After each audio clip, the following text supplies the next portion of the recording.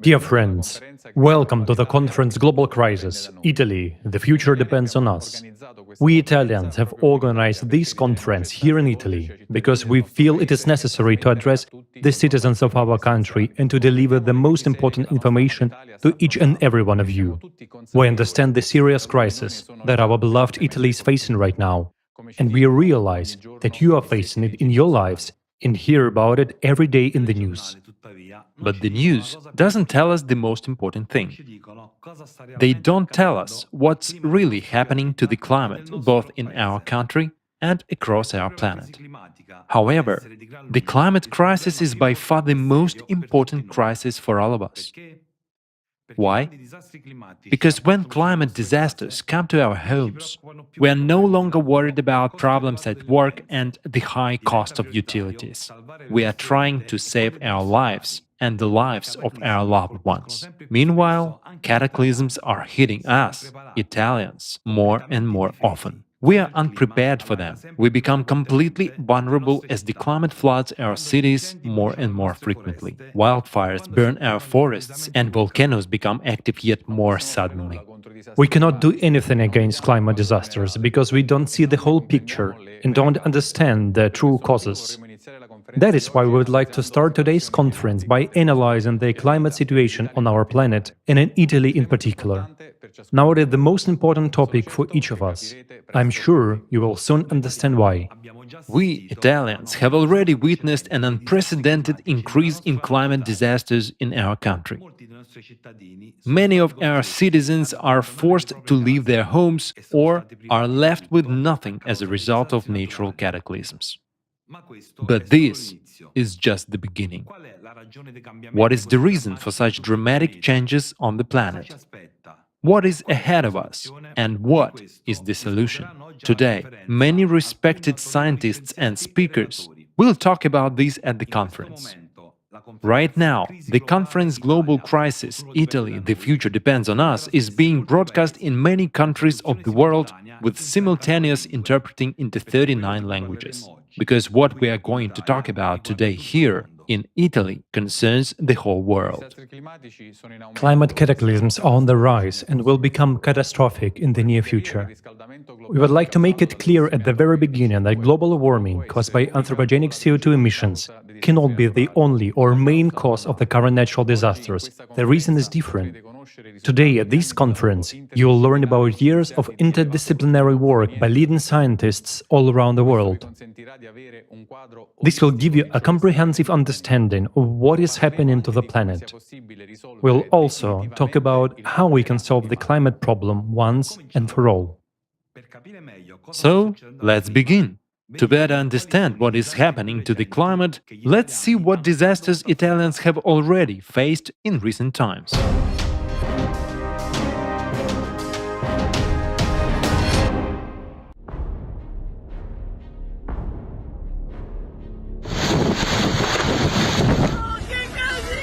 According to the European Severe Storm Laboratory, in just 8 months of 2023, Italy has seen 2,648 dangerous climate events.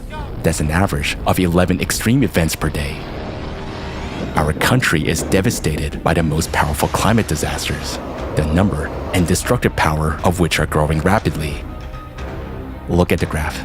It shows the progression of natural disasters in Italy from 2010 to August of 2023. If in 2018, there were about 1,000 of them, then in 2022, there were over 3,000, and this year, there are already 2,648 climate disasters. However, 2023 is not over yet. Even a school child can calculate the progression of catastrophes and make a forecast for the coming years. Here's this progression. The number of natural disasters in 2028 will reach such a point where it won't even fit in this graph. Do you think it will be possible to live on the territory of Italy with such a quantity of catastrophes? After all, it will be just 5 to 6 years from now. Hasn't anyone told you about this yet? But it's happening right before your eyes.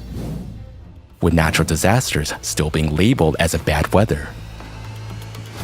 Do you think anyone is dealing with this issue seriously? At the same time, climate catastrophes are escalating, which cannot be related to anthropogenic factor and also cannot be explained by the increase in CO2. So why don't we Italians, along with the rest of the world, realize the obvious and accept reality? Floods. Italy, due to its geographical location, has historically faced the risk of floods, landslides, and coastal erosion. However, dramatic climate change has recently expanded the risk zone enormously. In 2022, nearly 94% of all municipalities in the country were already at risk. In 2023, nearly 40,000 people were affected and evacuated due to landslides and floods in just 6 months. It is twice the cumulative total of the last 5 years. Furthermore, the number of unprecedented large-scale floods in our country is skyrocketing. You can see it in the graph. The number of these disasters has increased from less than 20 per year to 105. That is more than 5 times. The reason for this dramatic increase in floods and landslides is due to record-breaking downpours. They are called water bombs because extreme amounts of rainfall in a matter of minutes. The flooding in the Marche region in September 2022 was a catastrophic event. At that time, the province of Ancona was hit by a half year's worth of rainfall in less than 3 hours, causing an unprecedented flood. Residents compared it to a tsunami. In just 10 minutes, water rose by almost 1 meter. Unfortunately, not everyone managed to survive. The scale of destruction was enormous. The damages amounted to approximately 2 billion euros. In May 2023, another tragedy struck Emilia-Romagna. The region was hit by 2 waves of massive floods. At the beginning of the month, 300 millimeters of rain fell there, and 2 weeks later, the region suffered half a year's worth of rain in just 36 hours. According to experts' estimates, rains of such intensity can occur once in 100 to 150 years, and typically during the rainy season in either fall or winter, but not twice in a spring month, as it happened in Emilia-Romagna. Tell me, those of you who are over 40 years old, do you remember such heavy downpours and floods before 2010? How often did they occur?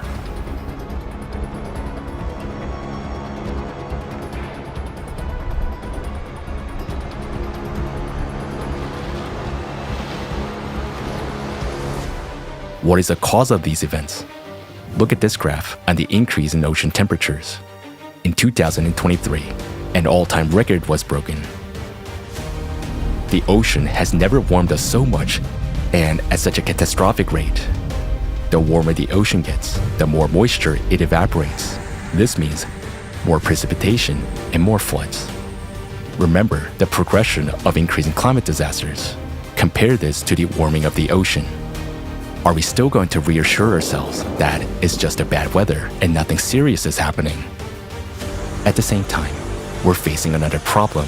Precipitation is no longer evenly distributed across the territory. In some regions, it falls locally and in a short period of time, while in others, it doesn't fall at all. This indicates chaotic and imbalanced atmospheric processes. That's why the citizens of Italy are facing such a paradox. Along with the increase in precipitation and floods, droughts are also on the rise, and this imbalance is observed not only in our country, but also all over the world. Drought. Look at the graph. The number of droughts in Italy and the damage caused by them are also increasing rapidly. Since 2021 onwards, this trend has skyrocketed. In the winter of 2021 to 2022, the situation was critical due to the lack of snow. According to the CIMA Research Foundation, the Alps received 53% less snow than usual. This year, the trend has continued. 2023 began for Italy with a severe winter drought, and the snow shortage has increased to 67%. Many Italians know how catastrophically fast the Alpine glaciers are melting. They're the source of surface and groundwater recharge in northern Italy.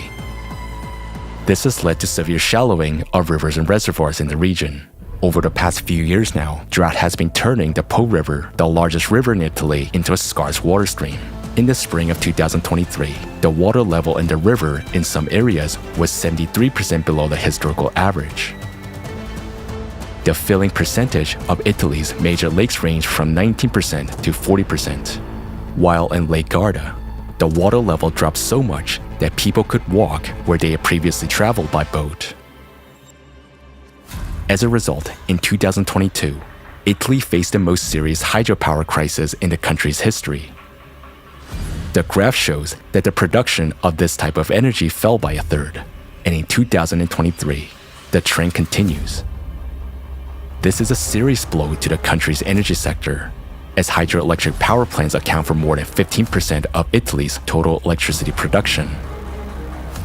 The Coldiretti Agriculture Organization is sounding the alarm. In 2023, the situation in agriculture is worse than last year, when the drought caused at least 6 billion euros in crop losses. This is driving up prices in the face of an inflation rate already at its 40-year high. And what will happen next, given the intensifying disasters?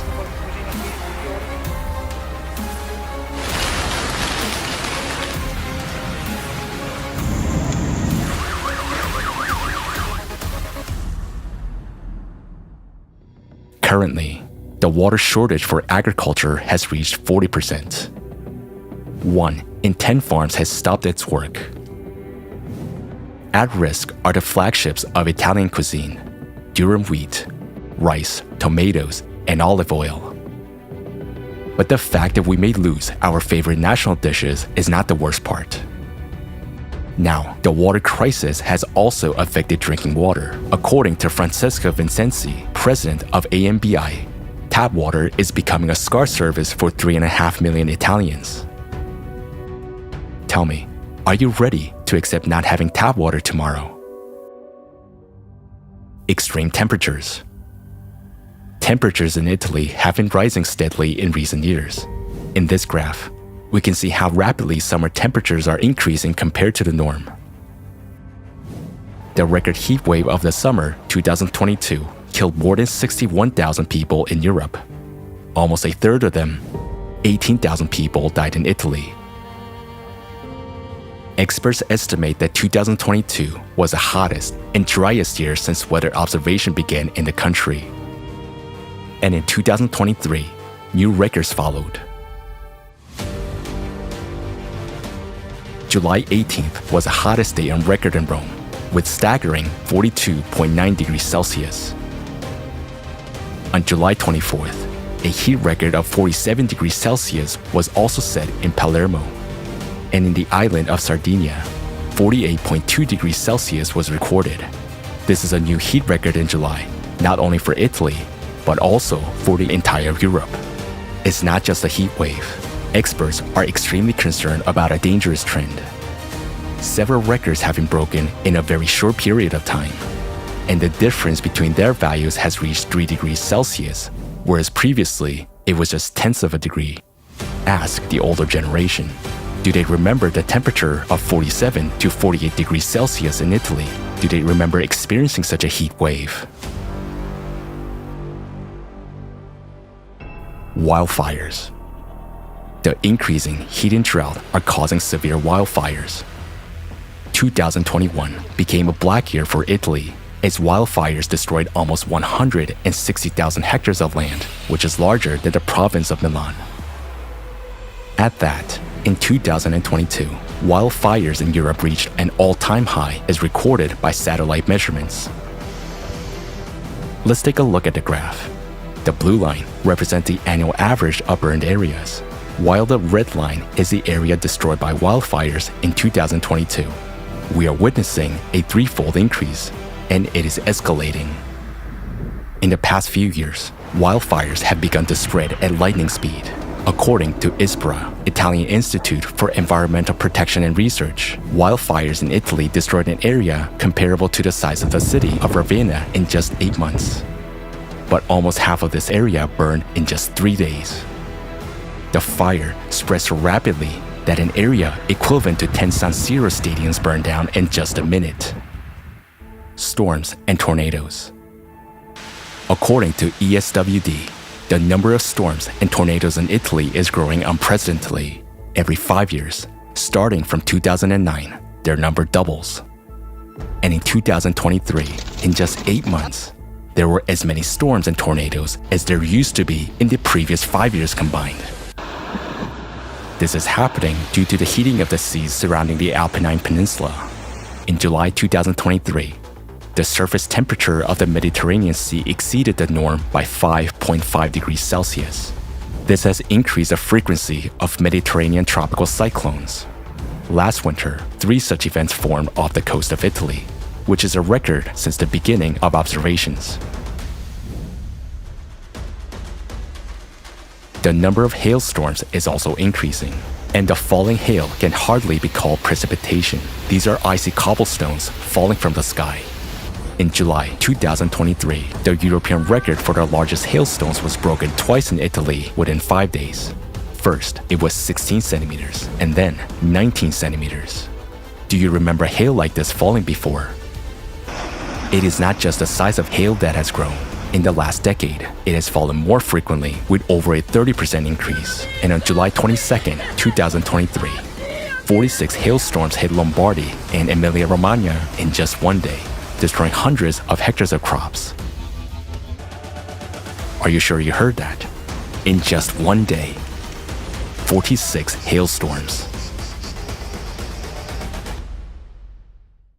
In 2022, Italy experienced an unprecedented surge in the number and severity of natural disasters, and they continue to increase at record speed, causing enormous damage. Over the last 40 years, Italy has suffered losses from floods, landslides, and heat waves totaling 82 billion euros.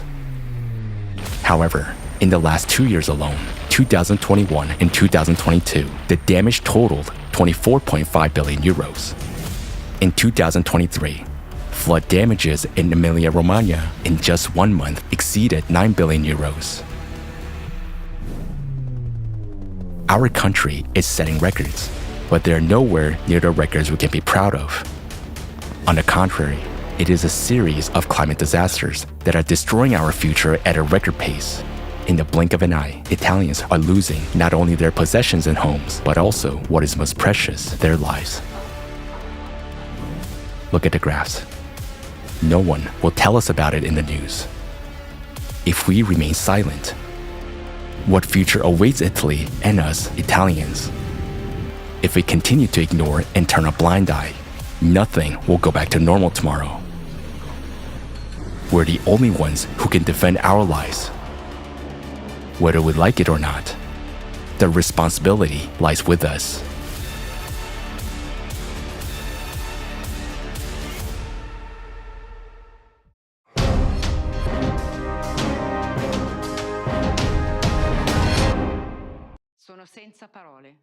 I'm speechless. Even though this video only showed a part of the climate disasters that have occurred in recent years, we know there have been many more. But this video gives us a complete picture of cataclysm growth dynamics, both worldwide and here in Italy. Look, the year isn't over yet, and there have already been thousands of cataclysms in Italy. Yes, I too was shocked by the enormity of what is happening. We see that not a day goes by without reports of natural disasters. It's painful to realize that we are defenseless and powerless in the face of these natural phenomena. On any given night, one can be awakened by screams and horrible noises and see one's home destroyed by natural force. Your life and the lives of your loved ones are at risk. This is what happened recently in Emilia-Romagna during a devastating flood. This is an example of our cruel climatic reality. We managed to speak with the residents of Faenza who lived through this nightmare. Let's watch together what the eyewitnesses have to say.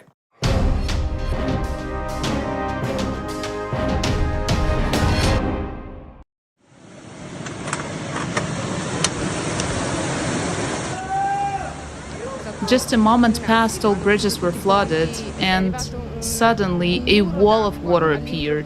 And in a matter of seconds, everything was taken from us. In apartments, there was only 30 centimeters of air left. They would have died there. I mean, these apocalyptic scenes can only be understood by those who were here, who experienced this. We are in Emilia-Romagna, the region that suffered the most from the floods which occurred on the 16th and 17th of May. In this region, 23 rivers overflooded, 280 landslides occurred, and 400 roads were destroyed.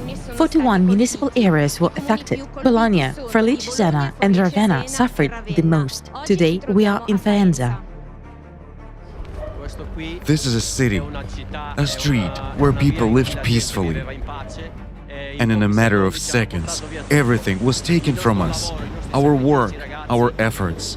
Guys, absolutely everything went underwater.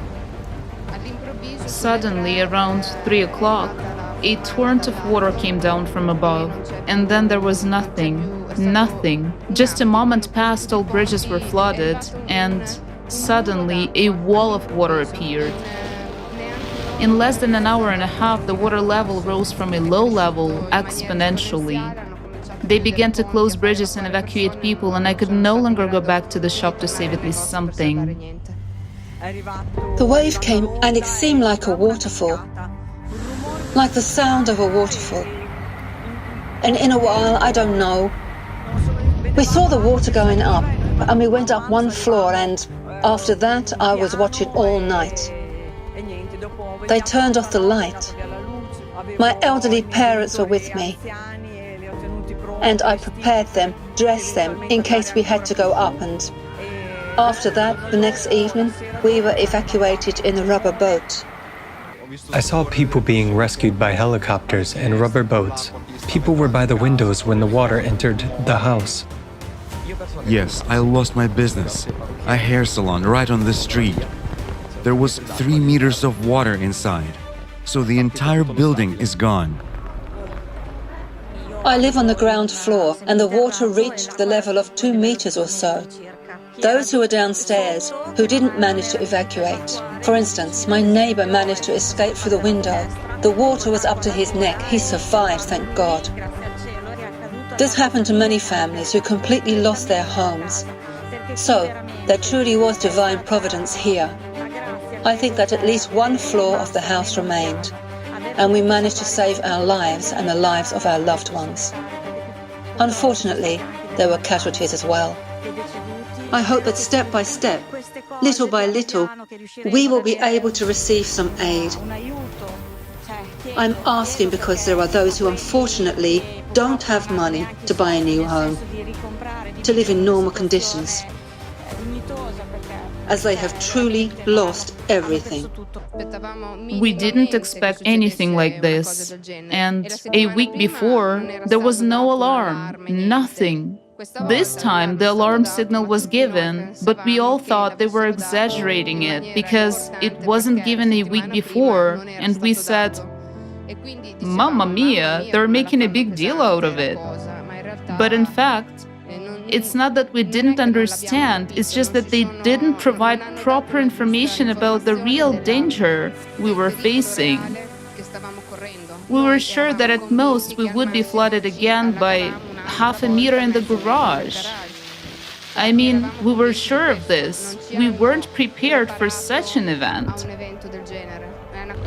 It's something unimaginable, surreal, out of this world. People were on roofs calling for help. In apartments, there was only 30 centimeters of air left. They would have died there. Elderly women with children were being rescued from attics. I mean, these apocalyptic scenes can only be understood by those who were here, who experienced this. Excuse me. It's terrible. There is a river here, so I cannot know what will happen, but such a thing has never occurred in our area before. Actually, they're supposed to have evacuation plans, safety plans in case of such major disasters. However, there are definitely no such rescue plans in Italy. The situation here is truly very difficult. There are those who have really lost everything, and our strength lies in these guys who are here and who are helping to clear tons and tons of mud. From the bottom of my heart, I sincerely want to thank all these guys who are everywhere here, because they are truly doing a crucial job. I'm just at a loss for words. It's nice to see this. If I had any doubts about people's humaneness, if there's anyone who's talking about it, just come here and look at the affected areas. Thank you to all the volunteers who came here and to all people who surround us. We need everyone, but above all, we need your warmth, your support. Because in this material life, nothing matters but people around us. They mean a lot. We lack the words to express our gratitude. Emotional state. In such times, you only see the negative, the damage, people's despair. But at the same time, I see so much strength in our people of Faenza and Emilia-Romagna as a whole. And amidst all this negativity, there is one positive aspect: the people whom I want to thank from the bottom of my heart. These are the volunteers. Although many believe or say that young people don't want to do anything nowadays, a lot of young people have actually shown the opposite in places like Faenza and other cities. What would you like to say to people who have never been in such situations and perhaps watch this and think, but this won't happen to me, right?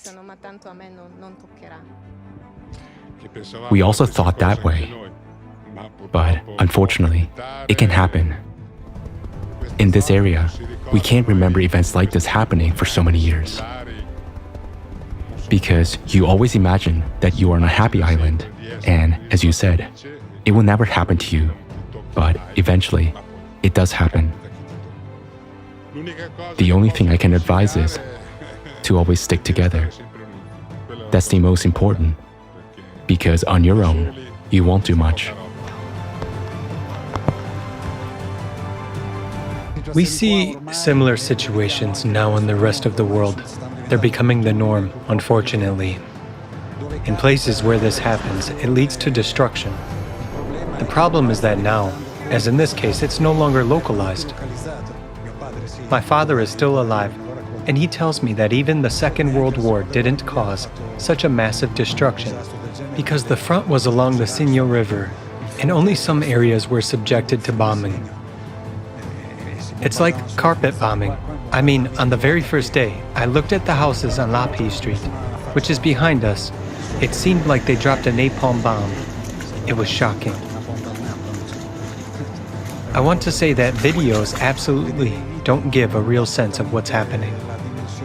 It's truly similar to an apocalypse.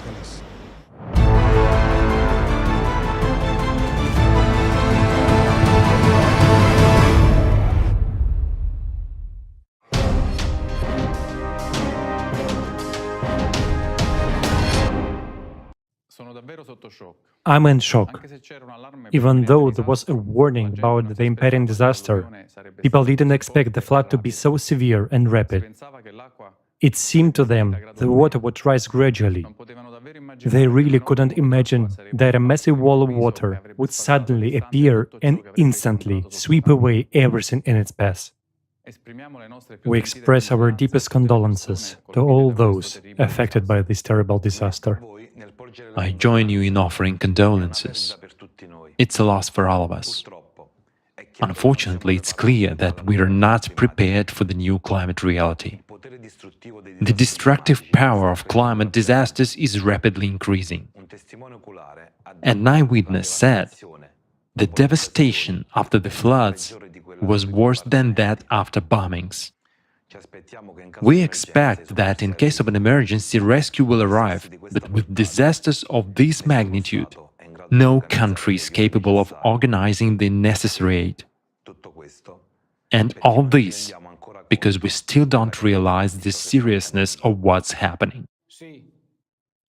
Yes, and we need to quickly grasp the extent of the climate crisis we are experiencing and that will progress. We must realize the danger of the situation. After all, what is the main problem, or, more precisely, who is the problem?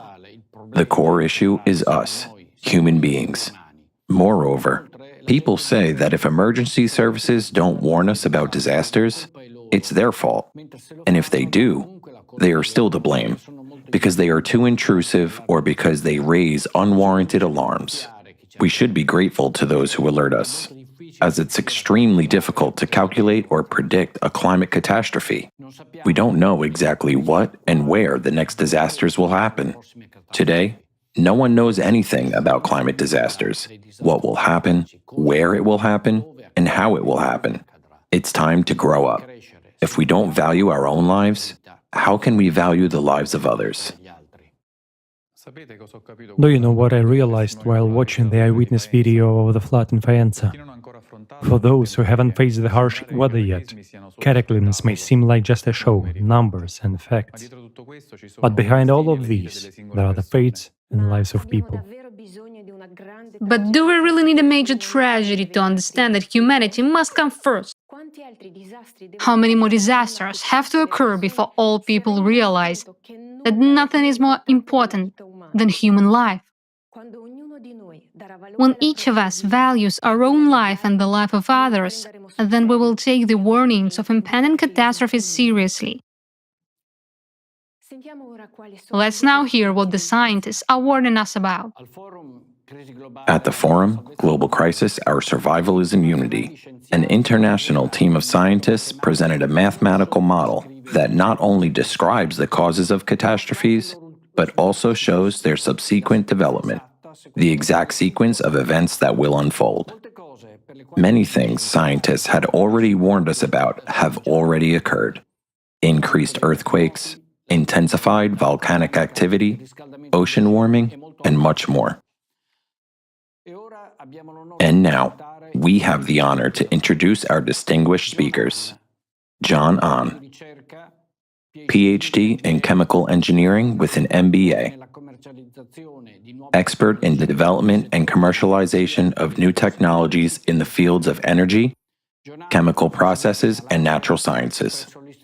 John Ahn holds an MBA from INSEAD, a PhD in Chemical Engineering from Technical University of Munich, and an MS from the University of California, Berkeley. Anastasia Pashagreva, Research and Development Scientist, PhD in Chemistry. Anastasia collaborates with scientists within the independent international platform Scientific Community, which is part of the Creative Society Project. She has conducted dozens of interviews with experts in various fields. Anastasia coordinates the research in functional and chemical changes in the atmosphere and is part of a team of analysts that collects data and studies the growth of seismic activity on the planet. Anastasia, John, why are all these cataclysms hitting us right now? And in your opinion, what is the greatest threat Italy will face in the near future? Hello, dear organizers and participants of the conference. I would like to express my gratitude for invitation to speak today. It is a great honor for me to present the results of the work of the Creative Society Project, which includes scientists, experts, and researchers from different countries. Our goal is to provide accurate information about the processes happening on our planet. We will share conclusions of a climate report which were presented at the international forums, Global Crisis, Our Survival is in Unity, and Global Crisis, There is a Way Out. These reports were translated into 150 languages. We will also present the key findings of the global forecast of climate catastrophes for Italy and the world. These research findings will help you to understand why the current catastrophes are occurring. And the most importantly, today, we will answer the question, what is the primary danger that Italy is about to face in the near future? In addition, today, we will introduce a solution that Creative Society can offer in the face of climate collapse. As we were preparing for this conference, we were struck by the number of catastrophes that impacted Italy in a short period. It is a real tragedy. The residents of Italy may have grown accustomed to the disasters due to the country's geographical location and to the fact that after each terrible storm, everything returns to normal and the life is restored. However, now we are facing different reality. These cataclysms are occurring more and more frequently, and there are no longer breaks between them, but avalanche of cataclysms on the same territory. Waves of scorching heat, prolonged droughts, abnormal precipitation, violent hurricanes, uncontrollable fires. These are only visible aspects of the climate nightmare, while what is happening inside our planet often remains invisible, like the hidden part of the huge iceberg. All these disasters are not just a series of random events, they are pattern. Today, you will learn how processes within the Earth shape global climate changes that we observe on its surface. According to the mathematical model presented at the forum Global Crisis, Our Survival is in Unity, developed by an international scientific group, the growth of climate catastrophes is happening in a geometric progression. And here, there is an important question from our hosts. Why is this happening? I want to emphasize that we're not talking about greenhouse gases or CO2 emissions. Many scientists have attempted to link climate change to human activities, but the rate at which disasters are growing outpaces all predictions made by these scientists. What we are experiencing today, what the residents of Italy and other countries are enduring, according to these scientists' forecasts, was not supposed to happen for another 50 to 100 years.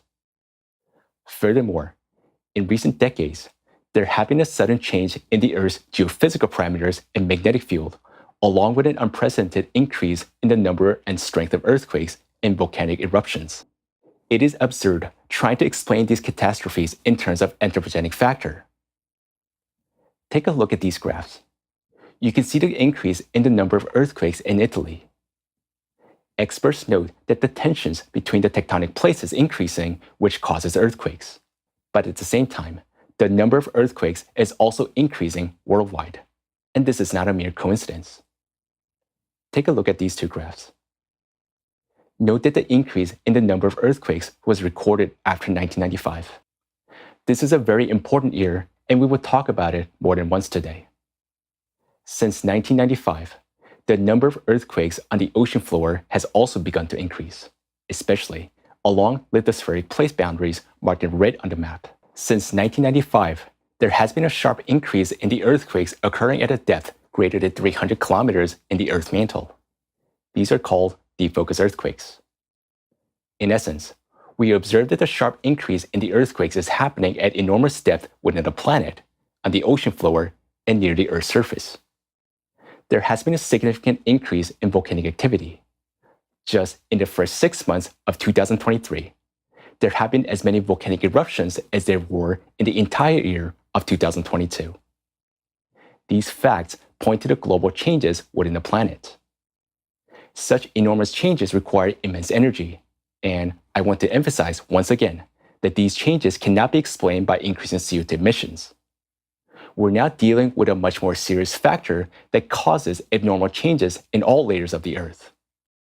Thanks to the collaboration of scientists from different fields, we have managed to identify the cause of anomalous changes at the increasing frequency of catastrophe.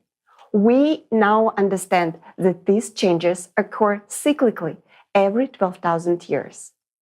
Every 12,000 years, our planet goes through a series of climate disasters. Supervolcanic eruptions, devastating earthquakes, mega tsunamis, hurricanes and storms, deadly floods, and mega fires.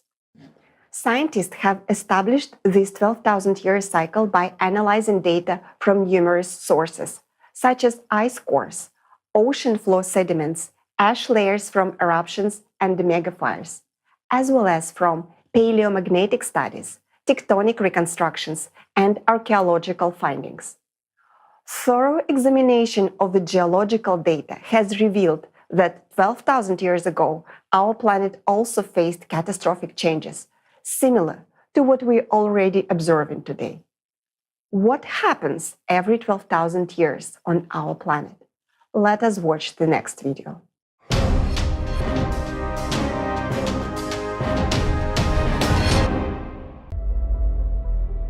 Changes similar to what we now see occurred before the peak of the crushing disaster just about 12,000 years ago. Those events are called the Alarid Oscillation and the Younger Dryas glaciation that followed.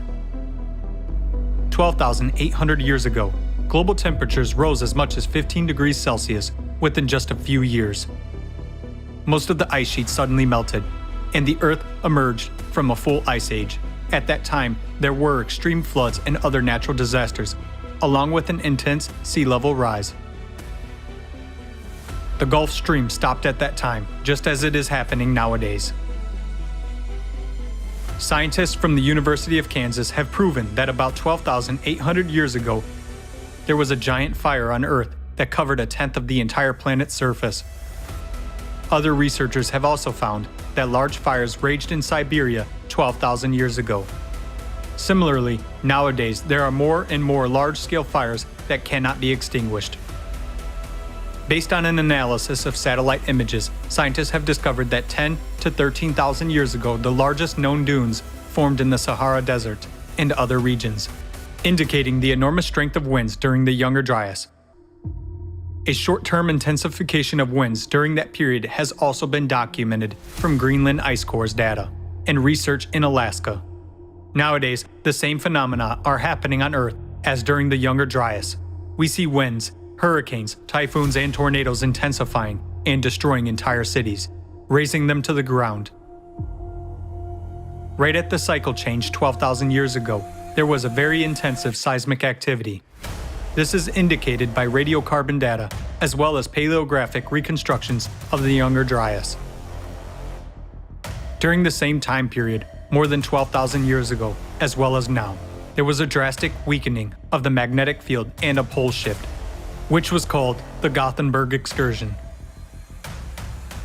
The reason for all these abrupt changes was an abnormal magmatic activity caused by changes in the core. This was expressed in large-scale volcanic eruptions that scientists recorded in the Younger Dryas by dust and traces of acid rains and glacial cores.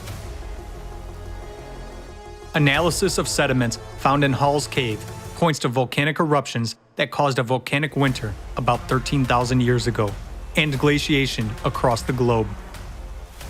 After the sudden warming in the Younger Dryas, an equally abrupt cooling occurred.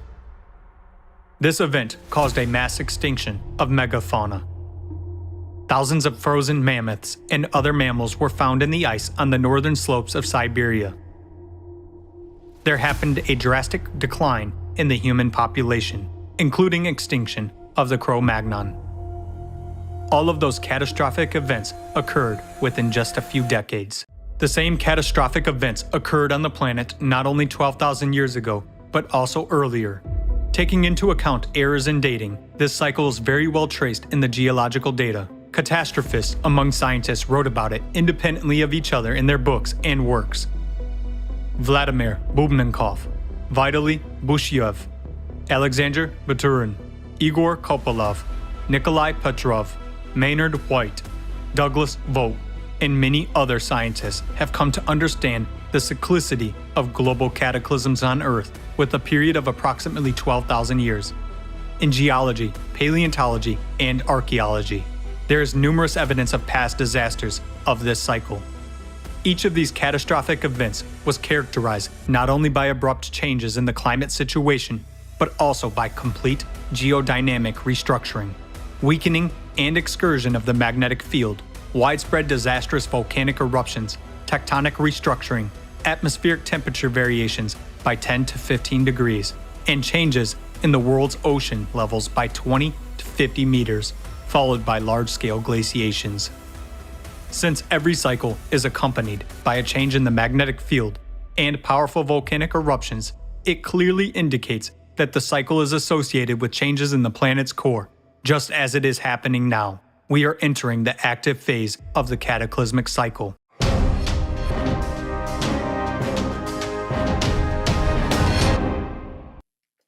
Every 12,000 years, there are catastrophic events. The magnetic field weakens. There is a sharp change in the climate. The average temperature on planet changes by 10 to 15 degrees Celsius. And there are large-scale destruction and extinction. All this happens because of changes in the Earth's core. So, what triggers such catastrophic changes on our planet? According to the research of International Group of Creative Society scientists, the cause of climatic and geodynamic changes on Earth is an external cosmic impact, which transfers additional energy to the Earth's core. This force directly affects the Earth's core and continuously pumps it with excess energy. This, in turn, causes the core to become unstable and amplifies the number and intensity of disasters. You can compare this to the constant, intense strain on a human heart. When the heart cannot cope with this load, it starts working less efficiently. The heart rhythm is disrupted, blood pressure rises, and the whole body faces major problems. The heart of our planet is its core, and due to constant external impact, the core is becoming less stable. We are already witnessing signs of these changes in the Earth's core. The initial changes began precisely in 1995, when a sharp increase in the number of earthquakes occurred. The core synchronizes and stabilizes all processes on Earth. Changes in the core lead to abrupt changes in the key parameters of our planet. Like a dynamo machine, the core generates magnetic field, but due to continuous influx of excess energy, the core overheats. This heating disrupts the balance of the magnetic dynamo, resulting in the weakening of the Earth's magnetic field. Since 1995, it is weakened by more than 15% from the norm, while the magnetic North Pole has started to move faster, increasing its speed by 3.5 times. These are clear indications of changes in the core. In 1995, the rotation axis of the Earth sharply changed its trajectory. This is clearly illustrated in the graph on the right. The blue circles here represent previous rotation before 1995, and the orange represents a new trajectory which shows a shift in the planet's axis of rotation. This indicates a major imbalance of the entire system. The influx of excess energy into the Earth's core has caused an acceleration of the planet's rotation. Since 1995, our planet has begun to rotate faster, and this is not gradual, but abrupt. So we can see that in 1995, the following significant changes began to occur. Changes in the Earth's magnetic field, acceleration of the planet's rotation, shift in the trajectory of its rotation axis, and an increase in the number of earthquakes around the world and in Italy in particular. All these signs indicate a global change in the state of our planet's core. The core synchronizes and stabilizes all processes on Earth, and it remains stable for a long time. But in 1995, fundamental changes began, at the point of which the core became unstable. That's when cataclysms began. The imbalance in the system led to the core shifting northward, in the direction of Siberia, which happened in 1998. All of this is a result of external cosmic impact affecting the Earth's core. But similar to these changes on Earth, other planets in the solar system also started to show changes in their cores and geodynamic restructuring. It was found that when the core of the Earth shifted in 1998, the cores of other planets also shifted simultaneously. Calculations have shown that the centers of the mass of all planets have shifted relative to their geographical positions, which indirectly points to the core shifts.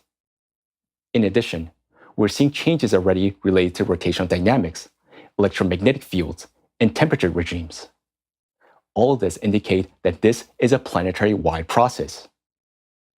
This, in turn, allows us to conclude that these cycles are driven by the influence of external cosmic impact on all the planets within the solar system. The entire solar system goes through a cycle every 12,000 years, and every 24,000 years, this cycle has the highest intensity. Unfortunately, we're currently in the 24,000-year cycle, which is more catastrophic. Therefore, we're facing the worst-case scenario in which the death of all humankind and our planet is a real possibility. According to existing calculations, we will fully enter the cycle in 2024. But in fact, we can already see today that the world is starting to collapse. According to the archaeological data, the increase in the intensity and the frequency of natural disasters is occurring much faster than it had happened before in previous cycles. Changes in the core trigger a change of sequential changes in all layers of the Earth, and thus we're witnessing escalating cataclysms.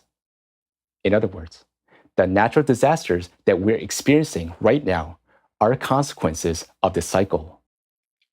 Our planet is now entering an active phase of catastrophes, and Italy is facing extreme climatic events ahead of other countries in Europe. Soon, you will understand why this is happening. External cosmic impact on the Earth's core leads to the accumulation of excess energy and destabilizes the core. The area around the Earth's core starts to heat up, contributing significantly to the abrupt heating and magma uplift. This forces the heated magma to move from the core towards the surface. Italy is a tectonically active zone with numerous volcanoes, including active ones. This means that the huge magma reservoirs are close to the surface. It is this area that responds first to the rise of magma from the depths. As a result, we witness catastrophic increases in disasters, specifically on the territory of Italy, earlier than in other European countries. The rise in magma hits the ocean from the bottom up, and the rates of its heating are catastrophic. Italy, surrounded by water on the three sides, faced record temperatures in the Mediterranean Sea in July 2023. The hot magma is so active that it essentially melts through the Earth's crust from below and approaches underground water reservoirs. This process hits the crust and causes intense evaporation of both underground and surface water. Consequently, humidity in the atmosphere increases, leading to more intense precipitation and widespread flash floodings. Recent events, such as flooding in Faenza and the massive flood in Marche in 2022, illustrates this problem. Italy has been facing this issue for 2 consecutive years in the same region, which shows the seriousness of the situation. The heating of the water from below contributes to the formation of stable heat zones.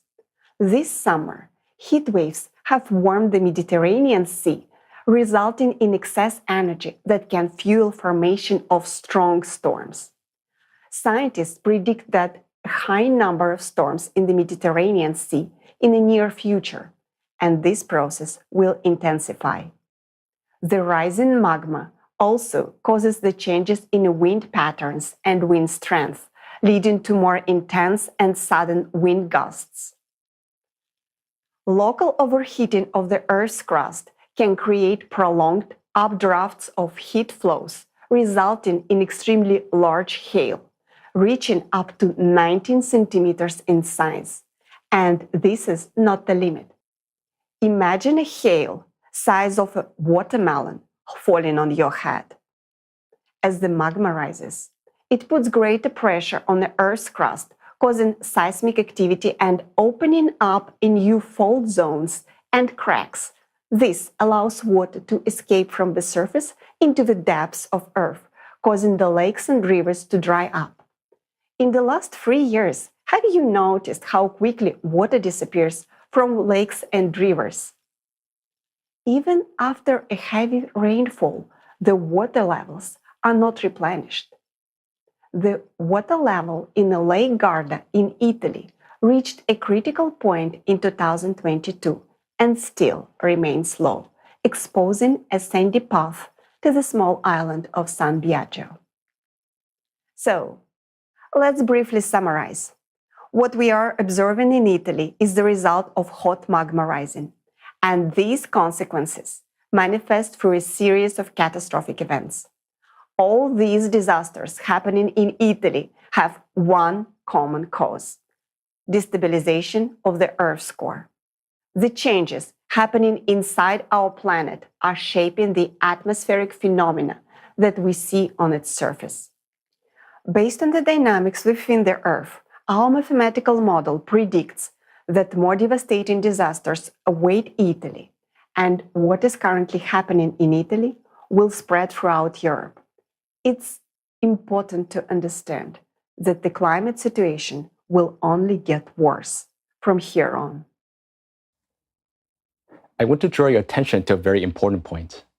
Our planet endured all previous cycles of catastrophes, although with great losses, but this cycle could be the last. Events in the current cycle are unfolding much faster, and the conditions for the planet are much more dangerous, with a high probability that the planet will not be able to withstand the stresses of this cycle. Now, let's explain why this is happening. As you already know, climate changes on Earth are related to the cosmic impact that transfers additional energy to the Earth core. This activates the flow of hot magma that heat and erode the Earth's crust.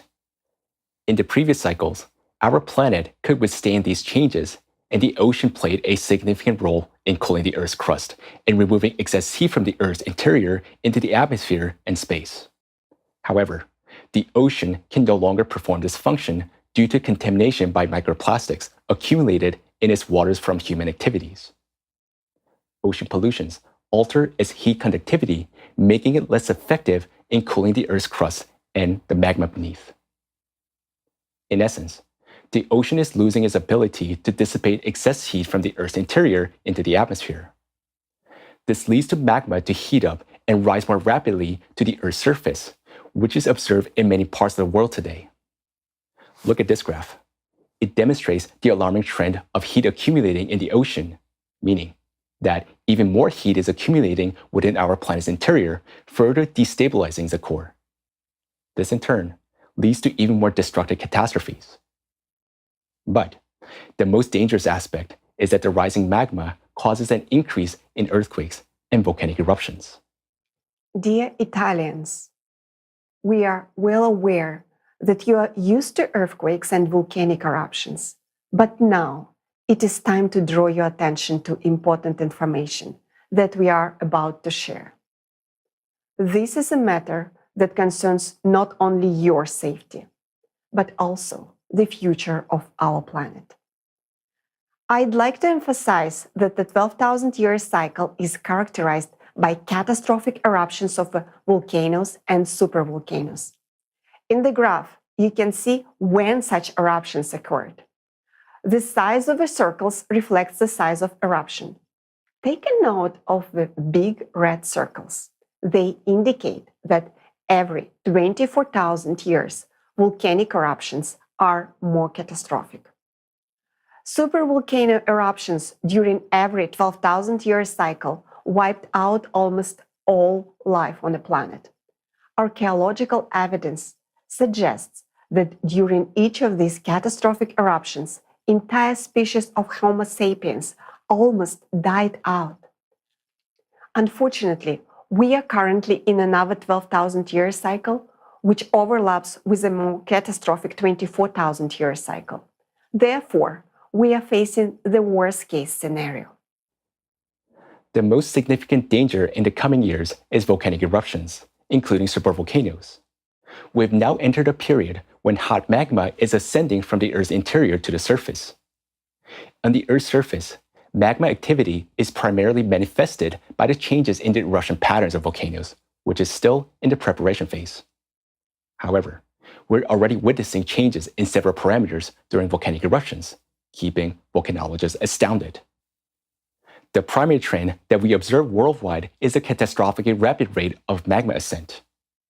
On average, magma rise to the chamber of a volcano takes from several months to a year. However, in 2014, the dormant volcano Borga Hraun, inactive for 1,000 years, awakened and astonished volcanologists.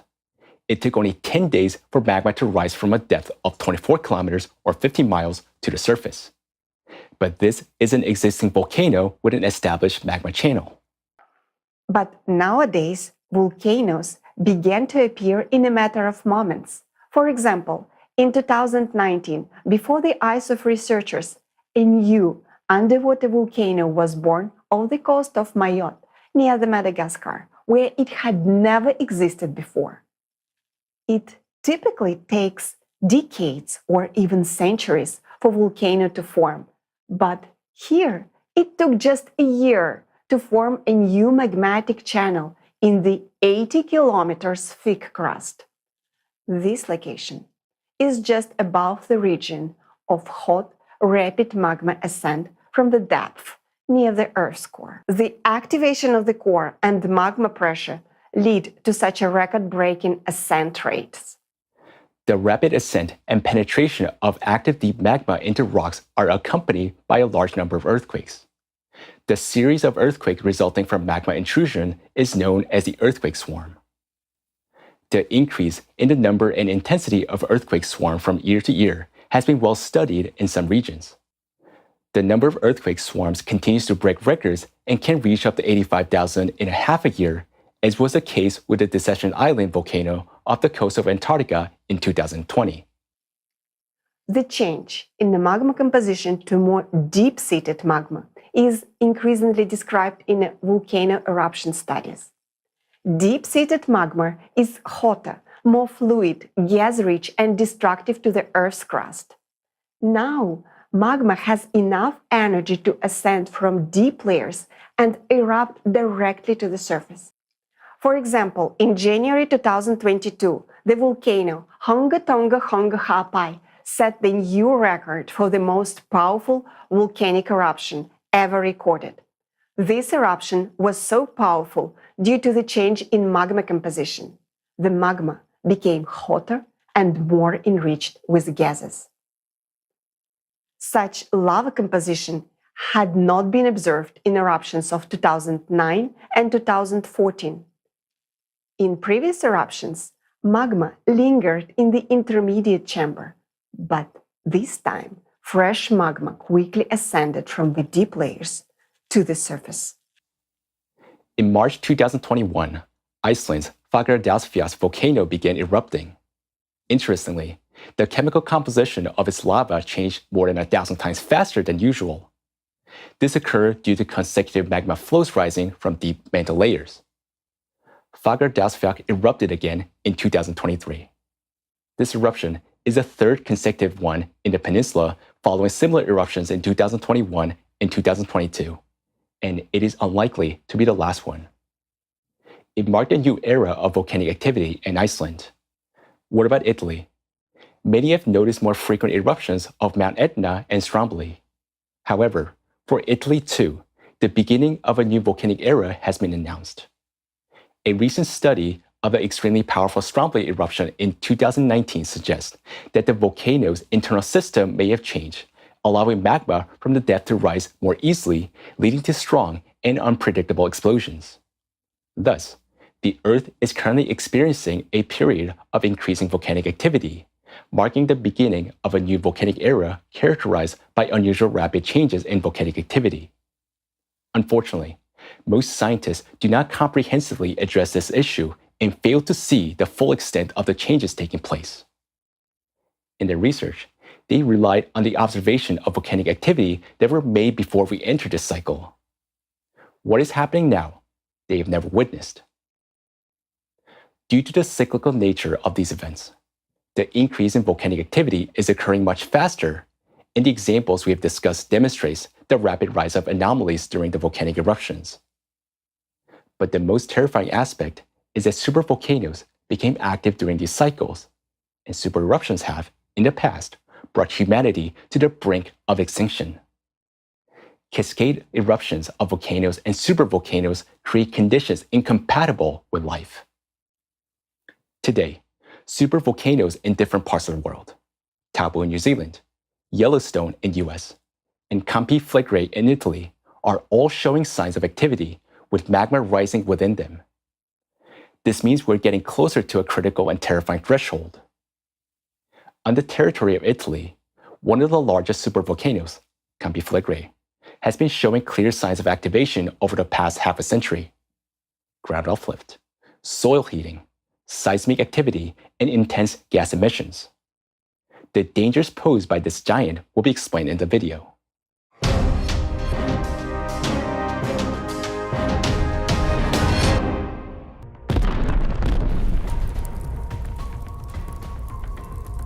Everyone has heard of the Yellowstone supervolcano, but have you ever heard of a supervolcano in Europe?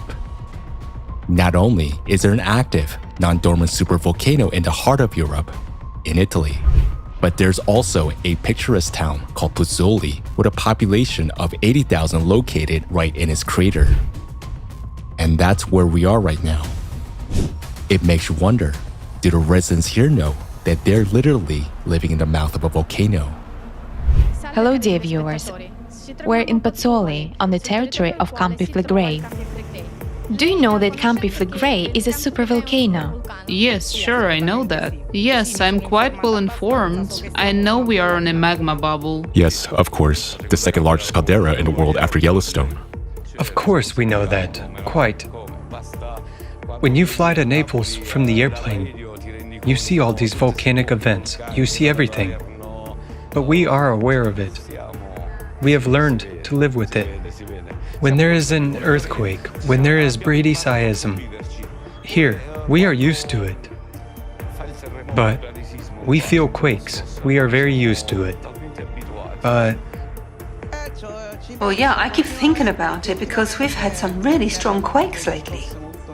The Campi Flegrei, along with its adjacent islands, constitute an immense volcanic complex. Here, you won't find a typical volcanic cones, but rather an enormous caldera containing a network of 24 craters. Many of these craters are currently submerged beneath the Tyrrhenian Sea. The caldera's area measures, by various estimates, between 100 to 200 square kilometers, surpassing the size of Naples. This is why Campi Flegrei is referred to as a supervolcano. Over its 80,000 years of existence, this supervolcano has experienced only 2 super eruptions, around 36,000 and approximately 12,000 years ago. Each time, they resulted in a catastrophe for Europe. And it appears that right now, the supervolcano is on the brink of eruption as well. Why this could happen, and how the history of our civilization might come to an end, will be explored in this video. Over the past half-century, scientists have documented numerous instances of vertical ground movement and earthquakes in the vicinity of the volcano. In 2012, the Italian government raised the volcano's danger level from green to yellow. Naturally, when you walk over the mouth of a volcano every day, you become desensitized to the potential danger. However, the events of recent years cause a growing sense of alarm and fear, even among those residents who have long grown accustomed to this reality. Bradyseism is in our blood, Italians say. Bradyseism is the uplift of the ground caused by the awakening of a volcano. It is through bradyseism that local residents can observe the visible activity of the volcano. The most significant uplift of the ground is observed in the vicinity of the port of Pozzuoli. Local residents have vivid memories of the bradyseism events that occurred in the 1980s. From August 1982 to December 1984, the city endured hundreds of underground tremors and bradyseismic activity. It resulted in the damage to 8,000 buildings in the city center and the evacuation of 36,000 people who never returned to their homes. The bradyseismic activity raised the seabed by nearly 2 meters and rendered the Pozzuoli Bay too shallow for large vessels. That night, Pozzuoli uplifted at least 1 meter. In fact, the whole dock, all the boats on the dock. I'm a fisherman, so I knew they were all on land. There was no water anymore. The dock uplifted, then immediately descended. Boats in the Pozzuoli Bay are practically resting on the sand even now because bradyseism resumed in 2004. The ground has long risen to the level of the year 1984 and continues to rise. In just a month of February 2023, the land was elevated by nearly 10 centimeters. This uplift was accompanied by 1,000 small earthquakes. After 2000, there has been an activation of the volcano, and various factors have come into play since then. 2000. The year marks the onset of active gas emissions, primarily CO2. This sign indicates the influx of new magma from the mantle, heating the volcano's chamber. 2004. Gas pressure begins to lift the ground. 2005. Hot magma heats everything up to the surface of the soil and causes hydrothermal waters to boil. 2006. Earthquakes become noticeable at the surface. 2016. The beginning of an exponential increase in the number of earthquakes and the synchronization of all processes. This has never been observed before. Previous bradycism lasted only 2 to 3 years, while the current one has been ongoing for 19 years, which is causing particular concern.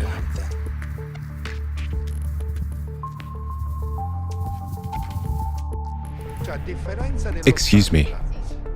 Unlike the year 1980, when there were actual earthquake tremors, here we only have tremors related to steam underneath. Whereas in 1970, 80, and 83, Due to browdicism, there were earthquakes above level 6 on the Richter scale, which is not that small. One was on October 4th, and the other on September 4th. But there were actual earthquake tremors. that's why they predicted a volcano. They predicted the most terrible things. Thank God nothing has happened there since that time. Well, I hope it will be the same now. Local residents and scientists are comparing the current situation to the bradycism of the 1980s, when no eruption occurred. They believe that before the upcoming volcanic eruption, there will be stronger earthquakes and ground uplift than what occurred last time. However, there is an undeniable evidence that conditions have changed, and we can no longer rely on previous experiences. What is happening with the volcano today? What makes today's bradycism more dangerous than that of the 1980s? Scientists, led by Christopher Kilburn, have determined that the properties of the Earth's crust in the Campi Flegrei area have changed, with the crust losing the strength and elasticity it once had. This means that the signs of an eruption, which everyone is anticipating, may not occur, and the volcano could erupt at any moment without warning. What changes have occurred in the crust beneath Campi Flegrei over the past 40 years? At the very least, since 1950s, deep-seated magma has been steadily and continuously ascending to the surface like a bulldozer, demolishing everything in its path. Sometimes it finds weakened zones in the rocks and penetrates them through narrow intrusions. From the 1950s to the 1980s, it would intrude, raise the ground, and then stabilize at a certain level. Take a look at the graph. You can see this from the sharp rise and sustained level of the ground. The crust used to be sturdy enough to contain these magma intrusions. During the bradycism of the 1980s, the magma pressure was exceptionally high, resulting in powerful magma intrusions at depths ranging from 7 to 2.5 kilometers. It was terrible. The city of Pozzuoli was rocked by thousands of earthquakes. Evacuations were underway. The streets were filled with police, military personnel, and weeping residents whom the government was forcibly evacuating from their homes. No one understood what would happen in the next minute. Many houses were cracking right before the eyes of residents who hadn't managed to flee to the streets. At some point, during the bradycism of the 1980s, the pressure from the magma and gases became so intense that it exceeded the crust strength limit, leading to its catastrophic rupture.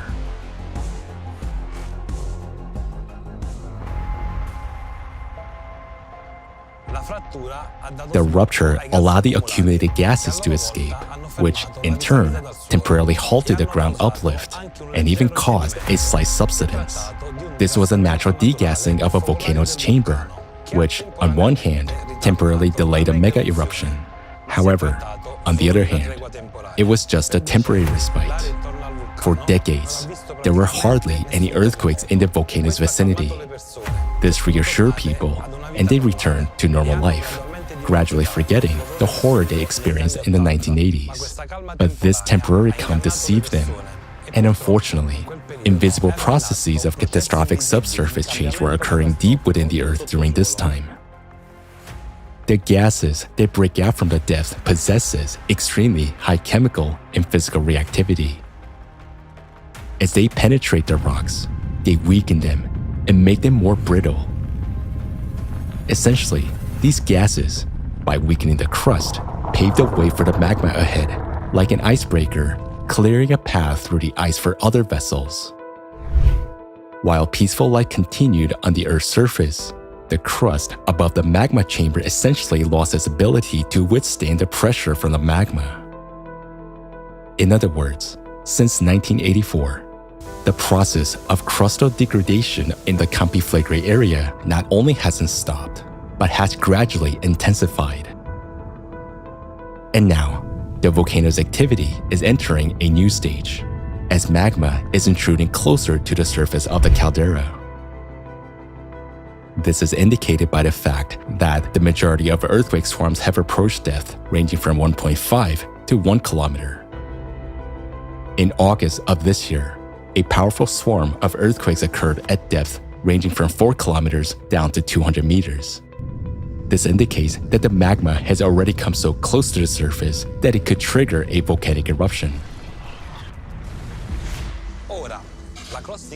Currently, the crust in this area can be likened to glass, with a network of fine cracks running through it. How much longer can such a crust contain magma giant that is yearning to burst to the surface? Let's summarize all the information about the current activity of the Campiflegrei that we gathered. Magma from the depths is gradually approaching the surface of the volcano, causing continuous ground uplift and earthquakes. The crust has weakened and cannot resist the intrusion of magma. If no preventative measures are taken, an eruption will occur in the coming years. There is an opinion that the coming eruption of the Campiflegrei will be a minor lava flow, like its previous Monte Nuovo eruption in 1538. Some believe it will merely release steam. However, the facts tell us otherwise. Over its 80,000 years of existence, the Campiflegrei volcano has already experienced 2 catastrophic eruptions. It always gives warning signs of such explosions. Scientists, while studying the chemical composition of lavas from past eruptions, have noticed that each time before a mega eruption, specific changes occur in the magma. A minor eruption with a particular chemical composition of lava takes place. This always occurs several hundred years before a catastrophic mega eruption. Such a lava composition was indeed discovered in the eruption of Monte Nuovo in 1538. These warnings have occurred twice in the history of caldera eruptions. On the graph, you can see them labeled as number 12 and 53. Please note that following these events, several hundred years later, came the catastrophic eruptions of the Campiflegrei caldera labeled as number 54 and 84. Now, take a look at the eruption number 5, flashing in red. This is the eruption of Monte Nuovo in 1538. Monte Nuovo indeed served as a signal and a warning shot before Campiflegrei will unleash its devastating eruption and wipe out all life in Europe. This cataclysmic event could occur at any moment. The previous caldera eruptions were the most devastating volcanic events in European history over the last 200,000 years. According to the reconstructions by volcanologists, during these eruptions, ash and lava columns reached height of 44 kilometers. Incandescent clouds spread instantly over a radius of 60 kilometers. All life in this area was obliterated within seconds. Ash was carried by the wind for thousands of kilometers, blanketing the entire continent of Europe up to the Ural Mountains. In Romania, 1,000 kilometers away from the volcano, the ash layer reached 1 meter in thickness as determined by ash deposit studies. As a result of these eruptions, the temperature in Europe dropped by 6 to 9 degrees Celsius. The volcanic winter that followed the eruption approximately 36,000 years ago led to the extinction of Neanderthals. Those who survived were forced to flee from Europe. There exists a cycle of cataclysms that our planet undergoes approximately every 12,000 years. During this cycle, there is an escalation of catastrophic natural events such as hurricanes, typhoons, wildfires, and floods. But the most alarming aspect is the increasing seismic and volcanic activity, with supervolcanoes becoming active. The supereruption of the Campi Flegrei, labeled as number 54, occurred approximately 36,000 years ago, and number 84 occurred about 12,000 years ago. The timing of these supereruptions confirmed the 12,000-year cycle of cataclysms. What triggers the eruptions of supervolcanoes during this 12,000-year cycle? During this cycle, external cosmic influences activates the Earth core. This leads to an increase in endogenous energy, resulting in a widespread ascent of deep-seated magma. Deep-seated magma is hotter, more liquid, and mobile, and it is what initiates mega eruptions. Analysis of mega eruptions approximately 12,000 and 36,000 years ago revealed the presence of deep-seated magma in them. Just like in the past, magma is currently rising from the depths. There is a critical question that no one is discussing. Deep focus earthquakes occurring in various parts of the world affects the seismicity of the Campi Flegrei, thereby inducing magma ascent.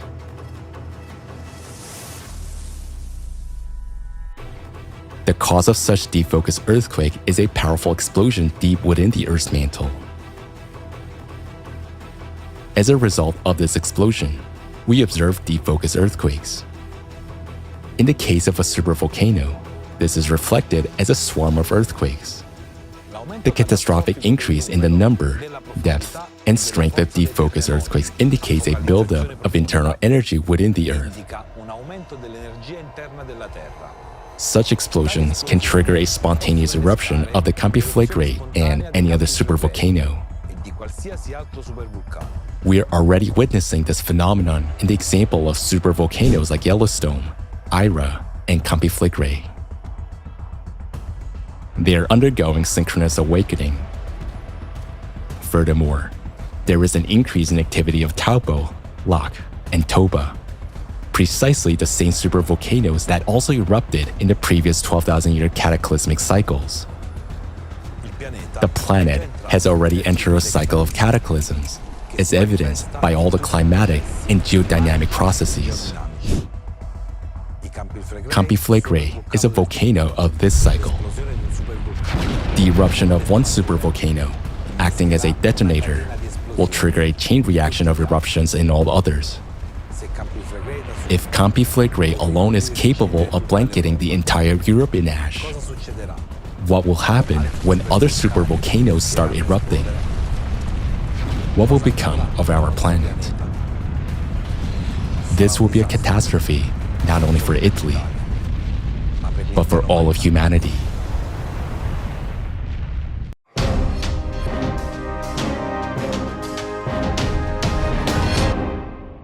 People can be understood.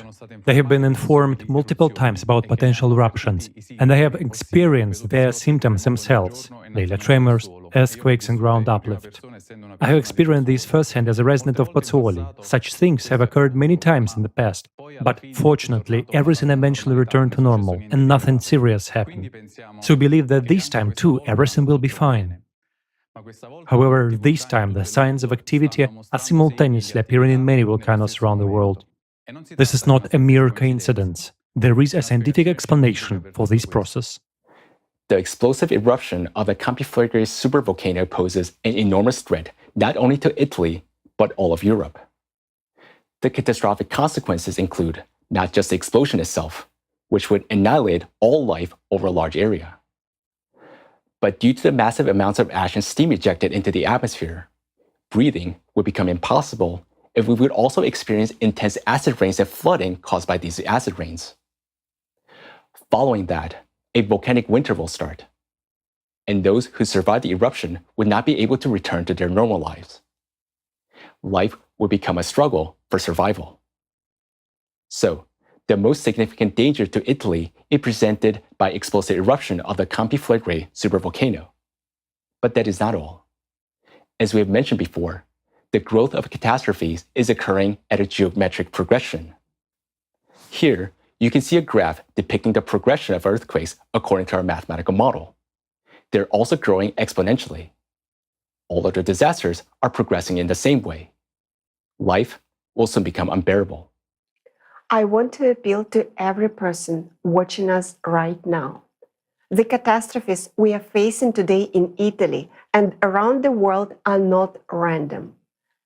They are related to cyclical changes that repeat every 12,000 years.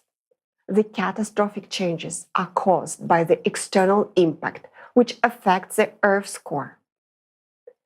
In 2024, our planet will enter a new cycle of catastrophes. During this cycle, among other disasters, devastating volcanic eruptions always takes place. What is particularly concerning is the fact that the Campiflagre supervolcano is already showing signs that it's ready for a large-scale eruption. This forecast is based on a mathematical model, and we see confirmation of this model in the rise of devastating catastrophes worldwide. Many facts have already been verified, and the question before us is, will we continue to observe or start acting? The responsibility for the future of our planet rests on each of us. Thank you very much, Anastasia, and thank you, John, for explaining in such detail what happens to the planet when it enters a cycle of cataclysms. The real scientifically substantiated cause of these climate catastrophes and geodynamic events, the escalation of which we are witnessing on the planet, has now been voiced. What is most troubling for all of us is that the Campiflagre supervolcano is already showing all of the signs of being ready for a super eruption. Are we, people, prepared for this? What are we going to do when everything around us becomes covered in lava and ash? Volunteers from the Creative Society Project interviewed residents of Pozzuoli who live in the caldera of Campiflagre to understand what people are planning to do at that moment. Do people realize the danger they are in right now?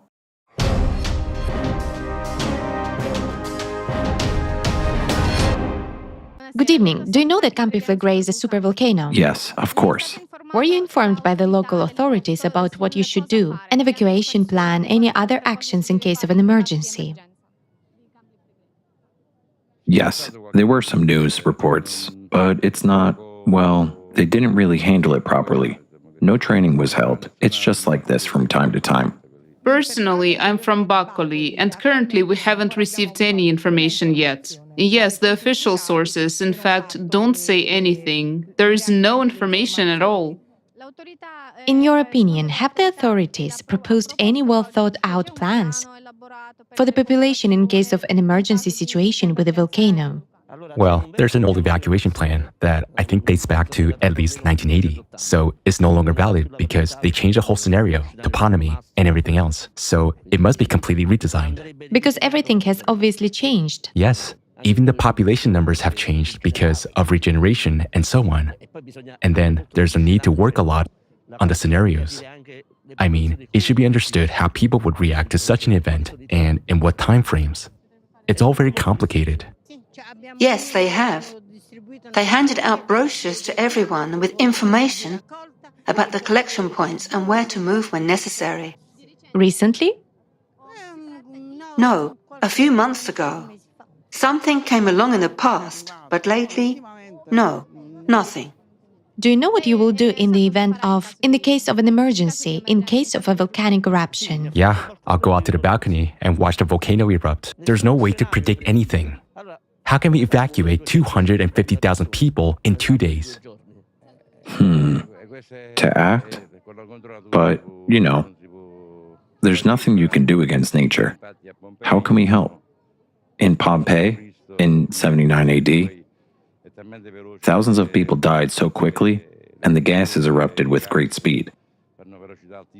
If volcanic eruption happens, I always think about it. I always have a suitcase ready. But the question is, will I be able to do it in time? That's the point. The problem isn't so much whether you can prepare in time, it's that you don't know what to expect. Because the recent events were horrible. I've been here for 20 years, but this has never happened before. After all, you can prepare any way you want, but when it comes, it comes. Are you ready to respond? What would you do? I don't know what we're going to do.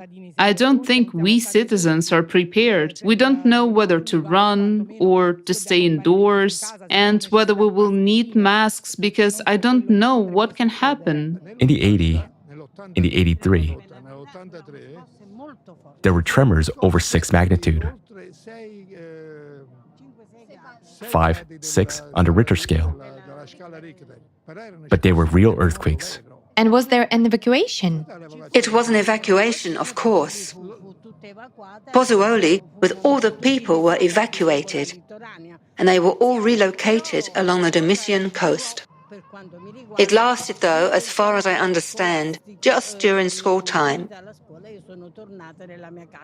I returned to my house, which of course was damaged. But those damages were eventually repaired. Now, I'm telling you all these things very frankly. I don't care anymore. Maybe because I'm already vaccinated. Probably. But it doesn't bother me anymore. We see that the strategy is ready. Perhaps on paper, the Civil Protection Service has really prepared everything. They have done a great job. Here, we also did evacuation drills, but this is Pozzuoli. You can't evacuate in an instant through the narrow streets. It will take a long time. However, looking around, and do we have all this time to escape from here?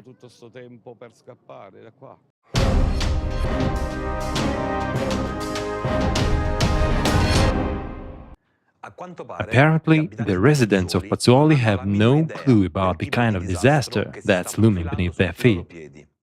We hope that the authorities will inform them and us, and that an evacuation plan will be set in place. But under what conditions does the evacuation begin?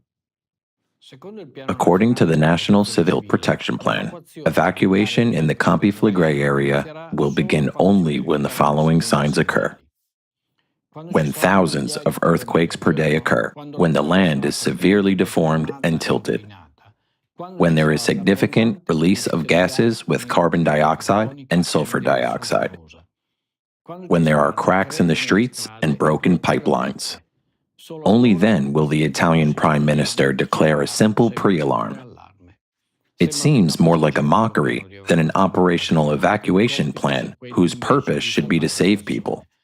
If there are 990 earthquakes per day, can people just stay where they are and not worry about anything? Do you realize how absurd that sounds? Only when the situation worsens further is a state of emergency declared and evacuation is ordered. At this point, people must evacuate on their own from the dangerous area. Experts estimate that it will take 72 hours to evacuate 500,000 people living in the red zone alone. How is this possible given that there will be more than 1,000 earthquakes per day and all the roads will be damaged by faults? All these plans were developed in the 1980s based on the experience of ordinary eruptions without taking into account the effects of a cyclic super-eruption. Large explosive eruptions like the one currently forming at the Campi Flegrei have never been witnessed in the history of our civilization. We have never faced what is coming, and unfortunately, it will escalate. During this period of the cosmic cycle, the Campi Flegrei will erupt, and they will certainly do so as they are already showing signs of activity. Not only Italy, but the whole of Europe will simply cease to exist if we don't take action before the volcano erupts. Italians, friends, wake up. If this eruption begins, no evacuation plan, no preparation will help us. The eruption will be instant and terrifying. And let's be honest, in our consumerist society, human life has not value. The task of saving all people, every human being, simply has not been considered. Do we have a solution? But despite the complexity of the situation, there is a solution. And you're about to discover it. We are pleased to present an excerpt from the video of Professor Egon Chalakian's speech. Egon Chalakian is a qualified particle physicist who collaborates on the development of the future circular collider technology at CERN's Advanced Particle Physics Laboratory. He is also involved in the NASA NISAR mission. Egon Chalakian has worked with 4 US presidents. Currently, he is a federal lobbyist for the United States Congress and the White House. Professor Chalakian has proven himself as a recognized expert on climate change and matters of national security.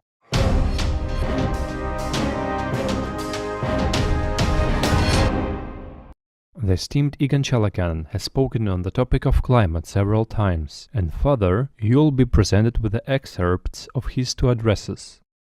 My name is Egon Chalakian. Today I have an urgent message for all of humanity that pertains to the fate of our civilization. I elected to bring this message to your esteemed attention following my recent participation in a joint Nobel Prize Committee National Academies of Science meeting in Washington, D.C., whereat we discussed the issues of misinformation and disinformation. This sparked a point in my life where I realized there is so much misleading information on the subject of climate change that inspired me to deliver the following message to you people. This matter is of utmost significance for the survival of every living being on this planet. My qualifications attest to my competence to make a decisive statement regarding climate change on our planet. It is evident that the Earth is experiencing a rapid escalation of extreme climatic and geodynamic events. There is a significant rise in the occurrence and magnitude of seismic, volcanic, hydrological, atmospheric, gravitational, and thermal anomalies. Furthermore, we have recently detected a number of alarming anomalies in all the layers of the Earth's system. There is an extraordinary displacement and destabilization of the Earth's core, a sporadic and chaotic acceleration of the planet's rotation, and a shift in its rotational axis. This scenario is compounded by a critical weakening and emergence of atypical anomalies of the magnetic field and a change in the composition of the upper layers of the atmosphere. These events have culminated in an extreme activation of magnetic foci and an accompanying increase in deep mantle earthquakes, a decrease in the thermal conductivity of the ocean. As a consequential result, our oceans have lost their ability to function as a compensatory and cooling mechanism. All these alarming factors indicate only one thing, to wit, our planet is on the verge of self-destruction, and humanity only has a few years remaining to avert this impending catastrophe. Right now, our planet is entering a cycle of climatic disasters that affects all the planets of our solar system. This entire solar system undergoes this cycle every 12,000 years, and every 24,000 years, the cycle has its highest intensity. Similar to Earth, evidence processes of change in the cores of other planets and geodynamic restructurings, as well as the increase of atmospheric anomalies, are occurring elsewhere within our solar system. This, in turn, would suggest that these cycles are caused by the influence of an external cosmic impact on all the planets of the solar system.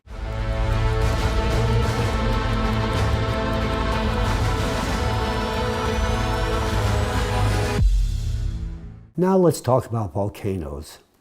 This portion of my presentation will be centered on the cataclysmic volcano activity, both historical and forthcoming, and on the impact likely to be visited upon mankind. Whether viewed through the national security or national disaster lens, the threat warrants immediate global attention.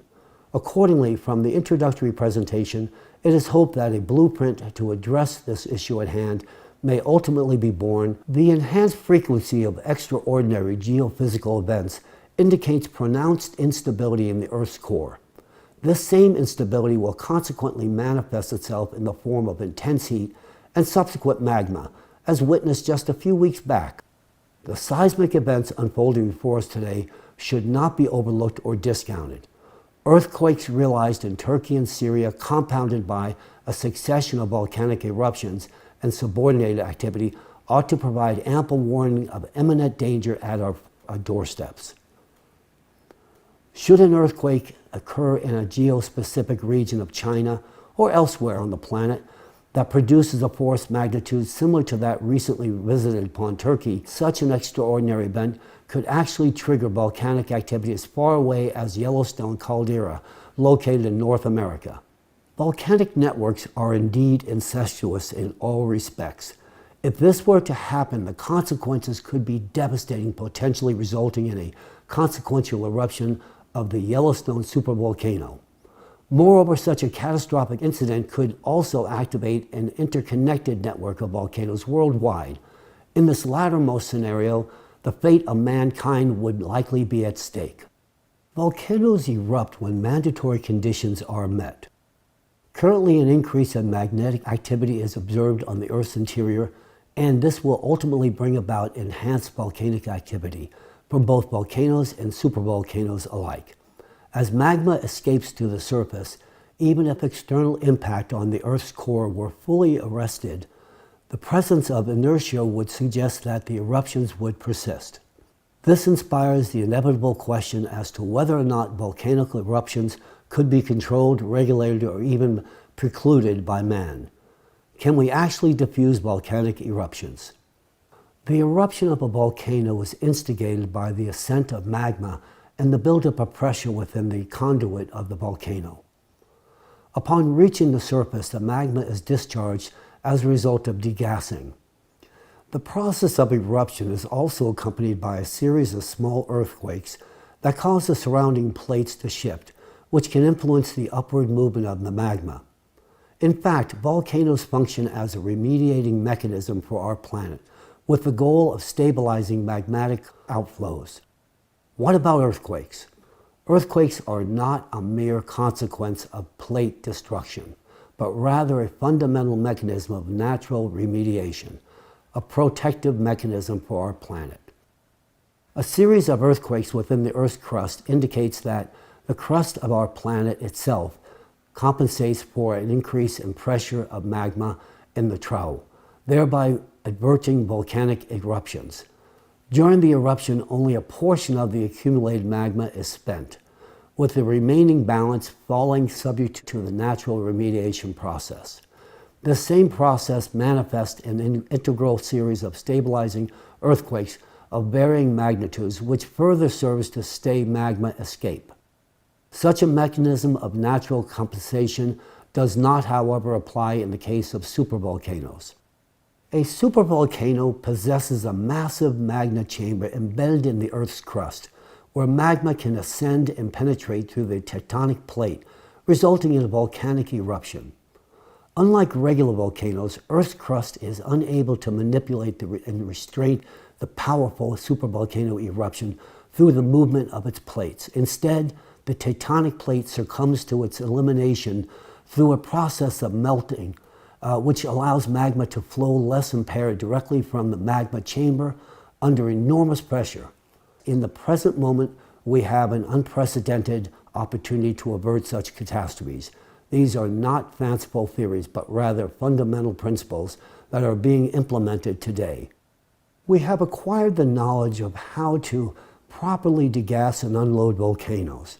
By implementing a controlled preemptive degassing strategy, we conceivably could harness the potential of alienating the buildup of pressure in supervolcanoes, thus preventing magma from burning through the Earth's crust, and thereby averting the catastrophic consequences of a supervolcanic eruption.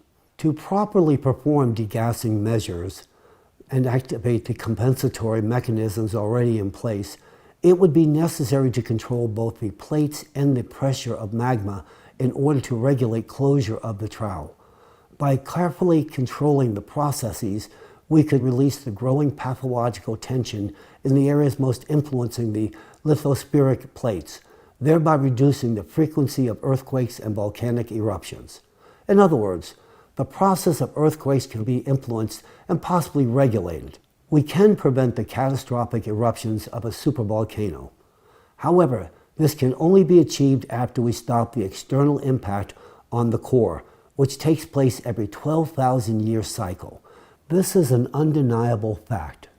If we fail to take corrective action or improperly conduct degassing, the excess energy will intensify the cavitation process of magma and lead to a sharp expansion of magma pressure, which the crust would not be able to withstand.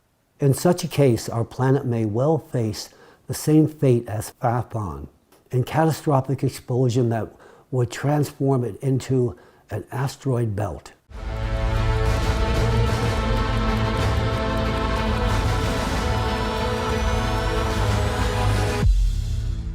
And in due course, I realized that any comprehensive understanding of such a complex and sophisticated subject would likely require an intimate interface within not only the geophysical and astrophysical domains, but a variety of other specialized scientific domains as well. The problem of the scientific world, which is supposed to solve such issues, is that this academic world is divided.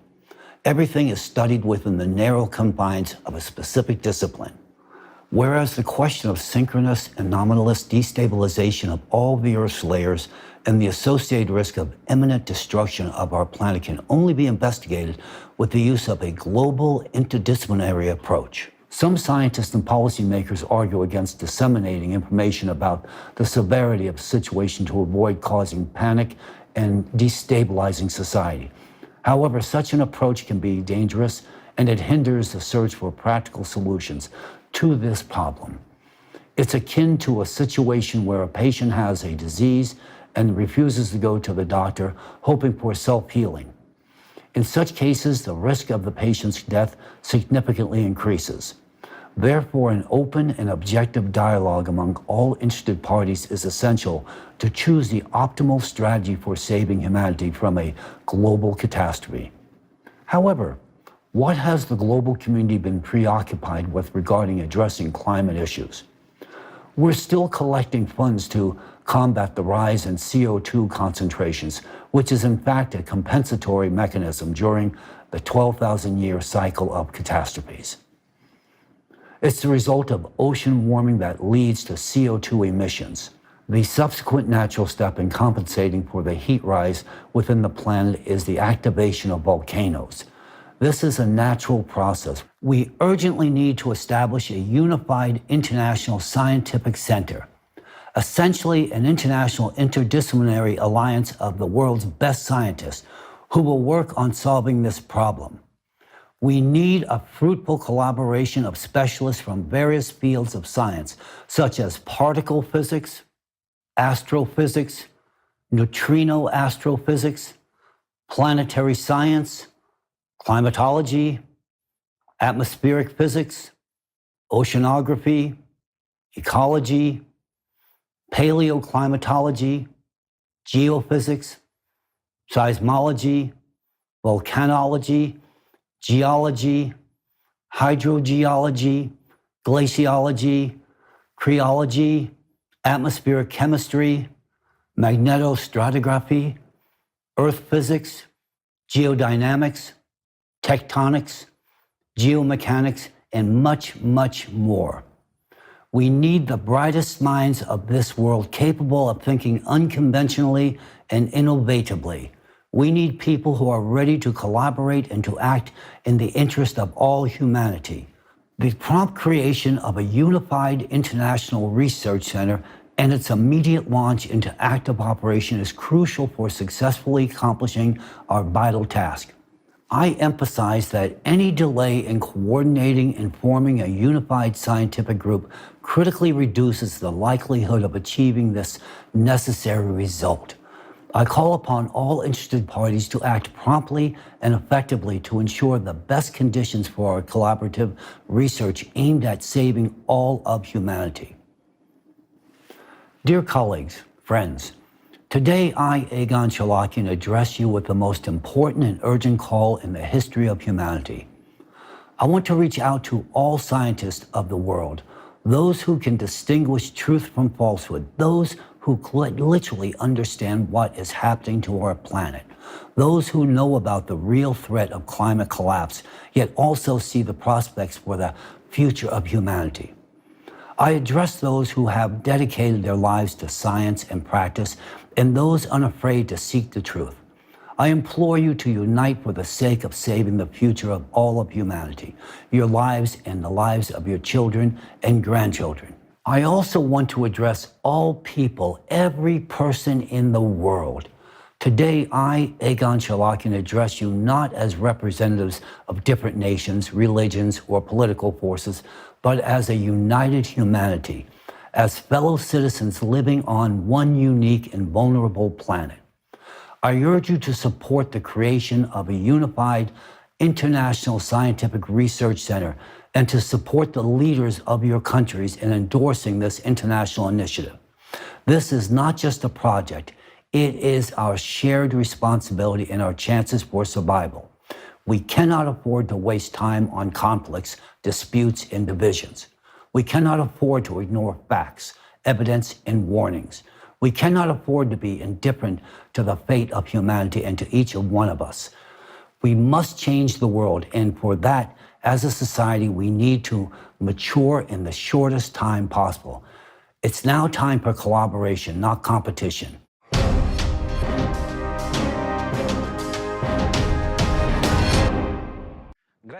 Thank you very much, Professor Chalakian. The fact that there is technology to prevent volcanic eruptions is encouraging. I'd like to address our respected experts. If this technology exists, why is it not being used yet? Is it possible to apply it to the Campifligray volcano? We have a good understanding of developing technology to safely release pressure and prevent volcanic eruptions, and that indeed gives hope. However, this technology cannot be implemented right now for two reasons. Number one, as emphasized by Dr. Chalakian, we need to address the root cause of climate disasters, which is external cosmic impact. It continuously transfers energy to the Earth's core. This excess energy heats up the core, causing the overheated magma to expand and rise to the surface. In addition, the ocean plays a crucial role in cooling the heated magma. However, due to microplastic contamination, the ocean can no longer perform this function effectively, leading to an increased rate of magma rising to the surface. Only after we have tackled the root cause can we then address the issue of volcanoes. To put it simply, it's like preventing a boiling pot from overflowing by turning off the heat source. So here's a plan, step by step. Shield our planet from external cosmic impact and restore the oceans. Once that's done, depressurize the volcanoes. Think of volcanoes as high-pressure magma balloons connected to an external magma source. To make them safe, we must turn off the additional heat coming from inside our planet, causing the magma to expand and rise. Afterwards, we can safely release the pressure from the volcanoes. It is important to note that we have the solution, technology to release the pressure, but it will only work effectively and safely if we prevent new magma from reaching the surface and replenishing these explosive magma balloons. Without first addressing the root cause, applying this technology would even be dangerous. In essence, implementing this technology is pointless unless we first safeguard our planet from external cosmic impact. The reason number two, Let's just try to imagine if it is even possible to implement the technology and prevent eruption in today's world. Well, even if the solution exists today, the implementation will face significant challenges. First, agreement between countries. Our world is divided into nations, each fiercely guarding its own interests. Now, imagine a conflict must be urgently depressurized from thousands of miles away in another part of the world. This would prevent the eruption and protect millions of people in Europe, but at the same time, it would ruin the landscape and business of another country. In this case, how long, or rather, would it even be possible to reach an agreement? Achieving such global agreements, especially if it affects the interests of multiple countries, will be unrealistic in today's society. Second, the funding. Recall the scenario of depressurizing Campi Flegrei from another country. It is unclear who should bear the cost. Should it be Italy, where Campi Flegrei is located, or the country which is deploying the technology, or the European countries where the volcanic eruptions will impact the most? Given the limited resources for climate refugees and disaster victims in today's society, securing funds for large-scale volcano depressurization projects would be unlikely. Third, collaboration among scientists. Scientists from different disciplines must collaborate closely to address complex global problems, but interdisciplinary collaborations are rare today. Many prioritize personal gains over collaborative problem solving. This makes tackling multidisciplinary challenges and implementing solutions impractical. Finally, the most important reason has been mentioned already by our host. That is, there's no common goal to save everyone's lives from cataclysms. And this is especially evident in disaster aftermath discussions, which are focused on cost rather than lives. Honestly, we're living in a world where your and my life are just part of numbers and statistics. In summary, even if life-saving technology is available, it can't be implemented because our society values money and interests of countries and individuals more than human life. If we're talking about a technology that is well understood and ready to be implemented, this means that we can't solve a more complex external cosmic impact problem, which requires major scientific breakthroughs. Enormous resources and extensive collaboration among scientists and countries will be necessary, and we now see that this is impossible. So does that mean that we're all doomed? We are here today to say that there is a way out. Otherwise, there will be no point talking about natural catastrophes in a dreadful future. The way out requires a shift from our current power-seeking, divided society to the one that values human life above all else. And that solution is called creative society. In the creative society, human life takes precedence over money and power, ensuring safety and well-being for everyone. Because of the shift in priorities, international agreements will be reached rapidly. Enough funds will be allocated, and scientists will collaborate for humanity. Dr. Chalakian, in his appeal, proposed a practical solution that would enable scientists to collaborate through a unified scientific center. His initiative provides an opportunity for our survival and aligns perfectly with the solution proposed by Creative Society. It emphasizes respecting individual rights, preserving lives, and fostering international collaboration through a unified economy. And this vision can be implemented most effectively in Creative Society. Thus, in Creative Society, we will be able to save the lives of all 8 billion people. We will find a solution to protect against external cosmic impact, stabilize the core, and prevent all climate catastrophes, including supervolcanoes. Creative Society opens the door not only to survival, but to build a unified civilization that can withstand similar challenges in the future. The Creative Society is our lifeline. However, making the Creative Society a reality relies on each and every one of us. With time ticking away, we urgently require your help in spreading the information about the seriousness of natural disasters and how we can overcome them together. Your voice carries immense weight at this critical moment, because it's through informed individuals like you that others can also make informed decisions to support creative society. This is a time for our collective choice that shapes the future of all people and our planet. It is time to act now. Many thanks to you, Anastasia, John, for the information you have provided. And many thanks to the entire international team of scientists and volunteers of the Creative Society Project for their tremendous work for the benefit of all of humanity. Thank you for being honest about what's going on. People need to know the truth. Italians, you've heard it all. In order for scientists to cope with volcanic eruptions and prevent a planetary catastrophe, certain conditions are required. And these conditions can be ensured only by the creative society. Now we know the truth about the climate crisis, and we know there is a way out. We don't need to live in fear and wait for everything to happen. We don't need to prepare for evacuation. We agree with what Egon Chalakian said. We need to unite scientific potential and consolidate all the countries in the world. We, participants of the creative society, firmly believe that the fastest and most effective way to do this is to build the creative society. Hello, friends. If we want to have time to find a solution to the global climate threat, we need to have certain conditions that will make it possible to achieve this. Creative society gives these conditions to us.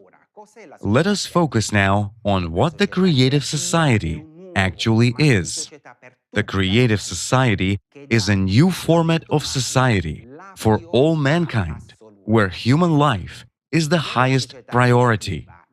In the creative society, power will belong to the people and will not be concentrated in the hands of one person or a separate group of people, as it happens today, leading to conflicts, wars, crises, and so on. The demand for a new format of society, where the value of human life is the main priority, comes from millions of people from all over the world. This was shown by the largest social survey in history, which was conducted by volunteers for more than 10 years in 180 countries. Each participant was asked the same question: what kind of world would you like to live in? Based on the results of people's answers, 8 pillars were formed that became the basis for building a new format of society called the creative society. In order to implement it, people from all over the world today unite and act in a project of the same name, the creative society. We need the creative society all over the world because only creative society provides a way out of all global crises, including the climate crisis, ensures a future without wars, conflicts, violence, poverty, and famine, provides an opportunity to bring humankind to a new stage of evolutionary development in the shortest possible time, in a peaceful and legal way, provides every human being with security, health, well-being, and overall development. Further, we will explain in detail how this can be realized in a peaceful and legal way. Thank you, dear Flaviano. Now it becomes clearer what the Creative Society is. In the first part of the conference, we heard a lot of shocking information regarding the seriousness of the current climate situation. Literally under our feet, here in Italy, magma is simmering and could erupt at any moment. And at any moment, it could not only lead to the demise of our country, our beloved Italy, but also trigger a chain reaction of disasters worldwide. is a truly frightening scenario. However, this global problem is not being taken seriously. Moreover, it is silenced by the global media. And, on the one hand, this is understandable, because in our current format of society, this problem cannot be solved. It's a dead end. It can be solved only in the creative society, where we can create all the conditions for scientists and advancement of science. Thanks to this, technologies capable of shielding us from global catastrophe will be developed. Yes, the creative society is a new format based on millions of surveys worldwide. Can you imagine volunteers talk to the people asking them the same questions for 10 years? All this effort was aimed at bringing forth the 8 pillars of the creative society over a decade. It's not that someone out there wanted to impose their ideas and solutions on us, like politicians do. It is the people themselves who have expressed how they see the world. The Creative Society provides us with the opportunity to solve not only the climate problem, but also to emerge from all the global crises, which are becoming more severe every day. But we can do this only together. It is not by chance that the title of our conference is Global Crisis, Italy, the Future Depends on Us. We, Italians, have repeatedly received recognition and fame far beyond the borders of Italy. Thanks to our abilities, Made in Italy has eventually become a genuine brand, recognized and admired all over the world. It is now that we can be at the forefront of the Creative Society project, setting an example of how to rise from the ruins. Do you doubt it? Then let's watch a short video together and take a glance into the history of Italy over the last 70 years.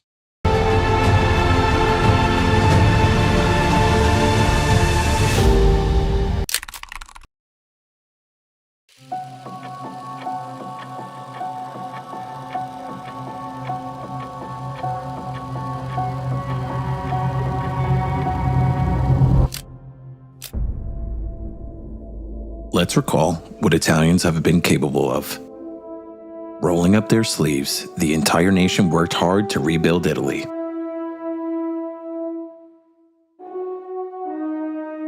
Italy awakened. Through hard work, it managed to build what went down in history as the economic boom. Thanks to the burgeoning economy, Italian families started having a better quality of life and more free time.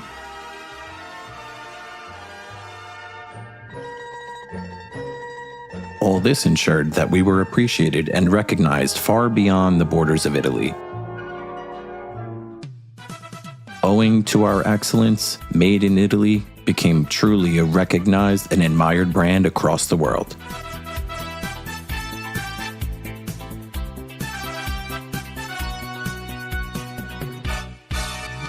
However, afterwards, the rise was followed by a decline, and starting from the 1970s, Italy experienced a number of crises.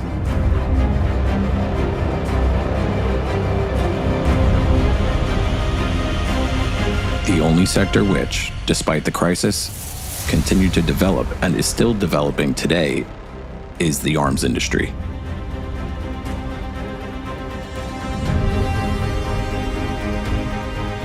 The latest events have shown that this field will not help to save people's lives. How did we get to the point that in the conditions of aggravating cataclysms and the economic crisis, the only developing sector is the military industry?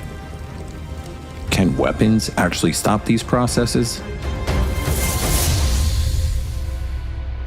We have the opportunity to create a wonderful future and to become one united civilization. Italians, with their talent, diligence, and organizational skills, can contribute to the building of the creative society.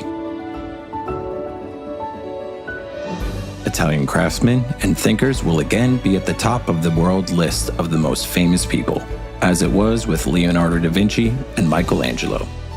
And they will make history, not just for centuries, but forever. Our only way out is the creative society. It's time to unite. It's time to take action.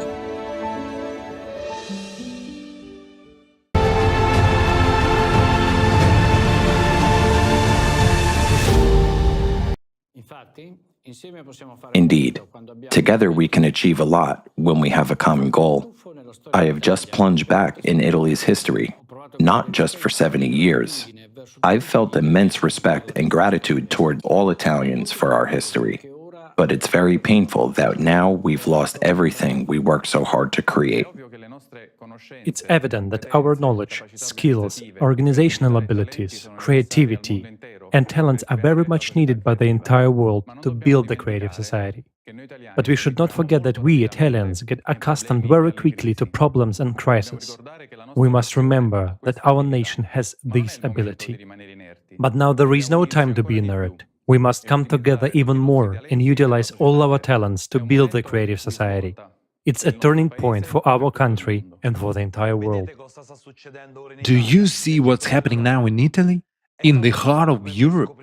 It was a shock for me to discover how many homeless and hungry Italians there are today. Just recently, we earned the world's respect in fashion, cinema, and art. And now, in Italy, poverty is becoming a regular part of our lives. My God, but is this normal? How can poverty be the norm? We conducted a social survey and asked Italians what concerns them the most right now. Let's hear it together.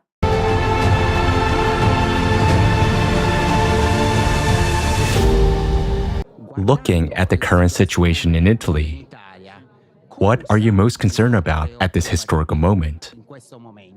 Unfortunately, this is not an easy time from any perspective. Economic, social, commercial, as well as international, both in Italy and in the whole world. Today, it is difficult to create something. Today, it is even difficult to form a family because you are afraid of not securing a good future for your child. Of course, it's the uncertainty of the future that young people are facing nowadays, putting them in a difficult situation, both in terms of work and plans for the future. That is what I'm concerned about. The lack of confidence that young people are experiencing nowadays, sadness, the fact that they think there is no future for them, and very often they look for it outside their country. Unfortunately, as people inside the economic system affirm to me, the inequality is constantly growing. Rich people are getting richer and richer. Poor people are getting poorer and poorer. And poor people are exploiting other poor people to survive. Thus, we are traveling down a perilous slope.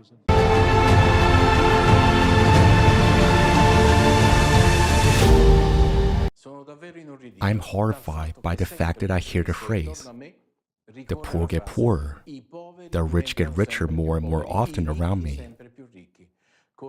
And it seems to have become our reality. And it's not surprising, considering that 1 in 12 Italians live in absolute poverty.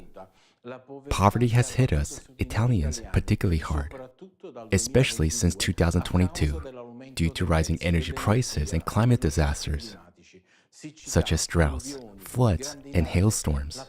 The pandemic was just the beginning.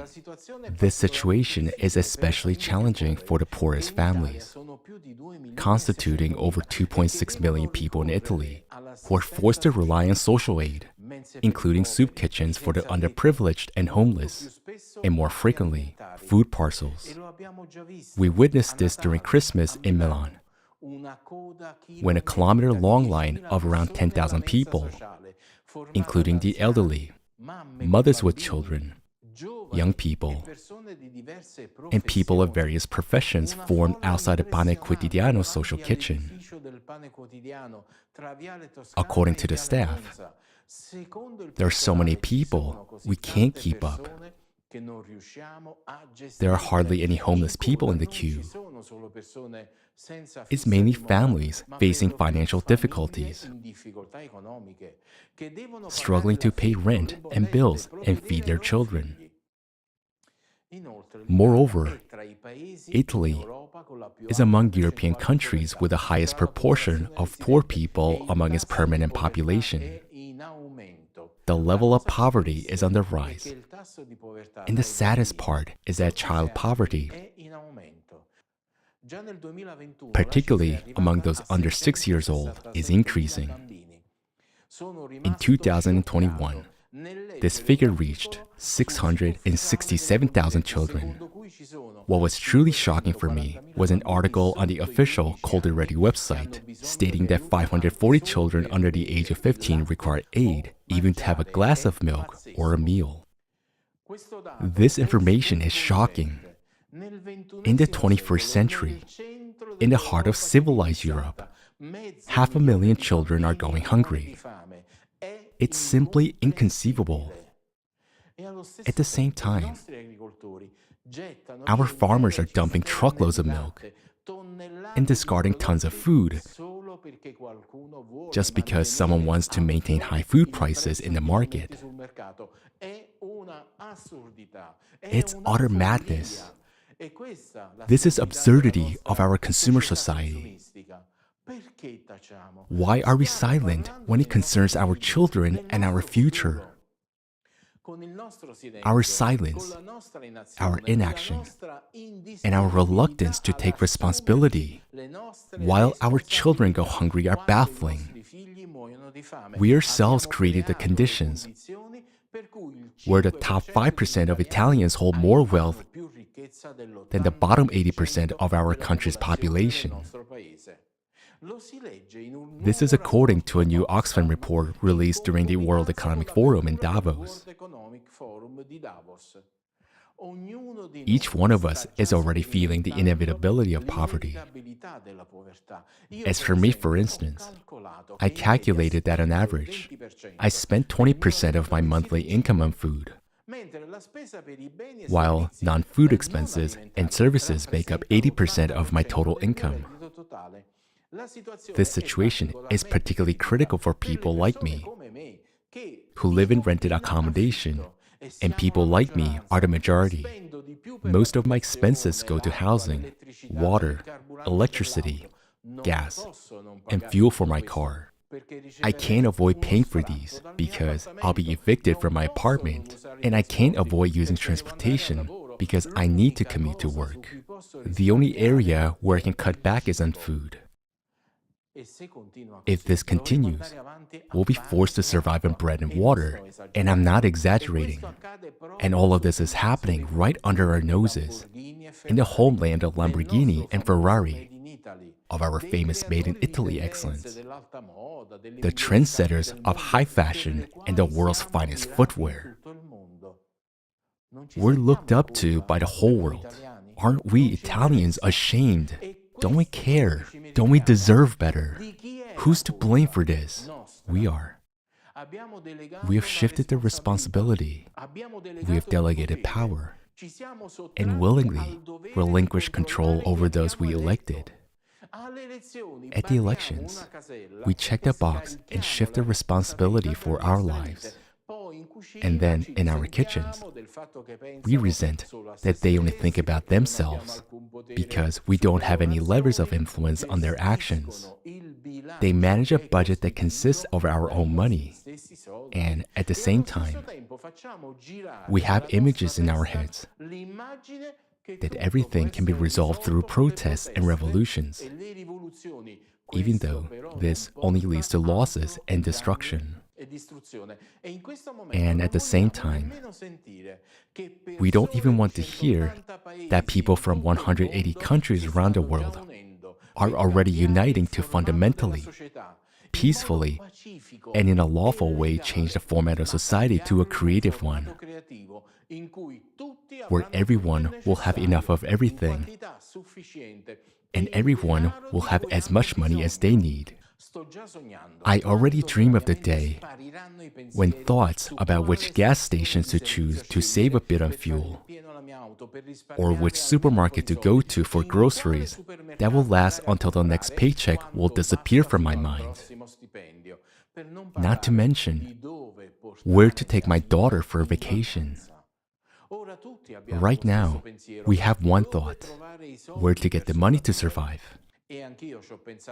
And I thought about it too, until I learned about the Creative Society project which are ready during the transition period, will directly solve all money-related issues and more.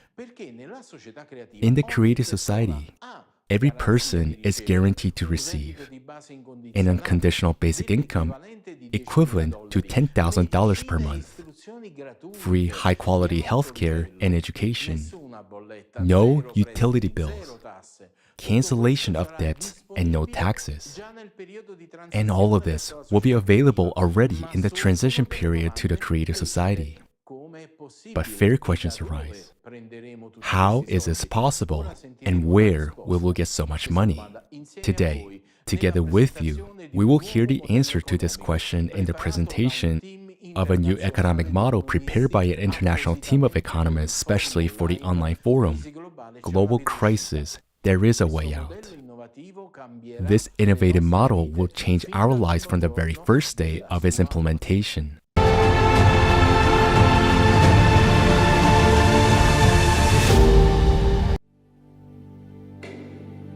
In the transition period to the creative society, each person will have universal basic income equivalent to $10,000 US, free housing at least 650 square feet per person, free healthcare of the highest quality, free education for a lifetime, safety in every part of the world, work 4 hours a day, 4 days a week, paid vacation for 2 months a year, equally high salaries across the world, no taxes for individuals, small and medium-sized businesses, fixed prices on all goods.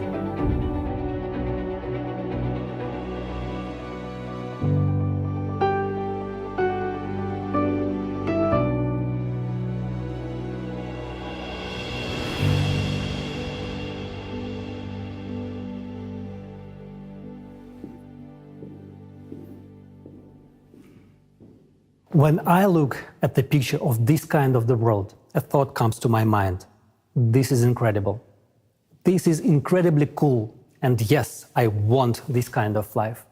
But just like in any person, a skeptic inside me begins to rant and says, first of all, it is impossible to implement. And even if it is possible, it certainly won't happen in my lifetime. And goes on to affirm, no one will let you do this. And you know what I reply to him?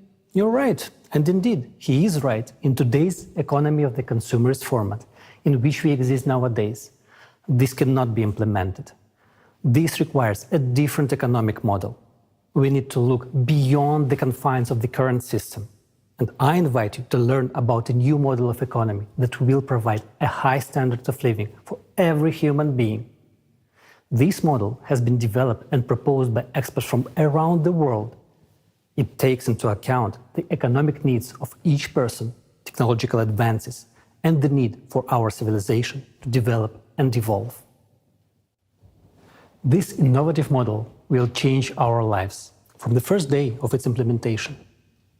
I want to draw your attention to the fact that its implementation is possible only if the format of society is changed from consumerist to creative. And further, I will explain why.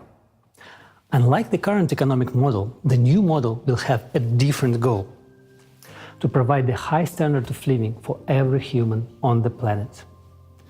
There are two key requirements for the new economic model to function and achieve this goal.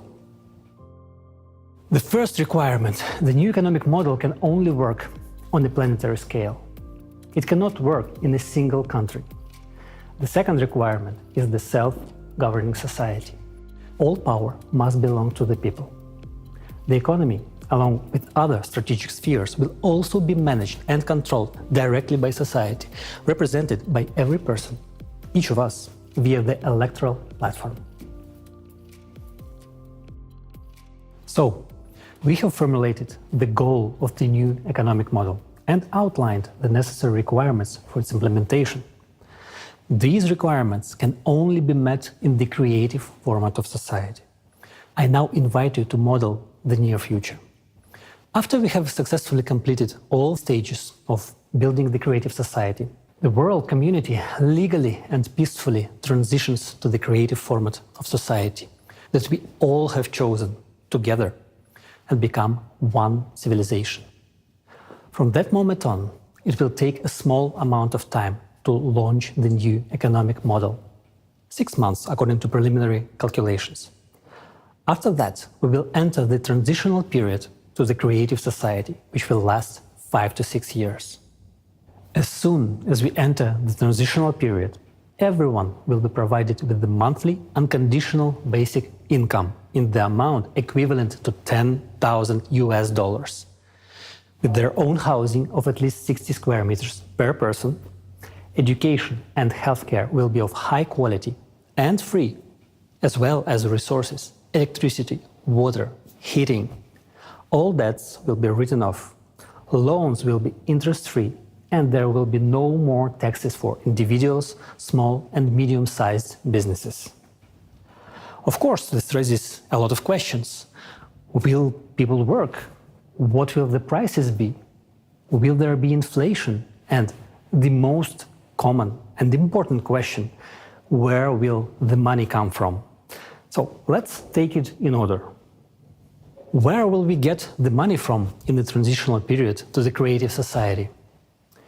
In the new economic model, money will be created by a single fund for global financing, which belongs to society and serves its interests. The single fund for global financing will only serve the function of creating and redistributing funds. It will not accumulate money like the funds do today, nor will it make money as the banks do in the consumer model of the economy. There will be no banks in the transitional period to the creative society because there will be no need to keep money, because money will be exclusively digital. In fact, there will be no money in the conventional sense of the word. These are just numbers and equivalent for exchange. That's your assets. You can exchange them for something, a product, a service, and so on. The more the economy grows, the more means of exchange, what we now call money, are created. In contrast to the consumerist format, all financial transactions will be open and transparent to everyone. The task of the single fund for global financing is to supply the right amount of means of exchange at society's request. Well, how will this work? Society decides what needs to be improved, created, and what projects and initiatives to implement. Experts will use the artificial intelligence to calculate how much money is needed to achieve those goals. And the single fund for global financing will create the necessary amount of money. If there is a request for the implementation of a project in a village, city, or country, an application is submitted to the electoral platform. For example, if a city decides to replace its asphalt pavement, it submits a request, and funds are allocated for this from the single fund for global financing. It's just like in the family. You know what everyone needs, and you allocate money from the family budget to buy the necessary goods, pants, sneakers, a piano. It's the same at the city and global levels. The only difference is that our budget as a society is not limited. We can spend as much as we want if there is something to spend on and we need it. This approach does not limit the development of the economy. The economy develops and our opportunities increase. In the new economic model, there will be no budgets of cities and countries. There will be no such thing as state money either. The only place where money can accumulate is your personal account. And you yourself dispose of it as you please. If a country, city, or village has a budget, there will inevitably be those who will try to make a profit from that budget, local officials and others. And when there is no budget, it cannot be taken away. And this is the answer to the question of why there will be no corruption, theft, and bureaucracy. There won't be a situation where the asphalt pavement was changed last year and this year it is changed again, and someone makes money on it. It will not happen because the monitoring system will guarantee the transparency of all operations. Monitoring that the money allocated has been used as intended will be done with the help of technologies that already exist, such as the multipurpose complex Voskhod. You won't be able to buy building materials for a higher price than those that are sold everywhere, and everyone can see their price. How is it possible to steal if what you buy and sell can be seen immediately? Money flows are transparent. Anyone can see what every penny is spent on. Now, in the consumerist format, this information is hidden. But in the transitional period to the creative society, it will be available to everyone. You can see exactly how money has been spent in any part of the world, regardless of where you are, because society's money is your money. For the convenience of transactions and complete transparency, a new single monetary unit will be introduced, which can be used anywhere in the world. It will belong to society and be created by the single fund for global financing. It will be digital. It will not be possible to seize or freeze it, and it will not lose value. You cannot lose digital money. It cannot be stolen, and its flows are completely transparent. From the first day of the transitional period to the creative society, an exchange of existing currencies for the new monetary unit will take place. All savings, capitals, and assets of people and enterprises will be converted into it. Why will the single currency be digital? Because firstly, it guarantees the transparency of all financial transactions. And secondly, with modern technology, there is no need for paper money or documents. Digital money is both environmentally friendly and convenient. A person doesn't need to carry a wallet, a passport, or a plane ticket. No chips or third-party devices are needed. A person can be identified by retina or a fingerprint. All this information will be stored in a single database that would be under the control of society as a whole, rather than individual countries or special services, as it is today, where everything is fragmented. This high-tech approach would simply eliminate any illegal activity. It will be impossible to engage in stealing or money laundering. It will all stop. In the creative society, a person has nothing to fear or hide. They are absolutely open and free. Everything starts with a clean slate. The key mechanism of the new economic model will be a limitation of wealth, which is the limit of maximum wealth per family that we will set as a society. At the present time, the recommended amount is $10 million, and it is confirmed by recent research. This is the total amount, including all movable and immovable property, all the assets and liabilities of each family member. This amount is more than enough for a comfortable, prosperous life, but not enough to gain unlimited power. When a person's wealth goes over the set limit, the excess funds simply disappear. They are not credited to anyone's account and are essentially written off. We are used to thinking in terms of the economy of the consumerist format, but here you have to understand that this is a different form of settlement, not the usual banking form. Therefore, money is not accumulated. When society needs money, the single fund for global financing simply allocates the necessary amount, which goes into circulation. Society is financed without limitations for as much as required for its needs. In the transitional period, money is needed as an exchange fund to limit the wealth, so that humanity or a group of people would not build empires and usurp power again. This would create a high standard of living for all people. Let's summarize. In the consumerist format, money is a means to retain power. People try to accumulate it, hide it, take it away, while in the transitional period to the creative society, money is a tool to achieve society's goals. And money is needed only during the transitional period to the creative society, as a temporary measure for 5 to 6 years, and it will not be needed in the future. And later we will explain why. Nowadays, they say that the problem is not money, but its quantity. As we have already understood, in the new economic model, there will be no such problem. But the question is different. Will it lead to inflation? The answer is simple. There will be no inflation at all. It is impossible. In the current economic model, this would indeed lead to skyrocketing prices, hyperinflation. But in the economic model of the transitional period to the creative society, this simply could not happen. Why? Because prices would be fixed worldwide by law for all resources, goods and services. They simply cannot be raised, and this means that inflation cannot be created. But it raises another question. At what level will the prices be fixed?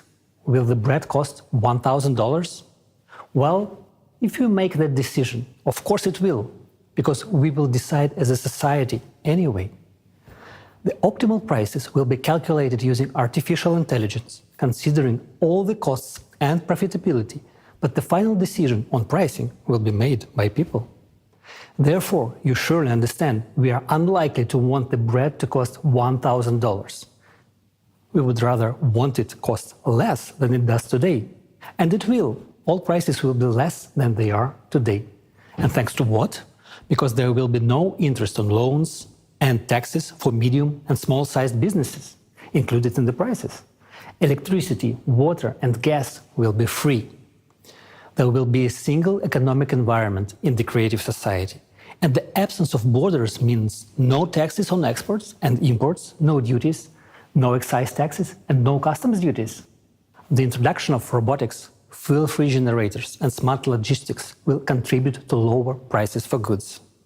At the same time, quality standards will be equally high for the same goods all over the world. For example, the same hamburger that today costs $6 in America and $1 in Romania will cost, for example, 40 cents worldwide and will be equally delicious and juicy and healthy. Tasty and healthy food will be available to everyone. Right now, in the consumerist economy, 8 billion people is a lot. And in the creative society, 50 billion won't be enough. But even in the transitional period, we will not need to add worms, bugs and other insects to our food, because the production of organic and quality food will increase many times as new technologies are introduced, such as vertical farms, which we already have now, but it is not profitable to introduce them in the farming, in the consumer's format.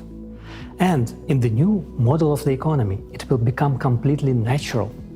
Today, despite the addition of insects to our food, 2 billion people are starving. And in the transitional period to the creative society, there will be neither hungry nor poor.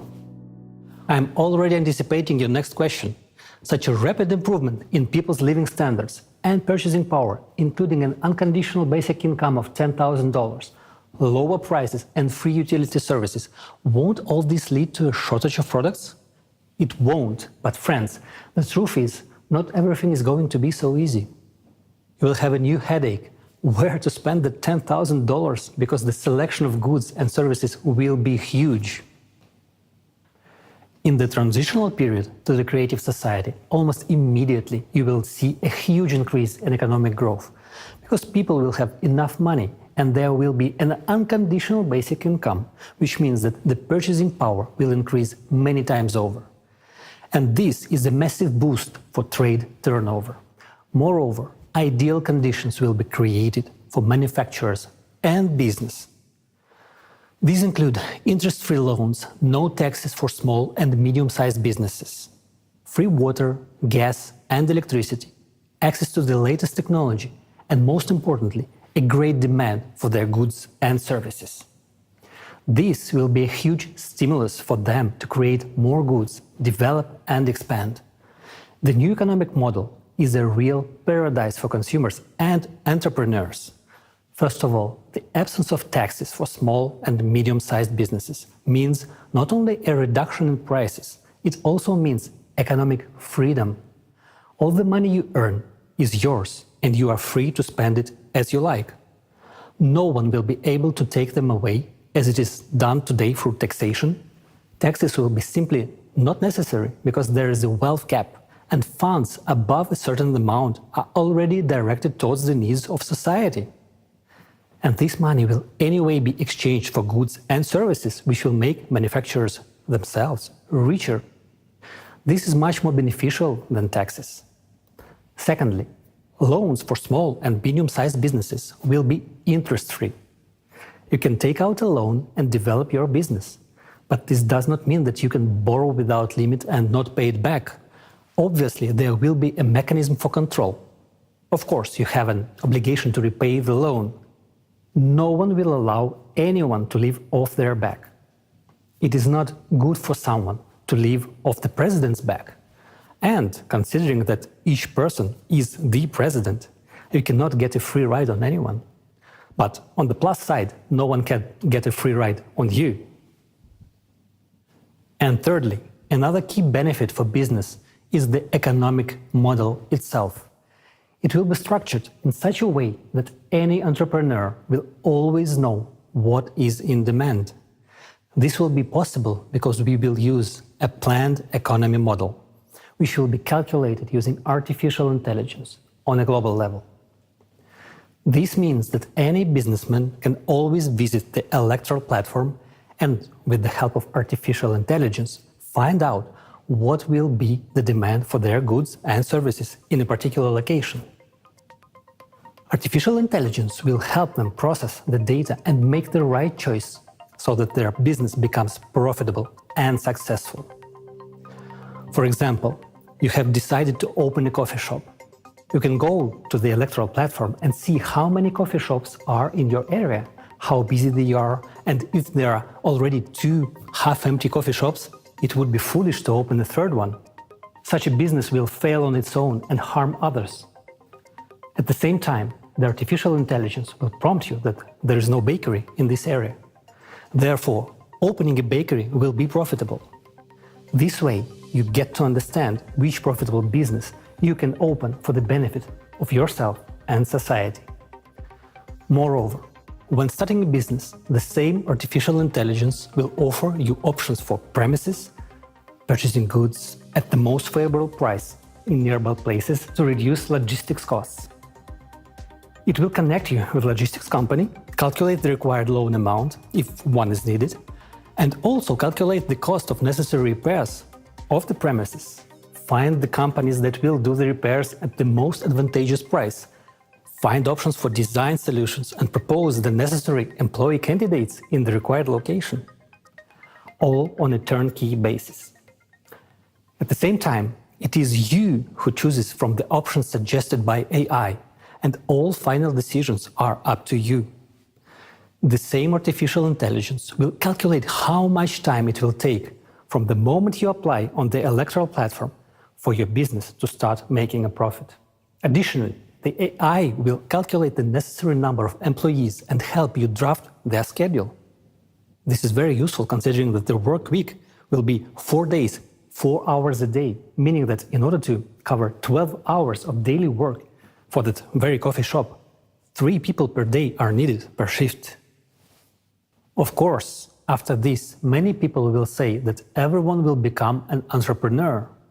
They won't, because running a business requires a certain character, motivation, responsibility, time commitment, and most importantly, organizational skills. For many, and this is the overwhelming majority, it is much easier to go to work 4 hours a day, 4 days a week, receive a good salary in addition to the universal basic income, and enjoy life, rather than continue developing their business and work on it almost 24 hours a day, despite all the help from AI. Even if artificial intelligence does the calculations for you, it's still up to you to do the work. AI will help you launch the business and assist you in the process, but it is you who will run the business. Communicating with customers, overseeing production, the responsibility for all this will be on you, right down to picking out the design, starting from the smallest details in the process of launching the business. There is no getting away from it. You will be engaged 24 hours a day, despite the simplicity and ease of the process. And it is up to you to decide whether to work 4 hours a day, 4 days a week, or to be an entrepreneur. Some people want to earn more, while others are satisfied with their salary and a free, wonderful life. Naturally, all of these conditions, such as no taxes, interest-free loans, understandable demand, etc., will have a positive impact on increasing wages. Wages will need to be increased regularly because companies will need skilled workers to meet the growing demand for goods and services. Since unconditional basic income allows even those who used to be low-income individuals to purchase quality goods, there will be an increase in the number of companies needing employees to meet this demand. For example, let's consider a medium-sized business. A person has an enterprise with 200 to 300 employees and a turnover of several tens of millions of dollars. They don't have to pay taxes. All the money earned belongs to them. And of course, they will raise wages, because competition for specialists in the labor market will be high. While unemployment will inevitably increase in today's world, in the creative society, on the contrary, there will be competition for good workers. They will be needed. And we come to another often asked question. Will people want to work if they already have a comfortable life provided by universal basic income of $10,000? People will still work because a $120,000 universal basic income per year for a person is just an average level of prosperity. Few people want to be in the middle class. People strive to live better. For example, if a person wants a new good car, then to buy it, they will have to live on just their basic income for several years. Wouldn't it be easier to go to work to buy their dream car faster? In this case, a person could earn an additional $5,000 to $10,000 or more per month, and in a year they could save up for their dream car and drive it to the job they love. You will also want good watches, a good phone, and a new laptop. Why? Because you have the opportunity to buy them. You will want to go to a good restaurant. You will be too lazy to cook, and you will go to a restaurant near your home to eat there. This requires money, and this is a good incentive to work. Not to mention that the transitional period to a creative society implies working for 4 hours a day, 4 days a week, and having 2 months of paid vacation and high salaries worldwide. Furthermore, thanks to the implementation of new technologies, boring professions and hard labor will gradually disappear. People will have much more interesting work to do because there will be many new professions that will reveal their potential and talents. Everyone will be able to easily and freely learn a new trade or train for a new profession.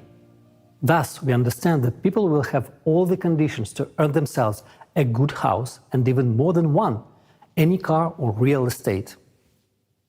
And then this question arises, what about private property? Everything a person earns, up to the wealth cap, belongs to them, their house, their yard, their car, and so on. An entrepreneur's private property may include a store, service areas, manufacturing, restaurants, cafes, and the like. But all minerals and resources of the earth will belong to the entire society. It is thanks to this that electricity, water, and gas will be free for people and small and medium-sized businesses. Thus, the new economic model creates all the conditions for the maximum development of both businesses and entrepreneurship, as well as the development of every individual and society as a whole. One more reason why the world economy will become many times more efficient in the transitional period to the creative society is the use of a planned economy at the global level. Just think how much unnecessary money and resources are now spent on overproduction, as well as on liquidation of finished products in order to increase the value of the remaining products. And yet, at a time when a third of the ready-to-eat products are being destroyed, there are countries where people have never ever tried these products. Meanwhile, those countries have things that are needed in other countries. The new model of the economy will solve this problem with smart planning and smart logistics. Logistics will be calculated by experts with the help of artificial intelligence in order to efficiently redistribute goods so that everyone will have the opportunity to buy everything they need. In the model of the transitional period to the creative society, there is no limit to improving human life. It will be possible and necessary to improve life, but prohibited to make it worse, and it will be fixed at the legislative level. Remember, the highest value in the world will be human life and his benefits. Well, friends, let's sum it up. Now you understand how the economic model of the transitional period to the creative society works. It provides everyone with the high standard of living.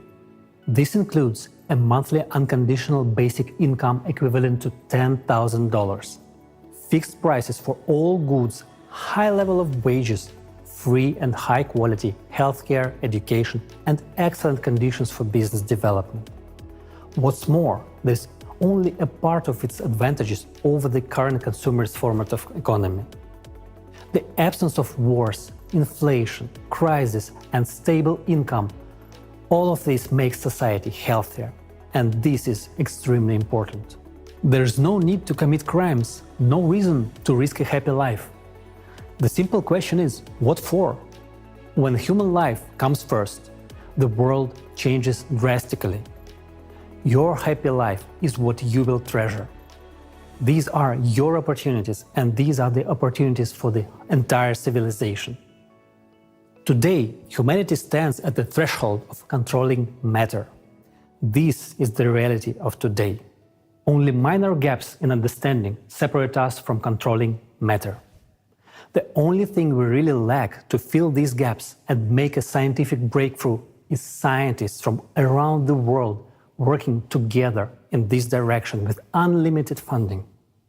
And this will be possible from the very first days of the transitional period to the creative society.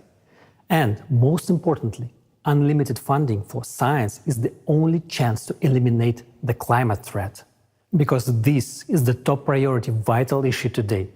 As early as this stage, we will be able to save the planet from climate collapse and launch the processes to solve environmental problems. The transitional period will take about 5 to 6 years. After its completion, we will enter the creative society. And the creative society is a world of incredible possibilities where the latest technologies will be available. The health capsule will allow everyone to extend their lives beyond the species limit and live in a healthy and young body for at least 1,500 years. The replicator is the technology that will enable us to create anything from the tiniest particles, manipulating matter at the quantum level. These technologies will be in every home. And that's the answer to why we will no longer need money. The creative society solves all our economic problems and opens up a new world of incredible opportunities where you can unlock your true potential. If you want to live in such a world, it is now important to act together with millions of people. You and I are now launching a worldwide demand for the creative society, which will very soon become the main trend of humanity. If each of us takes an active part in this first and most difficult stage of building the creative society, the stage of informing. In one way or another, each of us is suffering in the economic model of the consumerist format. But we are searching for a way out within the familiar paradigm. However, the way out is only in the creative society. Therefore, for those who understand what the way out is, it is important to tell others about it. Creative society will open up perspectives for growth and development of each individual and of society as a whole. This is what will make us free. In the consumerist format, there can be no real freedom for a person. There's always the exploitation of the majority by a few individuals. But even those few individuals are themselves enslaved by this format. Therefore, not a single person has freedom in the consumerist society. It is only in the creative society that the person can attain true freedom.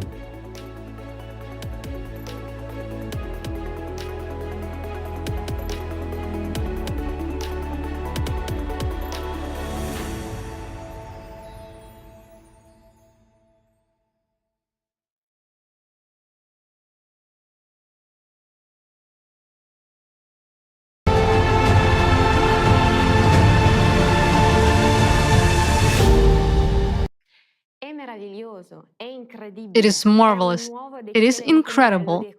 It is an entirely new and excellent model of economy. And when the world's top economies come together during this transition period, a fully functional economic model will be created based on this concept, which will serve us, people. I'm so tired of paying these endless bills. The only thing left for us to do now is to try and save on food. Unthinkable, but that's our reality today. And this is at a time when we hear news about the release of some new, super modern technology almost every day. But are they available to us now? What good is this news to me if my family and I, like most Italians, continue struggling to barely make ends meet? Exactly. Look at the energy industry. The largest bills we receive today are for electricity. It's unimaginable. And it's no secret that there's technology available to generate energy without fuels. Free energy that could completely change our lives. Who will ever allow us to introduce fuel-free generators into the current consumerist format of society? It would disrupt the massive green energy business where only a few profiteer, and we, ordinary Italians, suffer more and more. We have conducted a detailed analysis of the green reforms, highlighting their utopian nature. And now I will prove it to you. While you listen, please write in the comments below the video. Would you like your home to be powered by a fuel-free generator?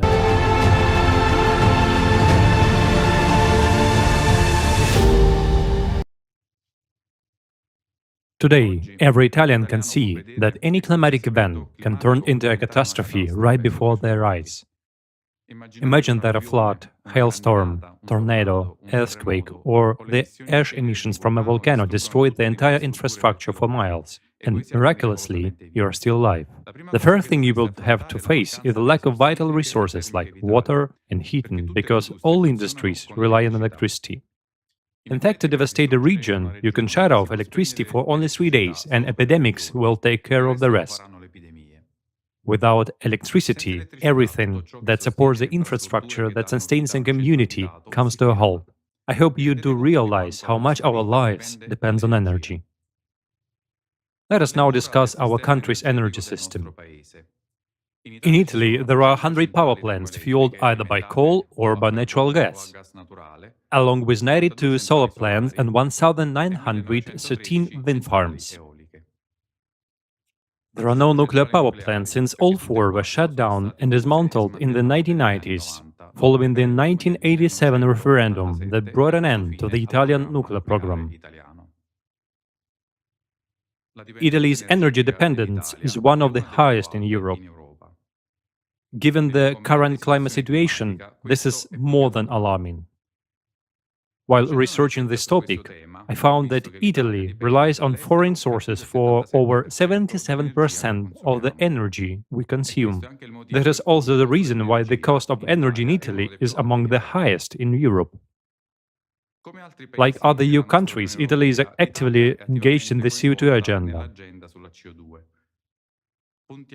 We aim to achieve the European goal of reducing CO2 emissions by 55% by 2030.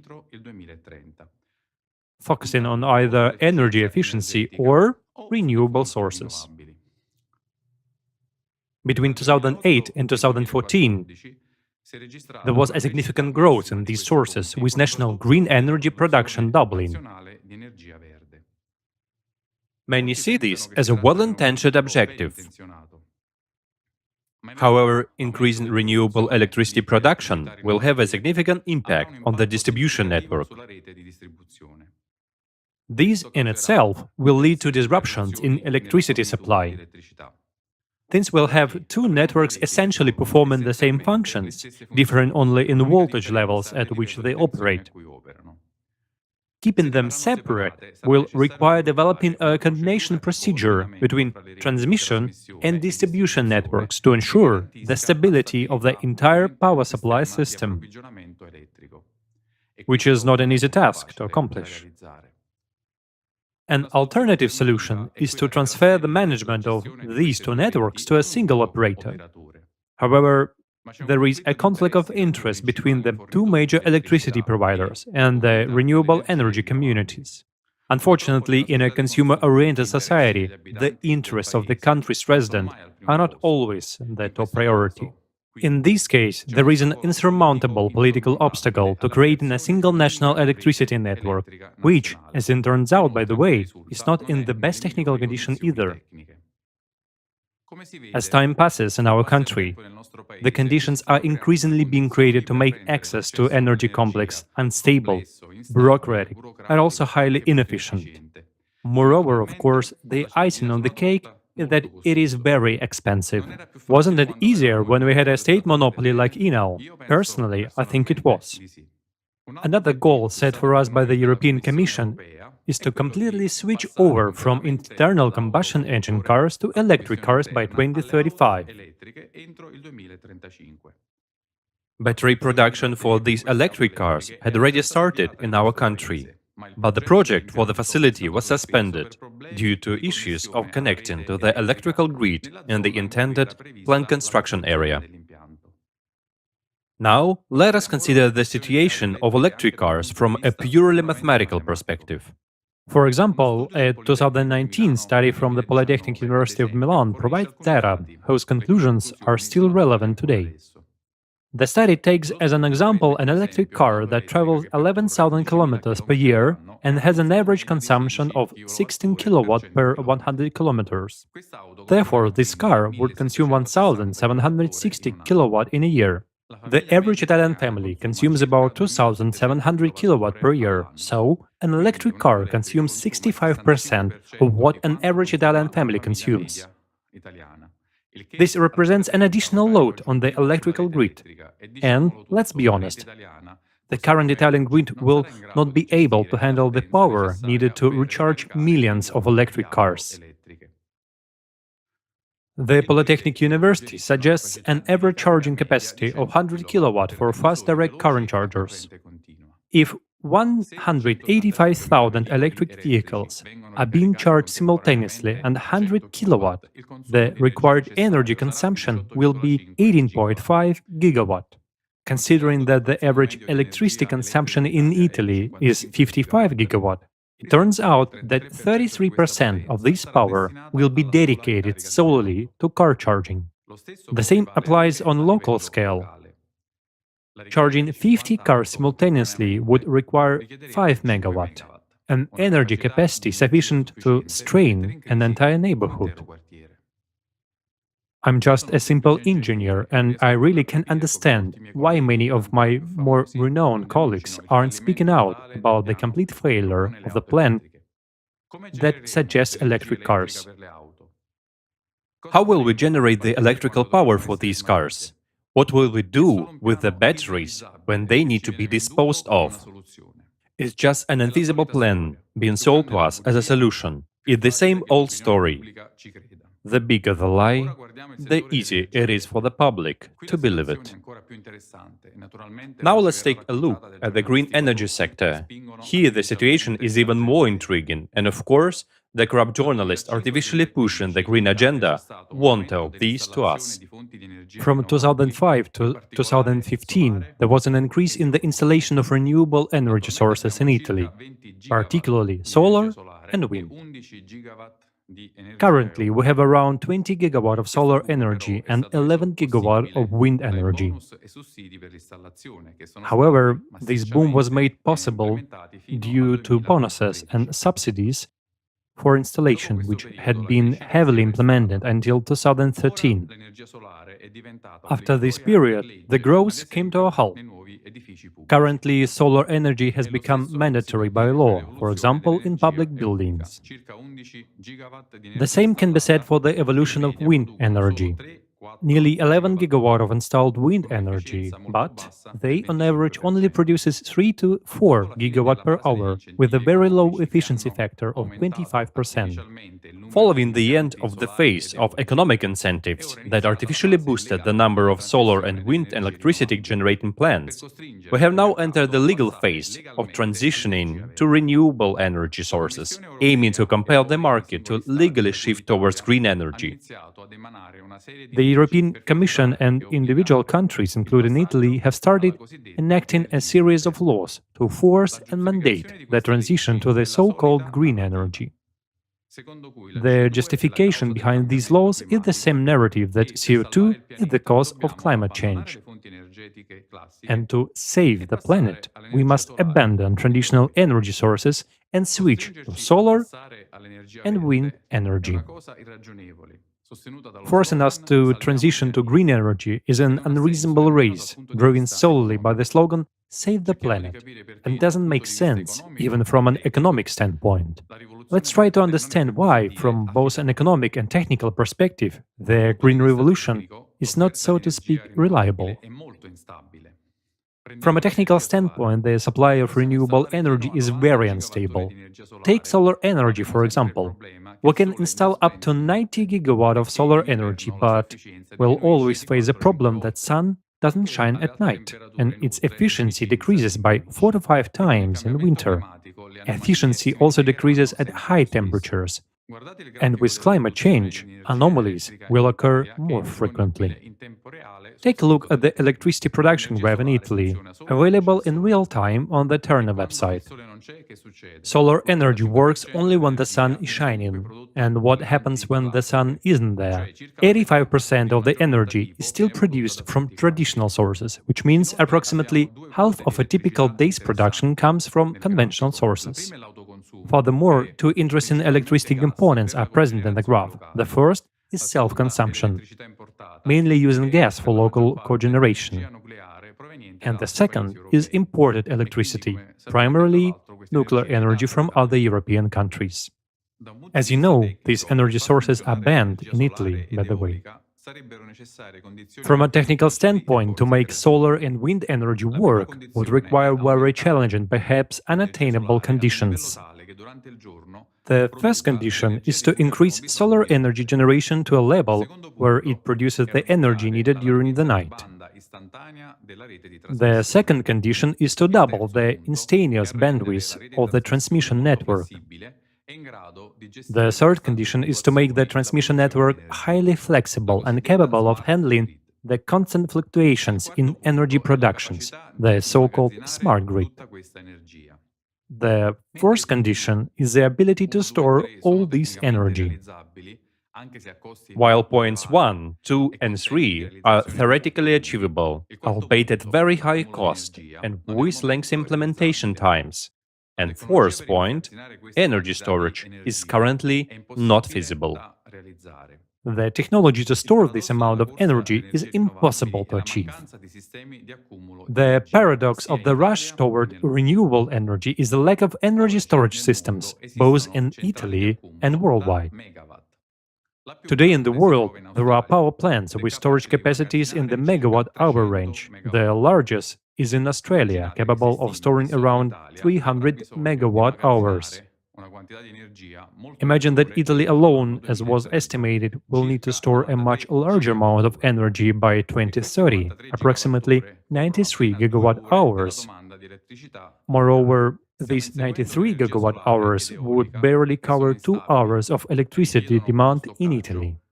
We are chasing after solar and wind energy, which are unstable and require storage, whereas reliable storage technology is very challenging to develop. Now let's clarify another point that makes all of this physically impossible to achieve, even if we truly wanted to. Every kilowatt-hour of a battery contains about 150 grams of lithium and 450 grams of cobalt.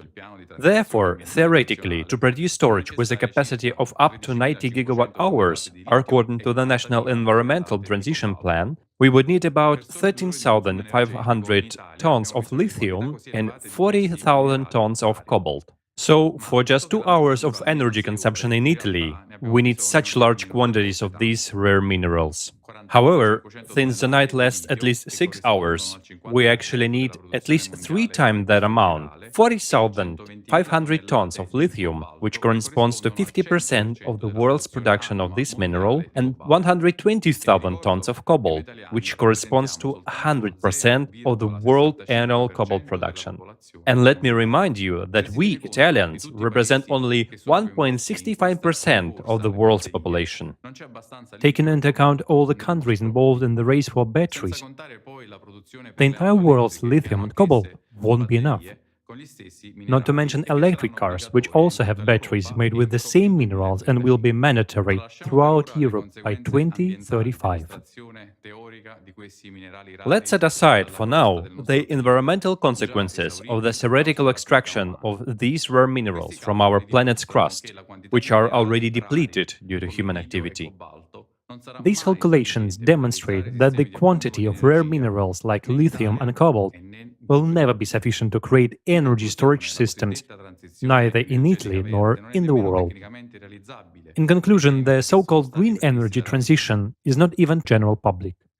Despite this, it is legally binding for our country.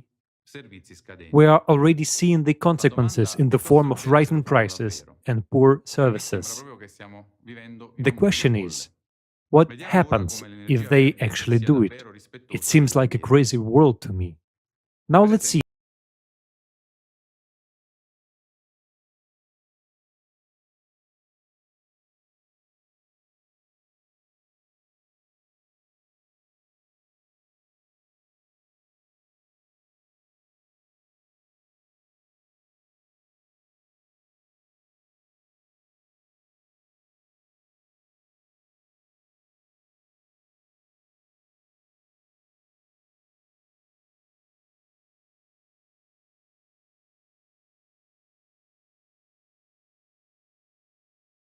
To third world countries or dumped to landfills because it costs 10 times less than recycling. Furthermore, solar panel waste is 300 times more toxic than nuclear waste and can end up in groundwater, negatively affecting human health. And that's just the tip of the iceberg. Another example is wind turbines. Observations show that wind turbines alter the local climate. They also generate low-frequency noise that is harmful to the health of nearby residents and has a negative impact on the ecosystem. That being said, we haven't even mentioned maintenance, which involves the construction of special vessels, expensive maintenance elevators, and constant blade replacement. A single wind farm requires more than 350 tons of lubricants during its operation, which is equivalent to 6 tanker train cars, which, by the way, are also produced from non-renewable resources of the planet. Take another example, electric cars. Just think about this. Child labor is used in underground mine in the Congo for cobalt production, and this is happening in the 21st century. Considering all of these, we must collectively address the question: should we actively develop alternative energy technologies when they have so many disadvantages? This information is truly shocking. After that, one realizes that green energy not only fails to be green, but further worsens the planet's ecology. Let's think about who has an interest in promoting their green energy agenda. And now let's get back to the absurd green reform. The cost of this environmental transition is enormous for our country and for all of us. Let's see how much this plan to transition to so-called green energy sources will cost Italy alone. We still need to install 70 gigawatt of solar panels. We currently have only 25 gigawatt. And these alone will cost 210 billion euros. Then we need to install another 40-50 gigawatt of wind energy, which will cost approximately 150 billion euros. We also need to modernize the transmission grid, and there aren't even estimates of the costs, and install a minimum of 200 gigawatt hours, 4 to 5 hours of reserve in the Italian system of energy storage, which we haven't even invented yet. Now, let me tell you about a recent news incident from late June 2023. Progressive green energy couldn't withstand the weather. A massive hailstorm destroyed most of the 14,000 solar panels with a capacity of 5.2 megawatt on a farm in Scottsbluff, United States. Countries worldwide are trying to transition to renewable energy sources, even for economic reasons. But it's not the first time that such projects have proven unreliable in times of disasters. Many have already realized that not only hail, but also tornadoes, dust storms, floods, sinkholes, and other catastrophes will certainly make green energy highly unreliable, if not impossible. Thus, in Italy as in Europe, there is a push toward highly unreliable energy sources, and the myth of solar panels, wind energy, and of course, the war on CO2 is being pursued. Currently, under the pretext of the greenhouse effect caused by human activity, a whole series of new European laws are being introduced to mandate the installation of green technologies. The first European law is already in effect. By 2035, all cars must be electric. For Italy, this poses a highly complex technical problem, almost impossible to solve from an energy perspective. If we were to convert 40 million cars, approximately 100% of the national car fleet, we would need about 400 gigawatt hours of additional energy per day compared to today. This represents a 50% increase in energy demand within 10 years when we will have completed the transition mentioned above. So where will all this energy come from? It turns out that the law was passed without any technical justification. One has to wonder about the competence of those individuals who passed these laws. Furthermore, another detail that demonstrates the incompetence or malice of the system. The law only applies to passenger transport, meaning cars. Can you guess why it doesn't apply to road freight transport? Do you know what percentage of emissions are due to truck transport? It's 27% of the total. So switching light vehicles to electricity doesn't solve much. The second law concerns the forced retrofitting of homes, which must be carbon neutral. It seems like they want to speculate on our homes and take them away from all of us. They have devised a European law with the noble goal of making our homes green and emissions-free. For Italian families, this means spending many thousands of euros to modernize their homes. Moreover, many Italian families live in ancient historic centers, so the modernization will cost even more. If the conversion is not carried out, non-green homes cannot be sold and will therefore lose value, and by a considerable amount. Since 80% of the housing stock in Italy is privately owned, and many families are already facing a severe economic crisis, this means they won't be able to make their homes eco-friendly. Homes will naturally decrease in value, making Italian families even poorer, worsening the economic crisis. But the most absurd thing about the transition to green energy is that we are doing it only in Europe, the United States, and Australia, whereas these countries represent a population of only 800 million people, while the other 7.2 billion people are not joining us in this race. Let's take into account the strong growth of the global economy. Even if we were to close all factories and hold all production across the entire European continent right now, it wouldn't have a significant impact on CO2 emissions globally, because our economy is just a part of the larger global economic system. Of course, the Western world, as usual, wants to set an example for the rest of the world. However, under this pretext, a colossal, planetary business is being created out of thin air, leading to enrichment of the elites who control green energy and restriction of energy accessibility for ordinary people, making them even more controllable. Unfortunately, Italy has become a very passive country, and even among ordinary scientists, there is a lack of courage to declare the inadequacy of this idea and the economic catastrophe that the race for green energy will bring. And of course, this doesn't solve the main problem humanity is facing, the climate change. Friends, right now, we are making a decision. Either this chaos will continue and our energy will become more and more expensive, ultimately leading to the collapse of the entire energy system due to the climate crisis.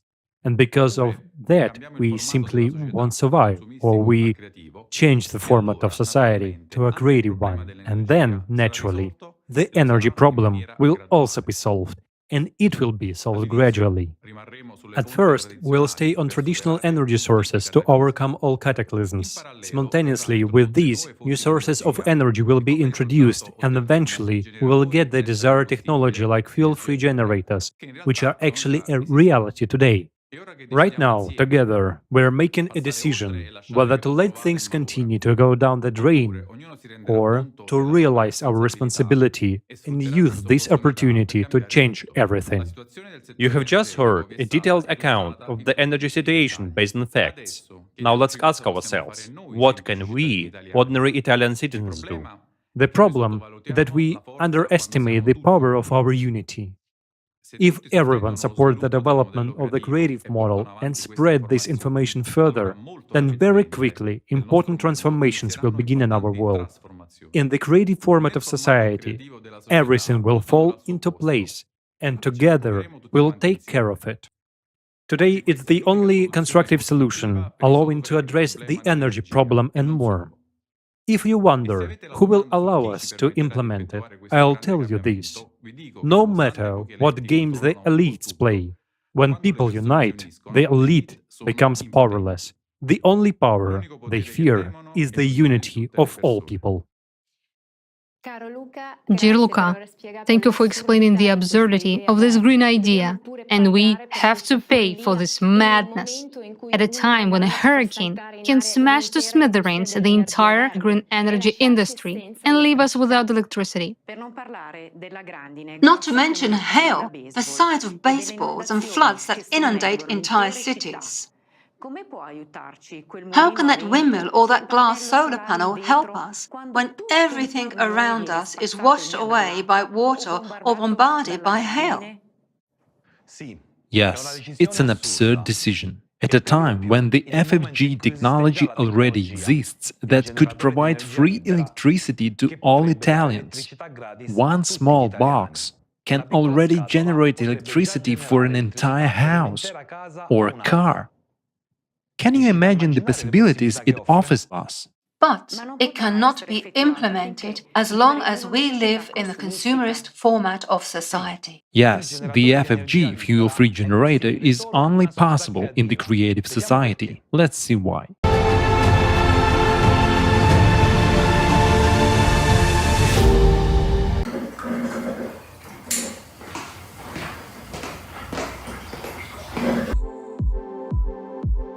Power industry, this is something which without our civilization cannot exist.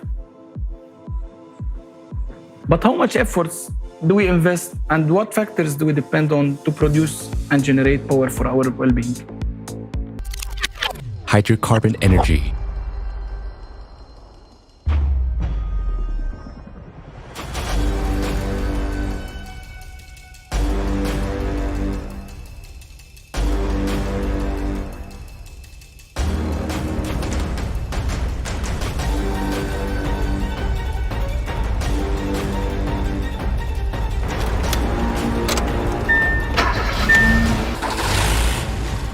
Nuclear power.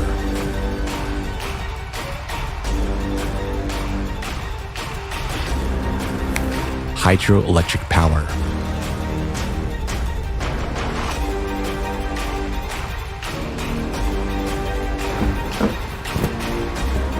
Green energy.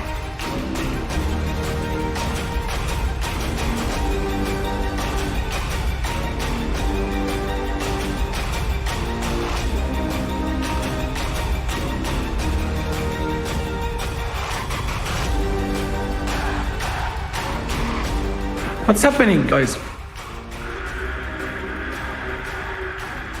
The forest shut down again? Right now, we are totally dependent on our planet's non-renewable resources or weather conditions for our power industry. In the pursuit of producing more power, we are destroying nature. Also, we are jeopardizing our own lives. Is this the limit of our dreams and technological capabilities? We need a new technological leap, and we are able to do it now, but only on one condition. First, let's understand how realistic such a leap is and what benefits each person would gain from it. Fuel-free generators, what are they? Let's start by comparing them with traditional generators. Internal combustion engines and nuclear reactors require a constant supply of fuel to convert thermal energy into electricity. Green energy requires winds or clear skies. Gasoline and nuclear fuel are finite. The sun, wind, and water are unstable, whereas engines based on these operating principles have low efficiency. What does this mean? For example, an engine has combusted 100 megajoules of fuel, and from this energy, the engine has delivered 30 megajoules into the mechanism for operation. Thus, the efficiency will be 30%. The remaining 70% of the energy will be lost as heat to the surrounding space. The efficiency of traditional energy sources is extremely low. Efficiency of thermal power plants, up to 43%. Efficiency of internal combustion engines, up to 40%. Efficiency of nuclear power, up to 35%. Efficiency of solar panels, up to 22%. Even if we go to the most efficient hydroelectric power plant, we can see that its efficiency is no more than 85%. And at the same time, we lose most of this energy while we are transporting it to the end consumer. Because it's impossible for us to implement and put hydroelectric power plant in every home. But it's very possible for us to equip every home with an FFG. The fuel-free generators requires energy only for its startup, and then it operates autonomously, which means the efficiency of fuel-free energy is greater than 100%. Thus, FFG is not a perpetual motion machine, since it requires an input of energy, but a smaller amount than what energy it can produce. An obvious question arises: how energy then would be generated if no fuel required for that? We know from the school physics class that according to the law of energy conservation, we can't get more network output than we had spent on it. But this law only works in a closed systems. Whereas FFG is an open system and it receives energy from the surrounding space. Scientists of the Russian Academy of Sciences experimentally confirmed that, for example, during the operation of magnetic FFGs, the space around the generator does not heat up but cools down. Instead, there are many myths and fakes around this technology that discredit the very existence of FFGs. Someone tries to make money from selling fake devices. Real inventors are being intimidated and even physically eliminated.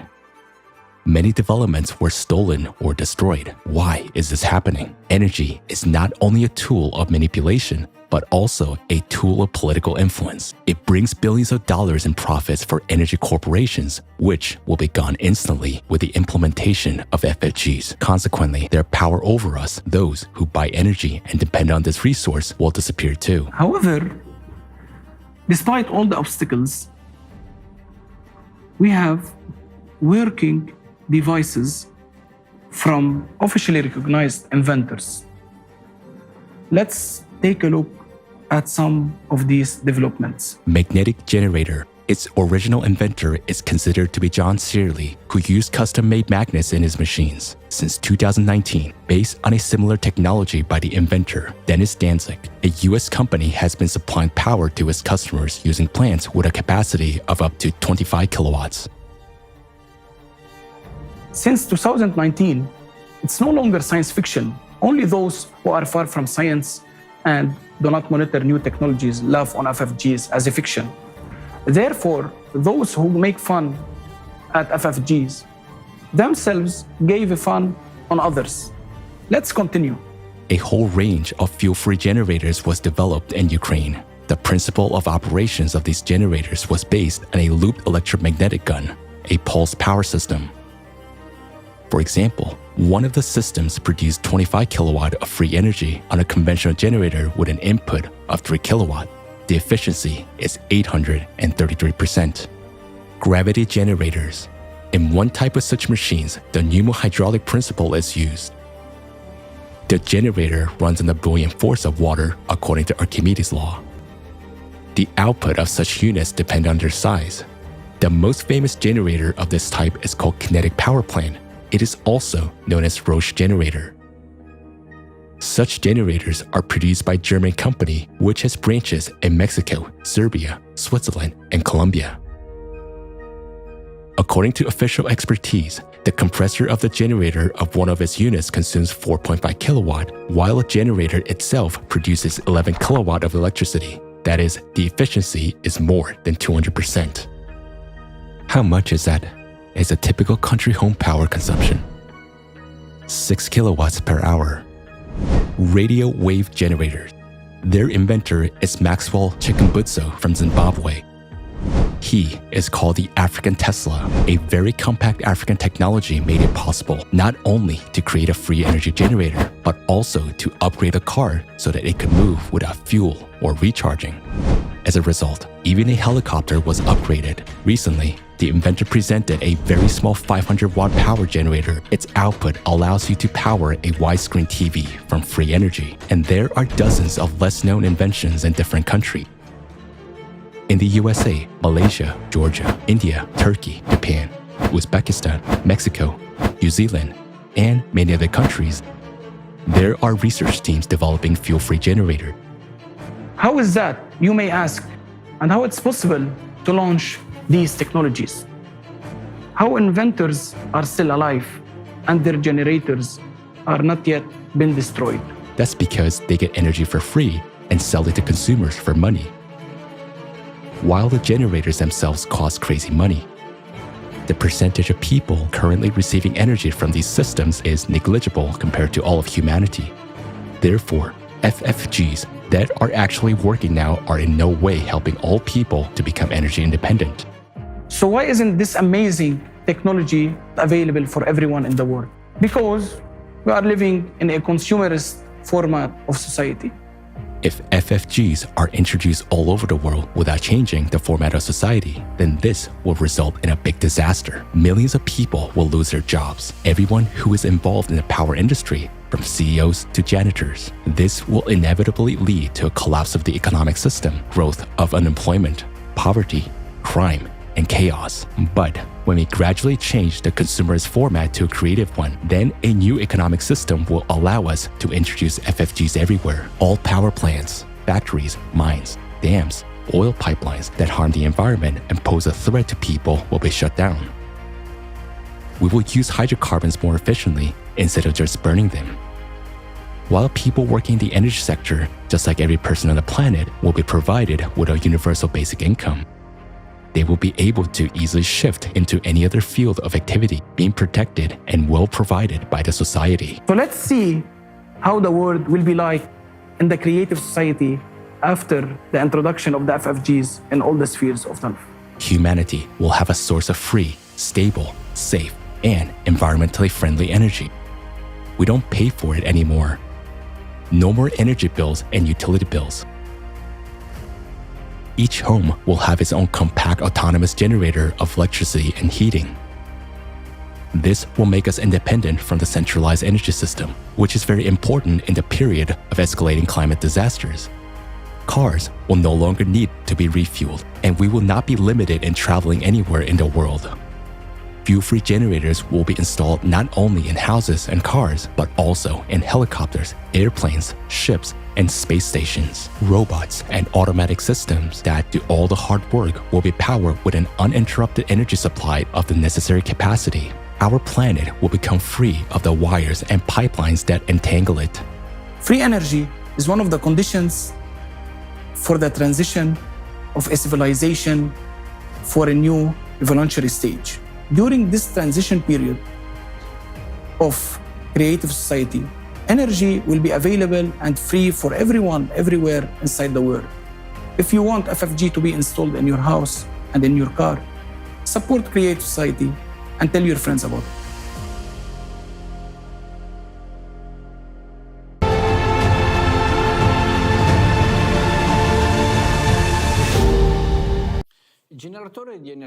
The FFG is a highly significant development for all of humanity. However, as we've seen, it can only be used for the benefit of all people within the creative society model.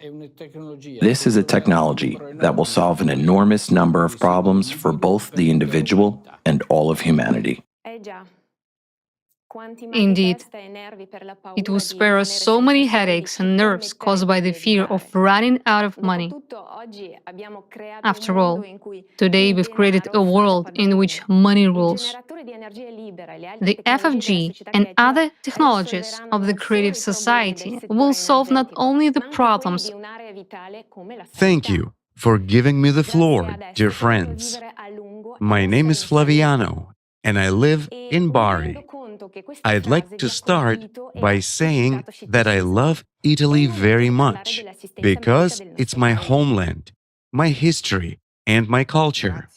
I love Italy for our people, for their kindness, hospitality, humor, their passion for life, and their ability to find joy in small things. I love Italy for its soul, its sense of beauty, for such values as family, friendship, love, care, and responsiveness, care and readiness to help. This is what I love so much about the Italian people. Unfortunately, however, this also brings something that concerns me deeply, just as it concerns millions of other Italians. For several years now, I have been wondering, why do we, Italians, who by nature are very caring and supportive people, have a healthcare system that is so inefficient and substandard, due to which sometimes we are not even able to help each other? I'm sure many of my fellow countrymen understand me well now. The crisis in the Italian healthcare system is a lack of medical personnel, a shortage of equipment, and unequal distribution of access to medical services among regions. Today, I want to talk about what the real cause of the healthcare crisis we are all experiencing is, and how this problem can be solved. I'll start with a little story that I'm sure will be familiar to most Italian families. One day, my son wakes up with a high fever, and it's flu season. I can see he's very unwell and realize he needs a doctor. And here already I am faced with a problem. People from any other country would probably say to me, "What's the problem, Flaviano? Take your son to a pediatrician." But it's not that simple, friends. I am Italian, and I understand perfectly well that if I were to take a child with a fever of 38.5 degrees Celsius to a state-run clinic, would be welcomed by mile-long lines, and we would have to wait for several hours, and we might not even get into the doctor's office. Why? Because Italy has a catastrophic shortage of pediatricians. According to statistics, there is an average of 985 children for every pediatrician in our country. The health report, Health Thermometer, gives us this number, 985. It's madness. Just think about it. Approximately 1,000 children for every doctor. And what does this mean? It means that during the periods of acute flu outbreaks, when the workload is particularly heavy, a doctor can receive 100 to 200 calls a day. Even if a doctor worked 24 hours a day, they wouldn't be able to see even half of the children who urgently need help. It's clear that the doctor is not only unable to help patients qualitatively, but also cannot do this physically. The same report contains equally grim statistics about general practitioners, that is, family doctors. It states that each general practitioner, on average, serves more than 1,000 citizens, while older, highly qualified doctors often reach or even exceed the threshold of 1,500 patients. Do you think a physician with this workload would be available for an emergency call? And how much time could they dedicate to the patient? Certainly, not as much time as needed. And of course, most of the patients assigned to them will not be able to reach them, and those who do may not receive sufficient high-quality medical care. Furthermore, this report highlights another depressing fact. For about 3 million Italians, there are simply no doctors, simply not enough of them. This is a huge number. It turns out that for 3 million inhabitants in Italy, doctors are generally not provided. And for the rest of the population, only the most tenacious, if lucky, can reach doctors after long waiting lists, especially when it comes to visiting specialists or undergoing complex examinations. Simply put, there are not enough doctors to fill all the vacancies that arise when other doctors retire, resign, or simply leave the country. Yes, this is also a problem. 10% of family doctor positions are vacant, partly due to insufficient salaries. Many doctors leave for other countries to get better pay because they are paid more for the same work in other countries. Or dissatisfied doctors stay in Italy but take another step. They engage in private practice, open private clinics. One can understand the doctors who act in this way. There is less work and more income. And here I come back to the story of my son with a high fever and the choice I have in front of me: to take him with a fever of 38.5 degrees to the medical office, where there are long lines, or to call a private doctor and pay 50 or even 100 euros for the visit. A significant amount, considering that the average salary in Italy for 2022 was 1,300 euros. And if you add the costs of medications not covered by the National Health Service, diagnostics, and repeated doctor visits, of course, you can't save on your child's health. You just have to realize that it's a substantial sum. However, with this amount, you at least have a guaranteed possibility of receiving medical care. It's natural, then, that the trend shows more and more Italians turning to private healthcare to address health issues. But unfortunately, this means that even for not very serious illnesses, the entire budget of an Italian family can be at risk of being spent on medications, and often it may not even be sufficient.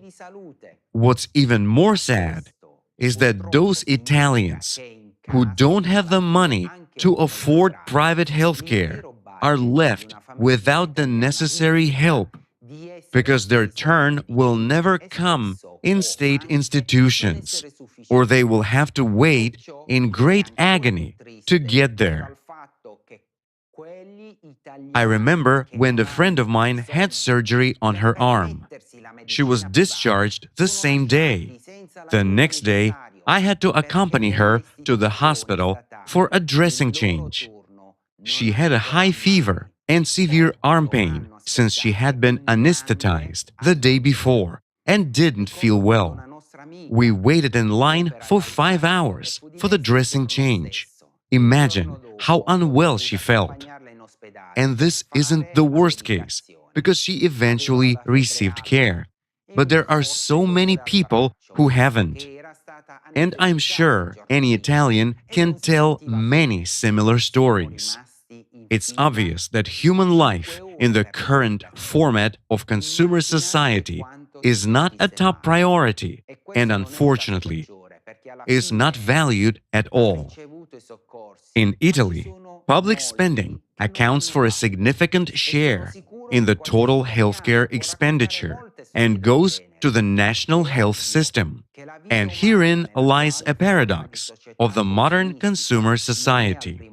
A conscientious Italian works honestly, receiving a salary from which a tax is regularly paid to the treasury. The amount of tax paid by him is also allocated to healthcare, i.e., the state undertakes to provide him with free medical care. But when this conscientious Italian needs this very help from the medical state institution, he simply cannot get it. This is helplessness. Unfortunately, I must point out that Italy has one of the lowest rates of healthcare financing in Europe. In addition, in Italy, there is a big difference in the quality and accessibility of healthcare between the northern and southern regions. Medical staff and equipment are particularly lacking in the southern and island regions. As a consequence of this medical crisis, in 2022, a third of Italians, approximately 20 million people, reported that they had to refuse medical services and/or surgeries because of hours-long queues, months-long waits, and inaccessibility of medical facilities. And by the way, their inaccessibility is also a great trouble. Italy has a very high rate of reduction of health facilities. In the last 10 years, 125 hospitals have been closed in our country. The number of emergency stations is also decreasing, and they are also critically understaffed.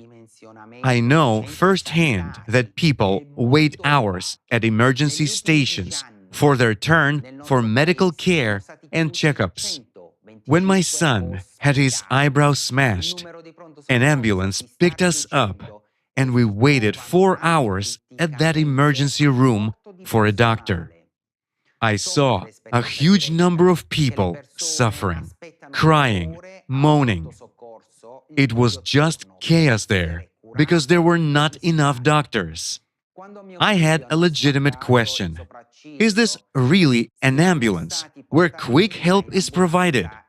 What does it mean to wait in an emergency room for 3 to 4 or more hours with acute pain, fractures, or injuries? And sometimes people with such symptoms have to go to another city or region because there is only one hospital for a large number of settlements. Again, helplessness. And this whole picture is aggravated by the disappointing statistics on the disease growth.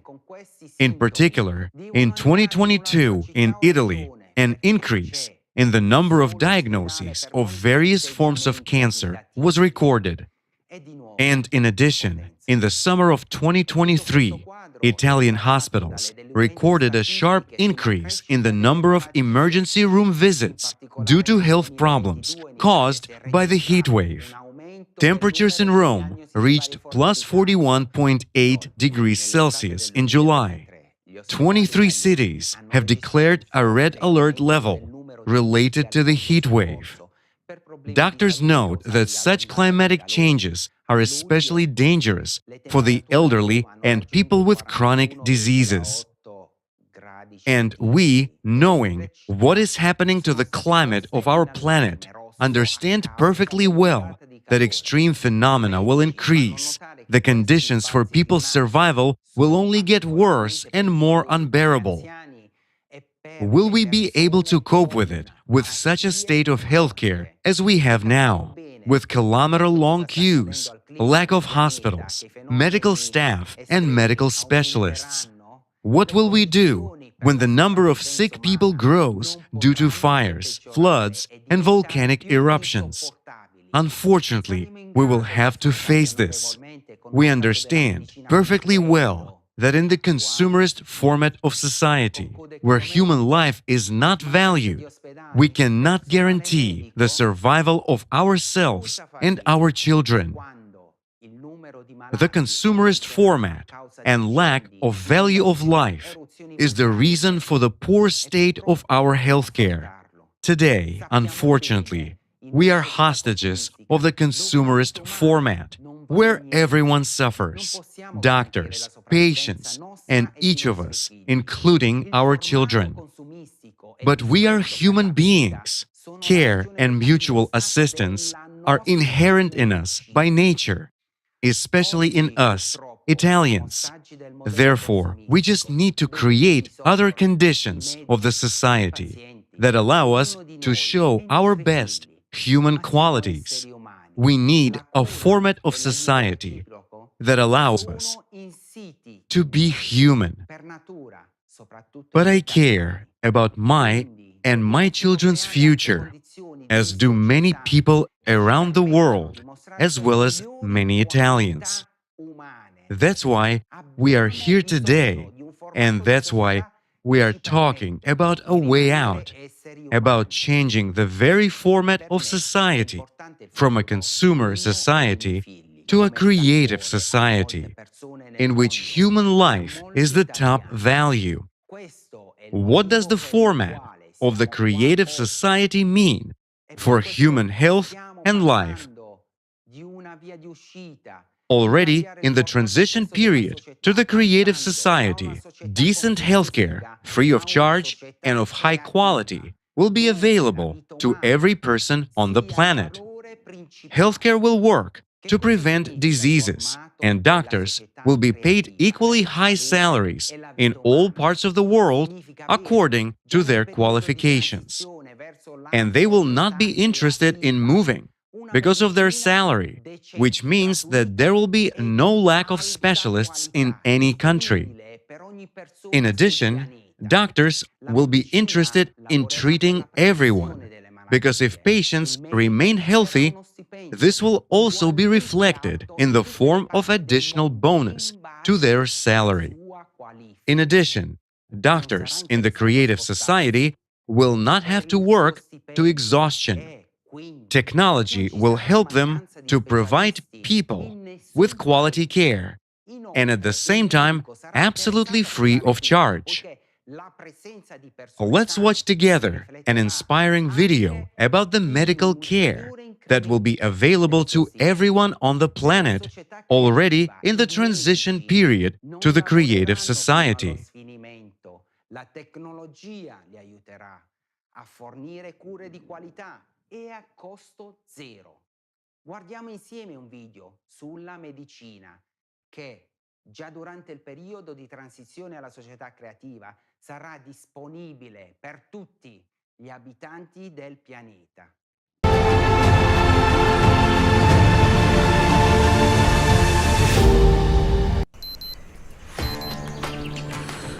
Imagine that you are completely healthy. You have no pain, and your body is in perfect shape. You have your own personal doctor. Their main task is to keep your health at the highest level through preventative medicine. They daily check all your body indicators and provide you with the best recommendations for nutrition, micronutrients, physical activity, and rest. You forever forget what it's like to be overweight, get headaches and colds. Your chronic illness or genetic disease turned out to be easily curable. Your doctor has made a breakthrough discovery, and now you'll be rid of your ailment forever and be completely healthy. Your personal doctor is the best doctor in the world, the most educated and competent. They have the experience of all the doctors in the world and know all the most advanced technologies and contain knowledge of medicine from all the millennia. They make an accurate diagnosis in 2 minutes and never make mistakes. They are the most caring, attentive, and tactful. They are always in touch with you, 24/7. And every person in the world has such a doctor. Moreover, they work absolutely for free. Do you think that's science fiction? No, it can be a reality already today. Because your doctor will be artificial intelligence, which will be available to everyone already during the transition period to the creative society. It will incorporate the experience of all doctors, clinics, and medical research institutes worldwide. It will absorb the experience of treating 8 billion people. It will have access to all treatment methods, indications, and contraindications. It will know the unique characteristics of your body and monitor your condition and test in online mode. Therefore, it will prescribe you the best treatment for your individual case based on its vast experience. Let's see how your personal doctor will be able to interact with the latest technologies that will help you stay healthy at all times.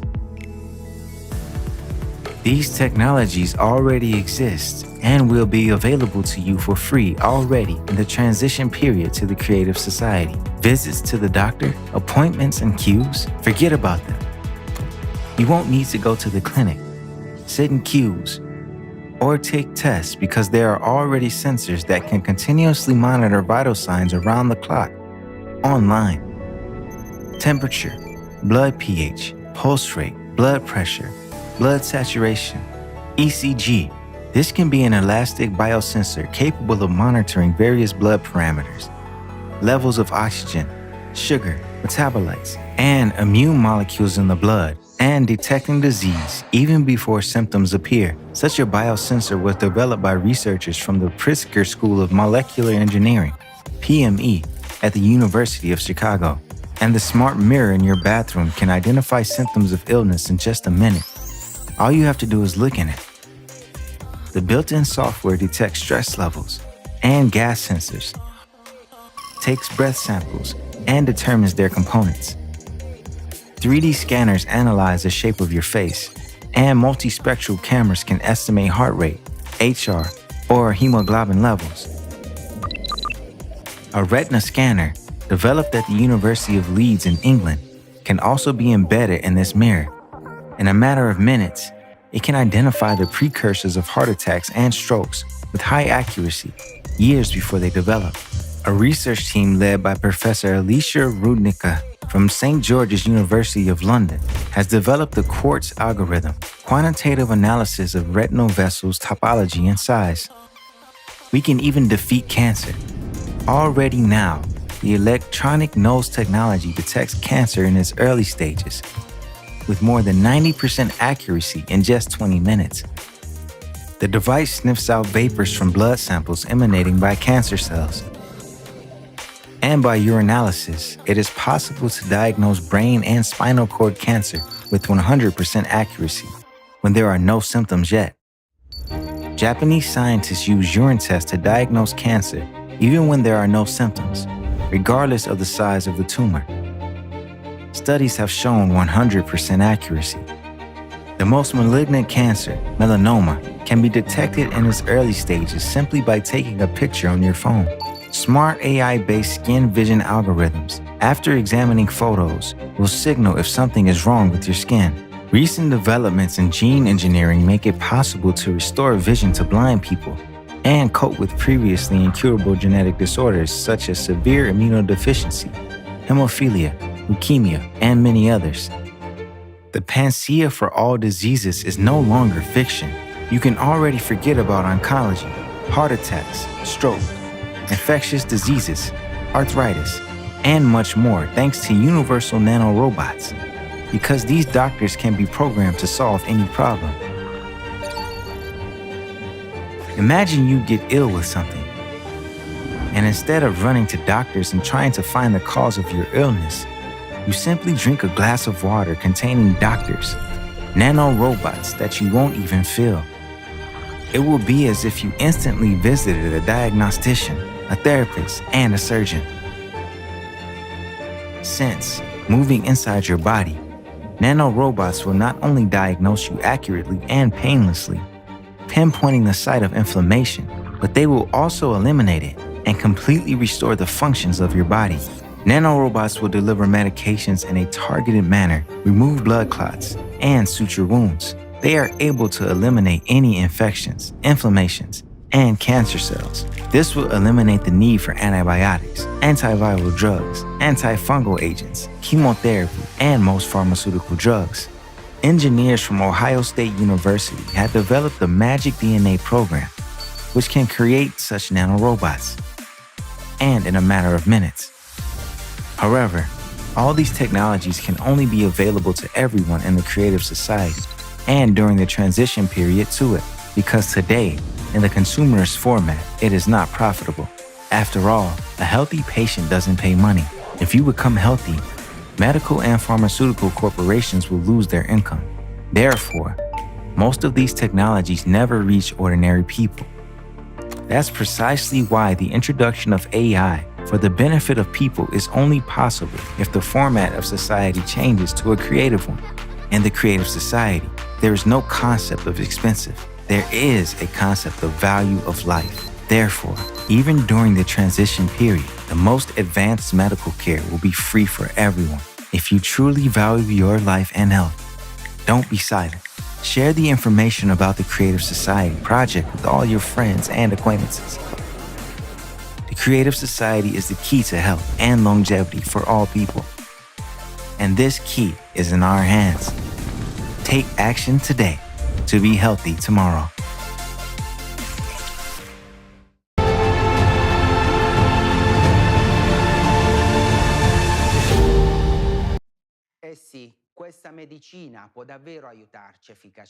Yes, such healthcare can really help us effectively in case of climate disasters. Because with the help of technology, everything is solved quickly and efficiently. In fact, who would refuse to take advantage of these benefits and improve their health and the health of their relatives and friends already now? And why don't we have it now? Because we do not have the creative society yet. And what separates us from the creative society, from these technologies and good health? What separates us is that other people do not know about the creative society, its benefits, and that such a format exists. Therefore, I appeal to everyone who can hear me now. Let's tell our relatives, all friends and acquaintances about the creative society for the sake of our future and the future of our children. Also, friends, please like this broadcast right now, post a comment, and share the link with all people. It is by telling people about the creative society that we bring closer the day when all these benefits will become our reality. Mamma mia! That's wonderful, guys. I wish for a world like that to come sooner, especially when we remember all the problems our healthcare system has. And thinking about how many times we struggle to receive medical assistance. Thank you so much, Flaviano, for bringing up this crucial topic. I believe every Italian can recall a similar story related to health issues. Unfortunately, in our consumer society, even if you pay money, there's no guarantee that you'll be well. What can the consumerist format guarantee? We've just examined in detail all the problems and crises in our country.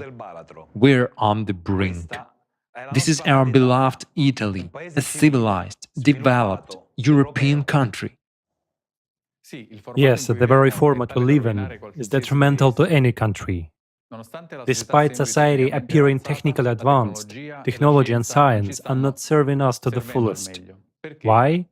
Because human life and the care of it are not priorities in our society. This is the key point indeed. And here lies the fundamental difference between the consumerist format we live in and the creative society in which human life finally becomes the highest, most important value. This is the attitude towards our own lives and the lives of others that will allow us to save this world and make it much more beautiful. And this kind of warm relationship is so typical of us Italians. Caring comes naturally to us. Dolce Vita is a beautiful world where people really want to live in. Ask anyone what kind of world they would like to live in, and everyone will describe the creative format of society.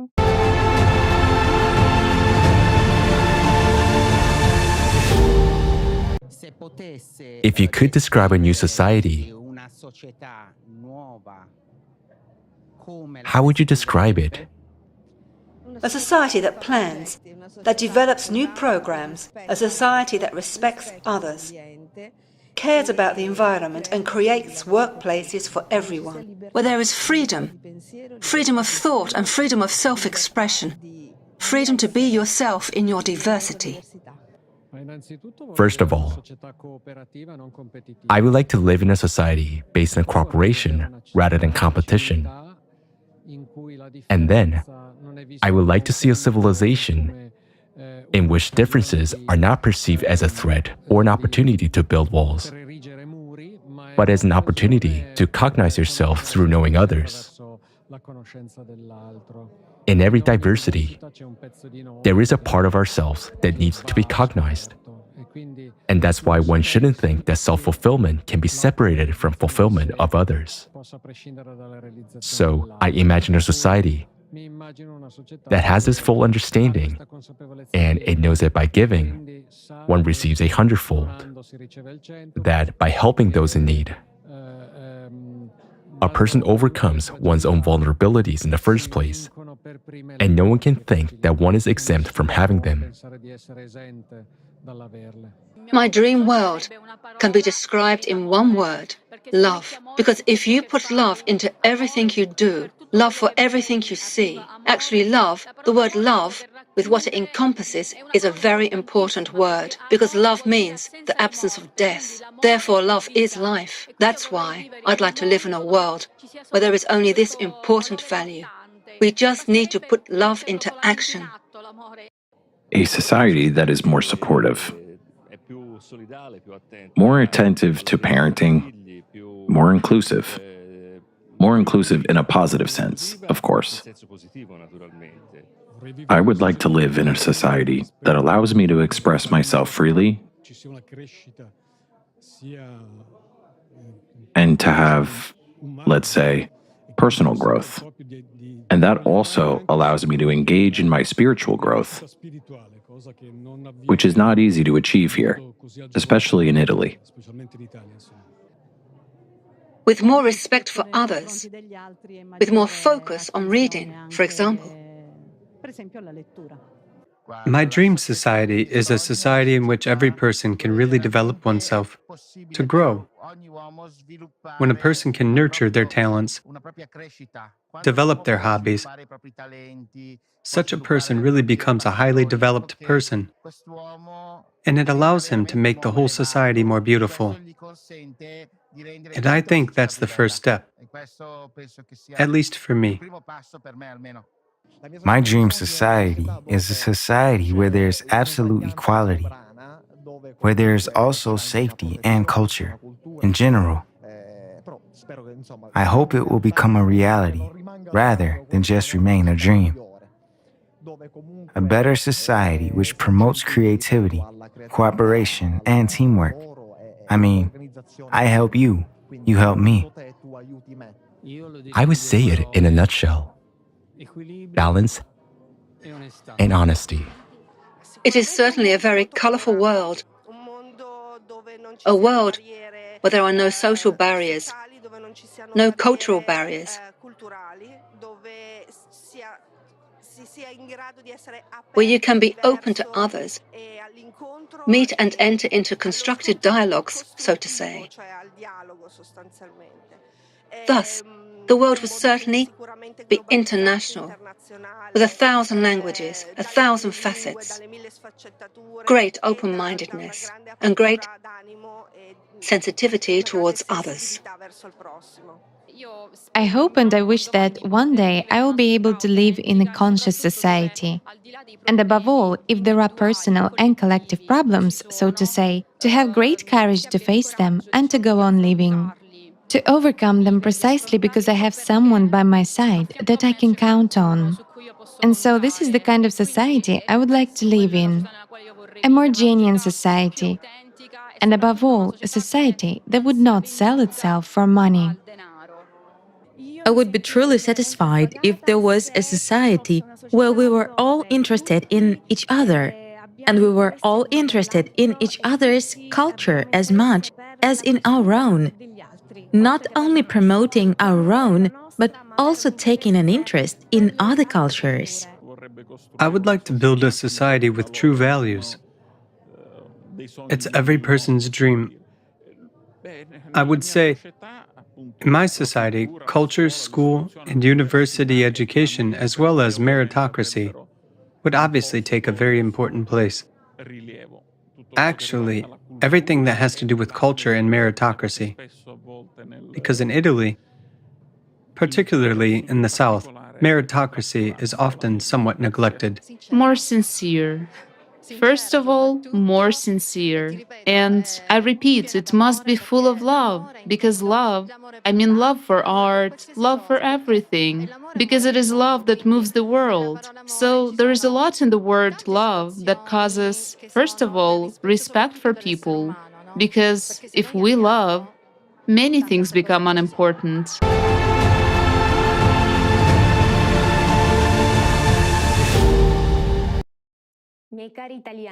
My dear Italians, thank you so much for your beautiful words. It warms my heart to hear each one of you, because when I see how many good people there are, I know that not everything is lost in our world, and now we have a chance to set things right. What we've heard is what each of us truly desires. A world of this kind is indeed our common dream, and as Irina pointed out, it would be wonderful if it didn't remain just a dream, but became a reality. We wholeheartedly agree with this idea, and whether this world becomes a reality or not depends solely on us. A little later, we will discuss in more detail what each person can do to make it happen. This world of our dreams is the creative society. It's just that not everyone is aware that this beautiful format of life goes by this name. A life with true values that are close to everyone's heart, love and respect for each other, genuine equality, abundance and freedom. This is what the foundation of the creative society is. We have already heard so much about what the creative society can give us, how beneficial it is for every person. So let's finally see how beautiful our world can be if we wanted to.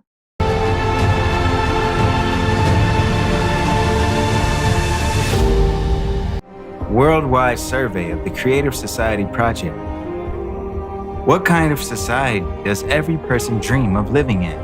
Tens of millions of people surveyed in 180 countries, hundreds of thousands of hours of video footage, terabytes of data, more than 15 million hours of personal time of Creative Society Project participants from around the world, all to show how people from around the world want to live. Only in the Creative Society, all people's desires for a comfortable, safe, and happy life will be guaranteed 100%. All of this is laid out in the 8 pillars of the Creative Society, which is the foundation of your happy future. Watch this video and you will understand why the Creative Society is exactly what you want. First pillar, human life. The highest value in the Creative Society will be human life, that is, your life, as well as the life of any other person. All of humanity will become a unified civilization, and this guarantees the absence of wars, various conflicts, and crises. You will finally gain confidence that you are truly protected. Second pillar, human freedom.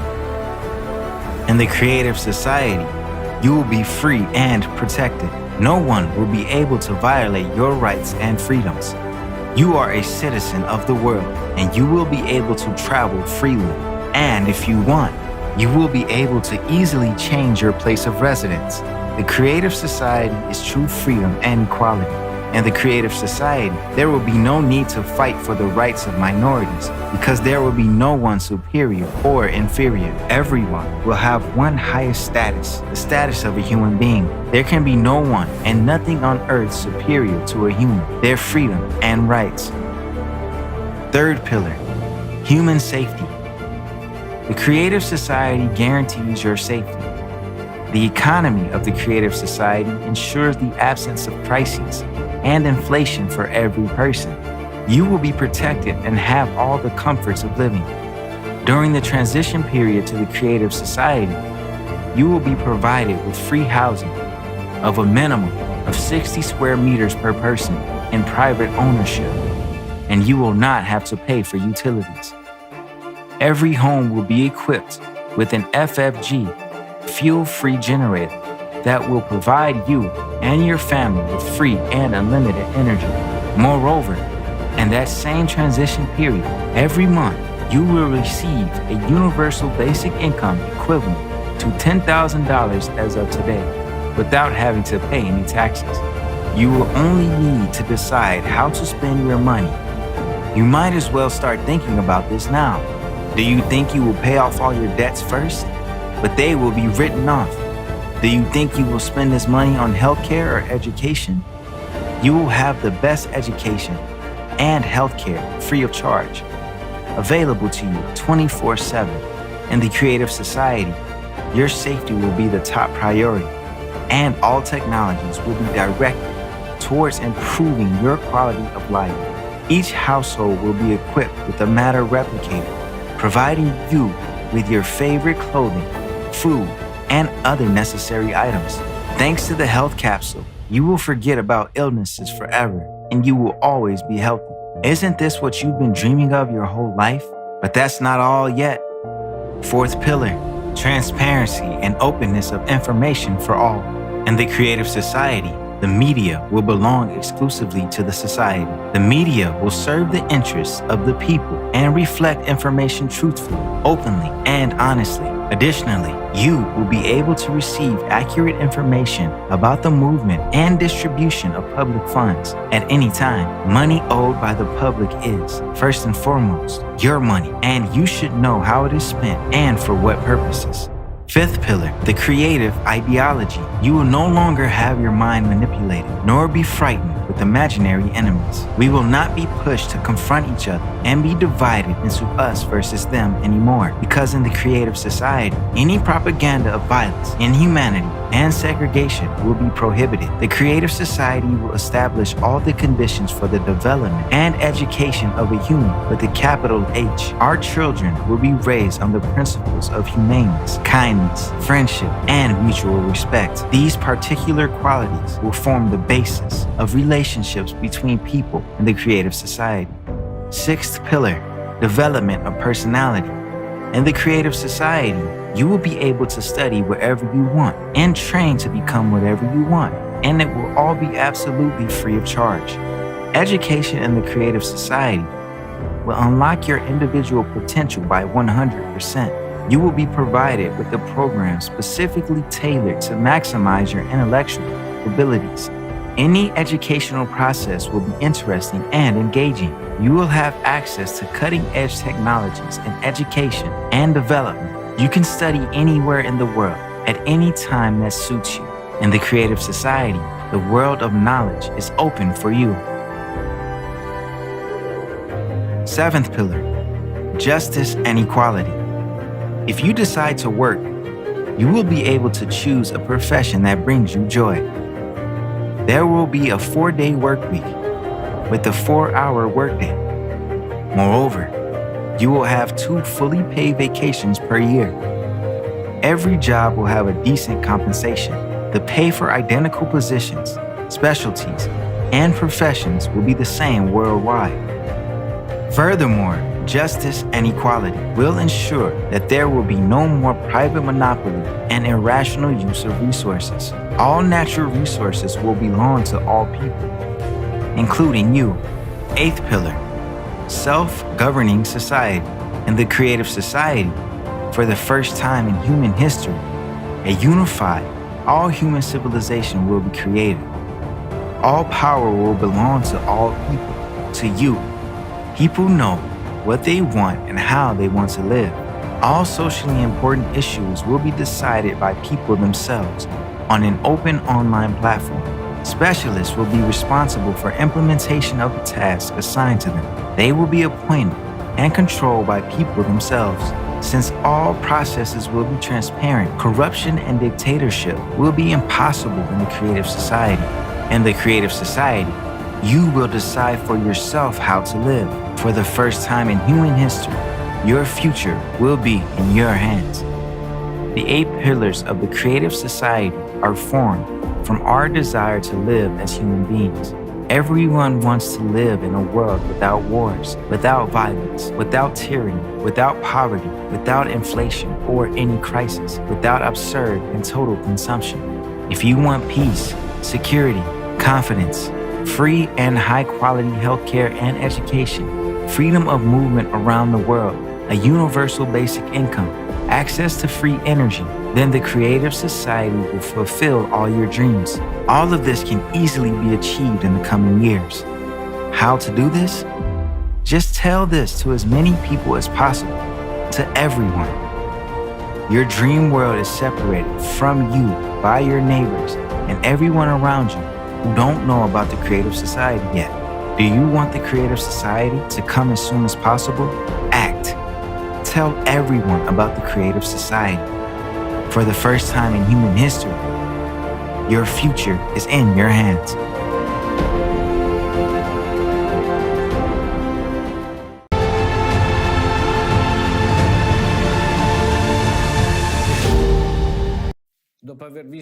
After watching this video, I felt for a moment how delightful life in the Creative Society is. It is impossible to forget this feeling, let alone give up on such a world. Sergio, I totally agree, especially when we know that such a future is only a couple of steps away from us. It is in our hands to build such a society, and it is our choices that play a key role in our destiny. The only thing that separates us today from the Creative Society is that not all people on Earth know that their most cherished dream is actually a reality that we can all create together. We Italians are accustomed to doing everything together. Our collective efforts have turned Italy into a place of beauty and prosperity. Our unity in building the Creative Society can serve as a decisive example for the whole world. As the saying goes, our strength is in unity. What can each of us do to start living in such a society as soon as possible? In the video itself and throughout this conference, we've talked about the importance of sharing information about the Creative Society with others. Why do we emphasize this? Because talking about the Creative Society is the first of 2 steps in building it. Let's learn more about the 2 stages of building the Creative Society and how each person can participate in it. I want to emphasize that the Creative Society is a completely volunteer project operating within the legal framework, and it represents exclusively the interests of people themselves, rather than individual countries, parties, or organizations. It is implemented solely by the project participants based on their initiative, choice, and desire. using their personal resources. It doesn't have bank accounts, finances, or assets. It doesn't accumulate funds and doesn't generate profits. It is truly a unique project for all of humanity.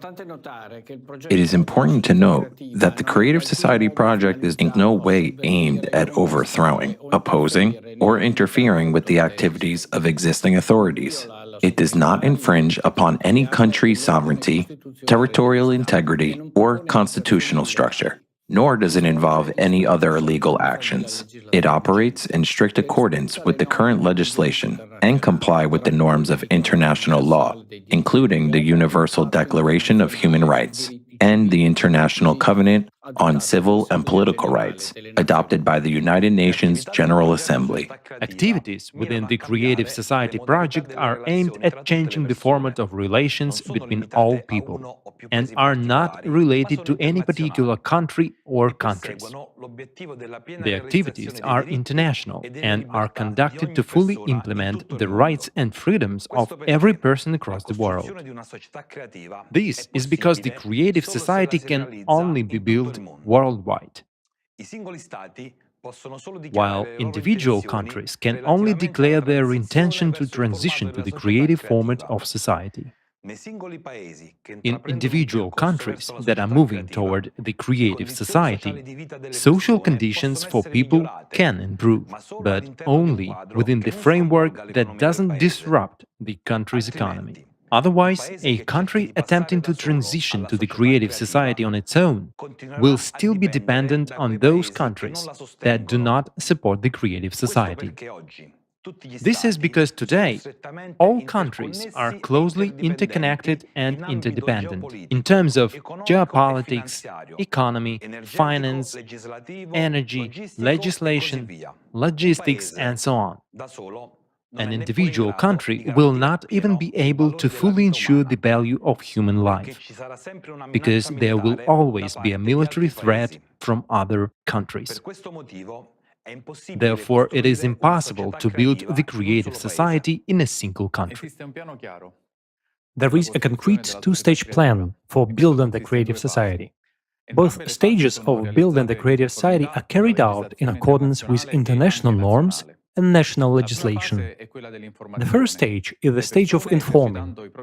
People, while exercising their rights and freedoms, inform others about the creative society. In this way, a legitimate and peaceful public demand is created for building the creative society all over the world.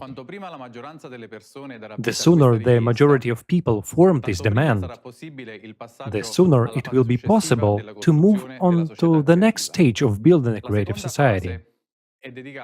The second stage is preparing and conducting the world referendum.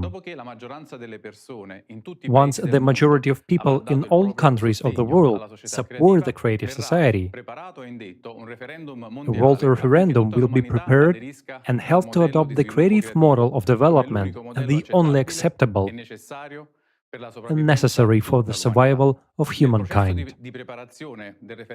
In preparation for the world referendum, the necessary legal and technical framework for its organization will be developed and adopted.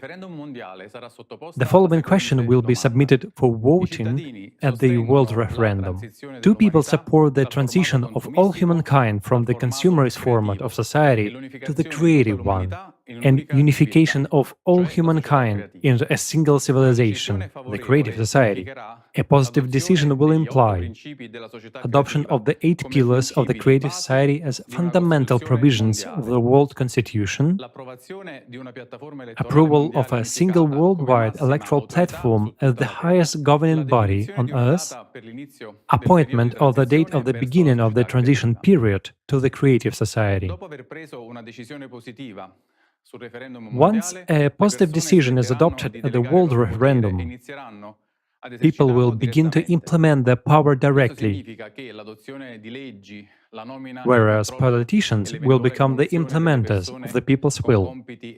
This means that the adoption of laws, the nomination, control, and recall of all implementers, as well as other socially important decisions, will be made exclusively by the people themselves, by voting on the single worldwide electoral platform. This platform is a legislative basis, meaning the only source of mandatory statutes by which humankind will live. The implementation of decisions made by people will be carried out by highly qualified specialists, responsible executors, who will be appointed and supervised online by the people themselves. If at the world referendum the majority of people decide to change the format of society from the consumer-oriented to a creative one, then approximately 6 months later, a transition period to the creative society will begin, which, according to preliminary calculations, may take 5 to 6 years.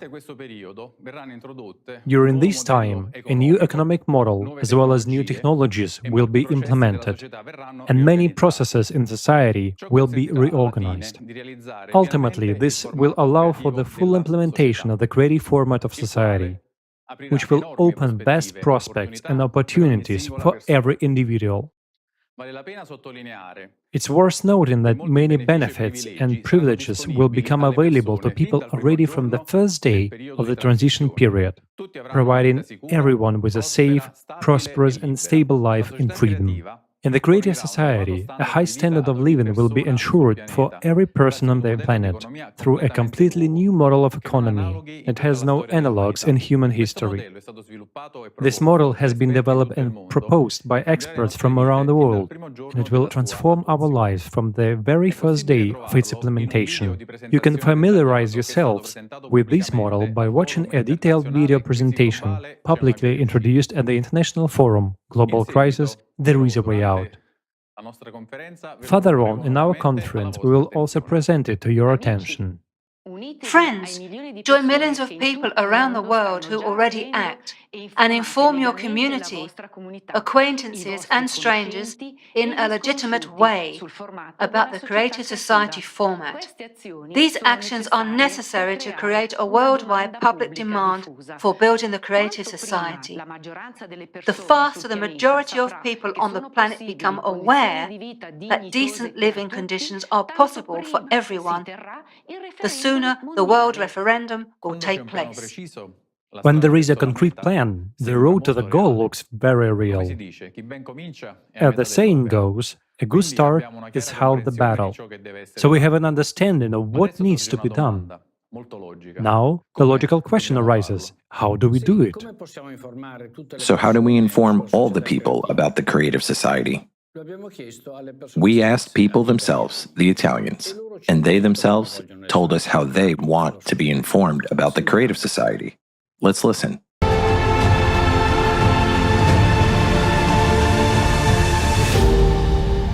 Hello. As part of the Forum Global Crisis Italy, the future depends on us. The volunteers of the Creative Society project asked Italians what is the most effective way to inform all people about the Creative Society project. Social media. Nowadays, both young and not young people, everybody is on social media, be it Facebook, TikTok, Instagram, Twitter, or new social networks. Now, they are the most effective sources to get any information.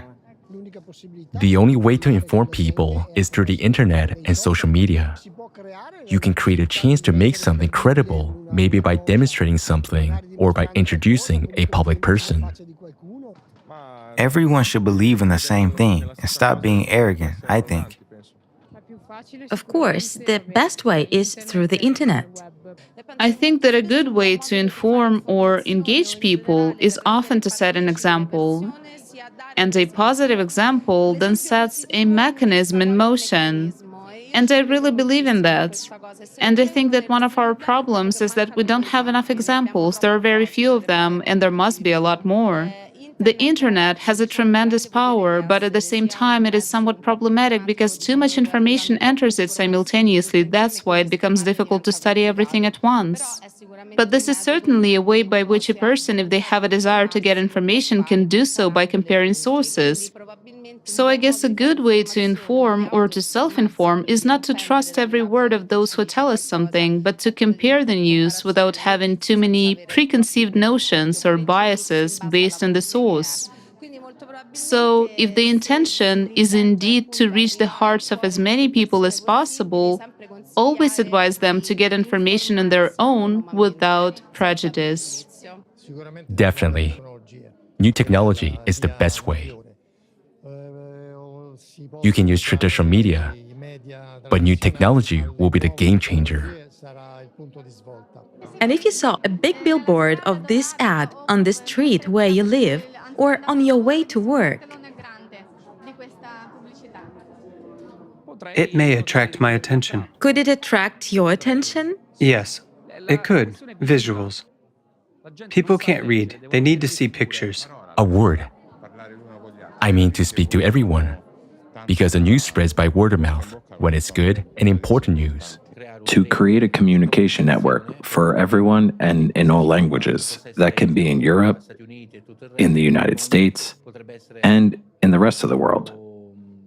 It can be very constructive because, let's say, bringing together all these forces, all these minds, all this knowledge can bring substantial benefits for everyone. The project you're doing is excellent because it's based on interaction. Also, if we are talking about the web network, where we can communicate, it is a very innovative and very fast thing, in my opinion.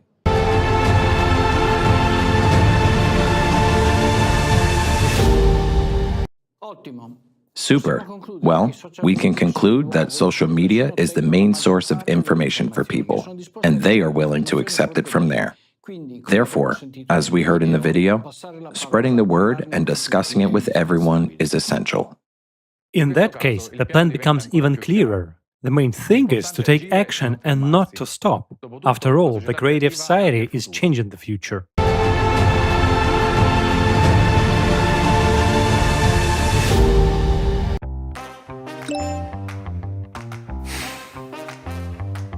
No, please don't close it. Just don't close it.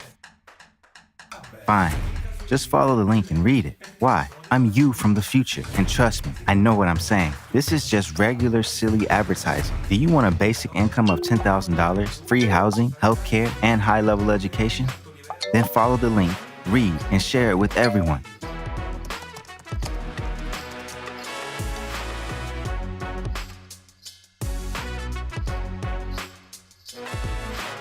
What should I do?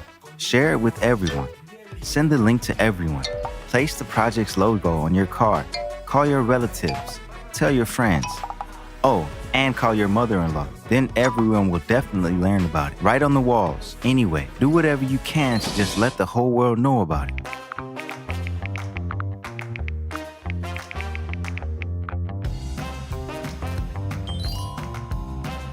It looks like we're succeeding.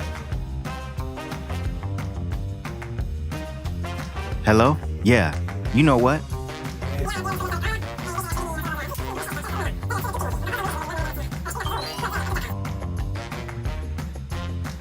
Wow. Universal basic income.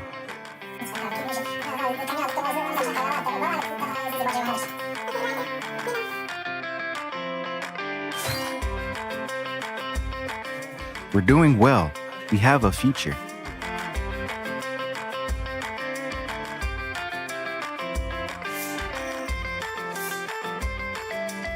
Free housing, 60 square meters per person. Great. If you keep informing, our future will definitely be fantastic. Thank you for having listened to me. And above all, don't stop. That's the most important thing.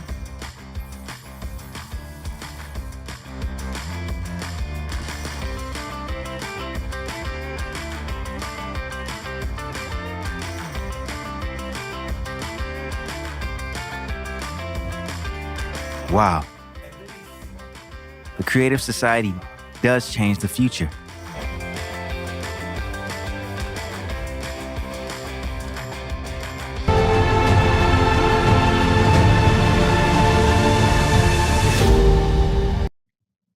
A great example of what everyone can do. I can tell you from my experience. Just start spreading the message about the creative society and you will see that the world around you is already changing. Talk to people, tell them what creative society is and how it will benefit them. Some of you might say, okay, I'm already sharing information about the creative society with everyone in my circle. But what else can I do to start living in the creative society even faster? Well, there is an answer for such heroes.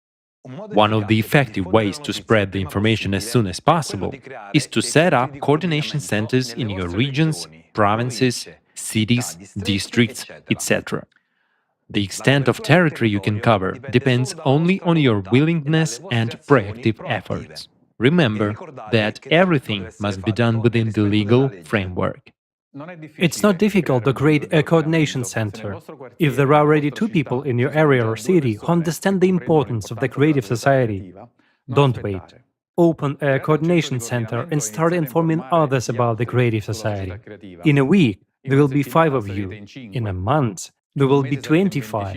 And in 2 months, everyone in your neighborhood will know about the creative society. Let's take action and make the creative society a reality. Let's watch the following video together.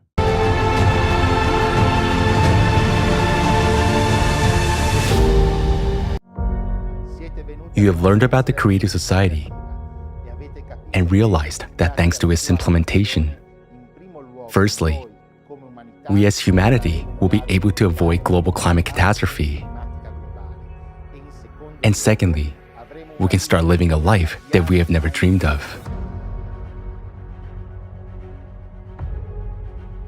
This is free housing of a fairly decent size, a universal basic income of $10,000 a month, free healthcare, and new technologies that will be available to everyone.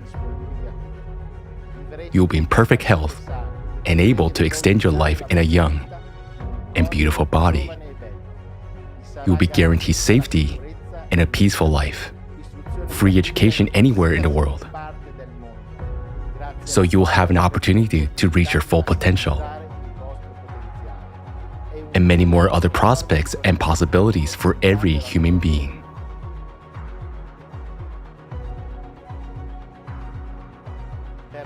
To implement the creative format of society, volunteers from more than 180 countries today come together and act in a project of the same name, the Creative Society.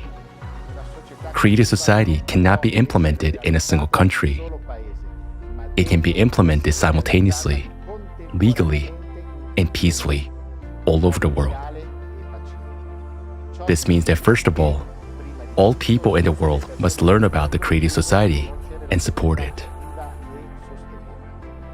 and thus create a public demand for its implementation.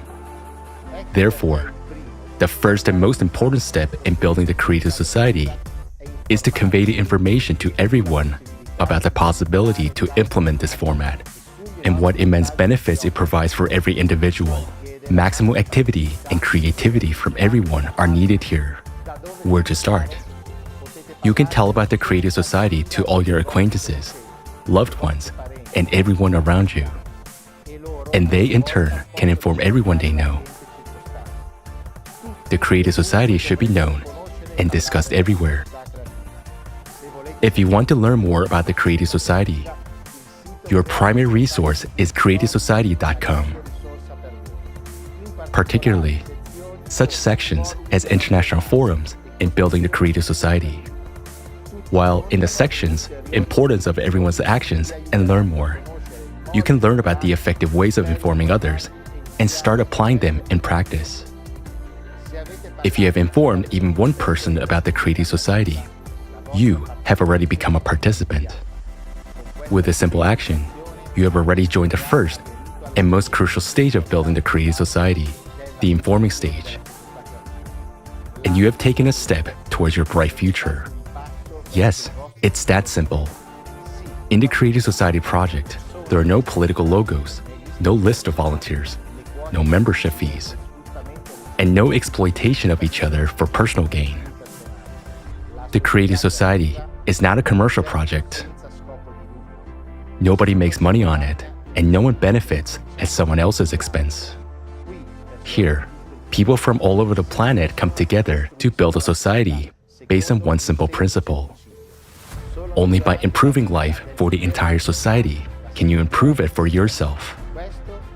This is the main principle of the creative format of society, which guarantees to provide benefits for everyone. The project's implementation relies solely on the goodwill and initiative of the people. even one person can do a lot to build a creative society. And by uniting, more can be accomplished in less time. When we coordinate our actions, our abilities to inform others multiply. Do you want to inform others about the creative society quickly and effectively so that it can be implemented sooner? Join others around you, neighbors, friends, relatives, and colleagues, and establish coordination centers to inform about the creative society. Your coordination center will be a community of people who also support the creative society in your building, street, district, and city where you live, and act on a voluntary basis, taking into account local legislation. If there's no coordination center in your vicinity, that needs to be fixed. Waste no time. Inform your neighbors, find like-minded people, and create your volunteer coordination centers. What do you need to create a coordination center? Opening one is simple, and anyone can do it. First, you should inform the main coordination center about your decision through the official email on creativesociety.com. Then, by joint efforts, do everything possible within the legal framework to inform even more people about the creative society. You, people, are this coordination center. You can gather in person or virtually. You don't even need to be in the same place with other participants. You can organize your communication through a chat on any convenient social network. While meetings and coordinations can take place online via audio and video calls. The main thing is the coordination of your actions, which means a joint agreement on how you will organize the information sharing process.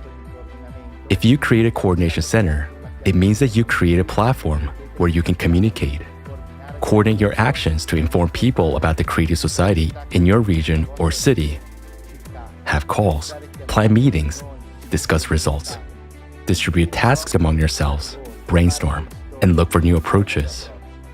If you have an idea, you can bring it to a general call or meeting and discuss together how to implement it.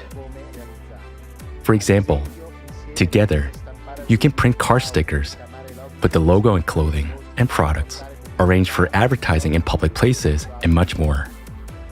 You can download the designs for free from the creativesociety.com. By coordinating your efforts, you can inform about creative society and engage not only your close people, but also entire communities, groups, organizations, districts, cities, internet resources, and local media. Don't limit yourself. If you want to, you can inform your entire country and even a neighboring one. You can organize coordination centers based not only on where you live, but also on your sphere of interests, including various lifestyle communities, sports clubs, business communities, etc. You can interact with other coordination centers from different cities, countries, and the entire planet during a virtual format of coordination. The creative society is a unification of all humanity, all organizations, all people, all those who want to live in the creative society, and all those who understand the fatality of the current consumerist format are welcome here. The creative society is beneficial to each and everyone. How do we know that the first, informing stage of building the creative society is complete? And we can begin the second stage, preparing and conducting the world referendum. Imagine you're walking around your city, and you see the logo of Creative Society everywhere. And all the people around you are talking about the Creative Society. All the social networks are filled with information about Creative Society. It becomes mainstream worldwide. This means that there is a public demand for building the Creative Society on the whole planet. Thus, we're moving to the next stage, preparing and conducting the world referendum to adopt by all humankind. The creative model of development is the only acceptable and necessary for the survival of humankind.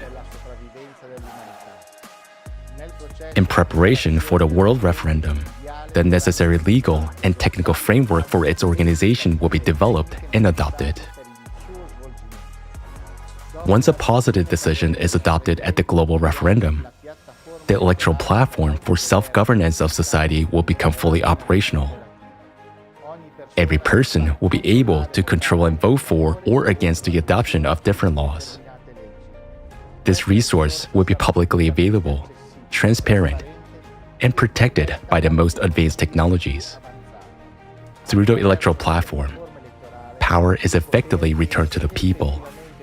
It returns to each and every one of you. This platform is a legislative basis, meaning the only source of mandatory statutes by which humankind will live. Implementing the creative society is an entirely new approach, without any revolutions, and everything happens within the legislative framework of each country. Thanks to this, we can peacefully transition from the consumerist to the creative format by an evolutionary path. And we will be able not only save our lives and the lives of all humanity, but also open up opportunities and perspectives that we have never even dreamed of. The creative society is a unique format that can solve all modern problems and crises.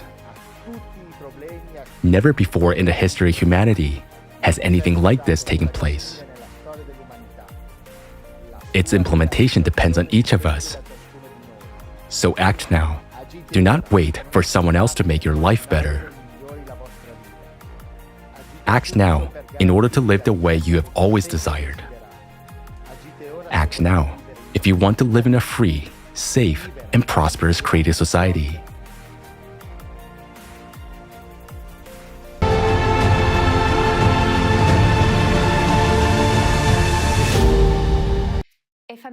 It is incredible that we have this opportunity now to create coordination centers, to interact with each other and to interact with other coordination centers at both local and international levels.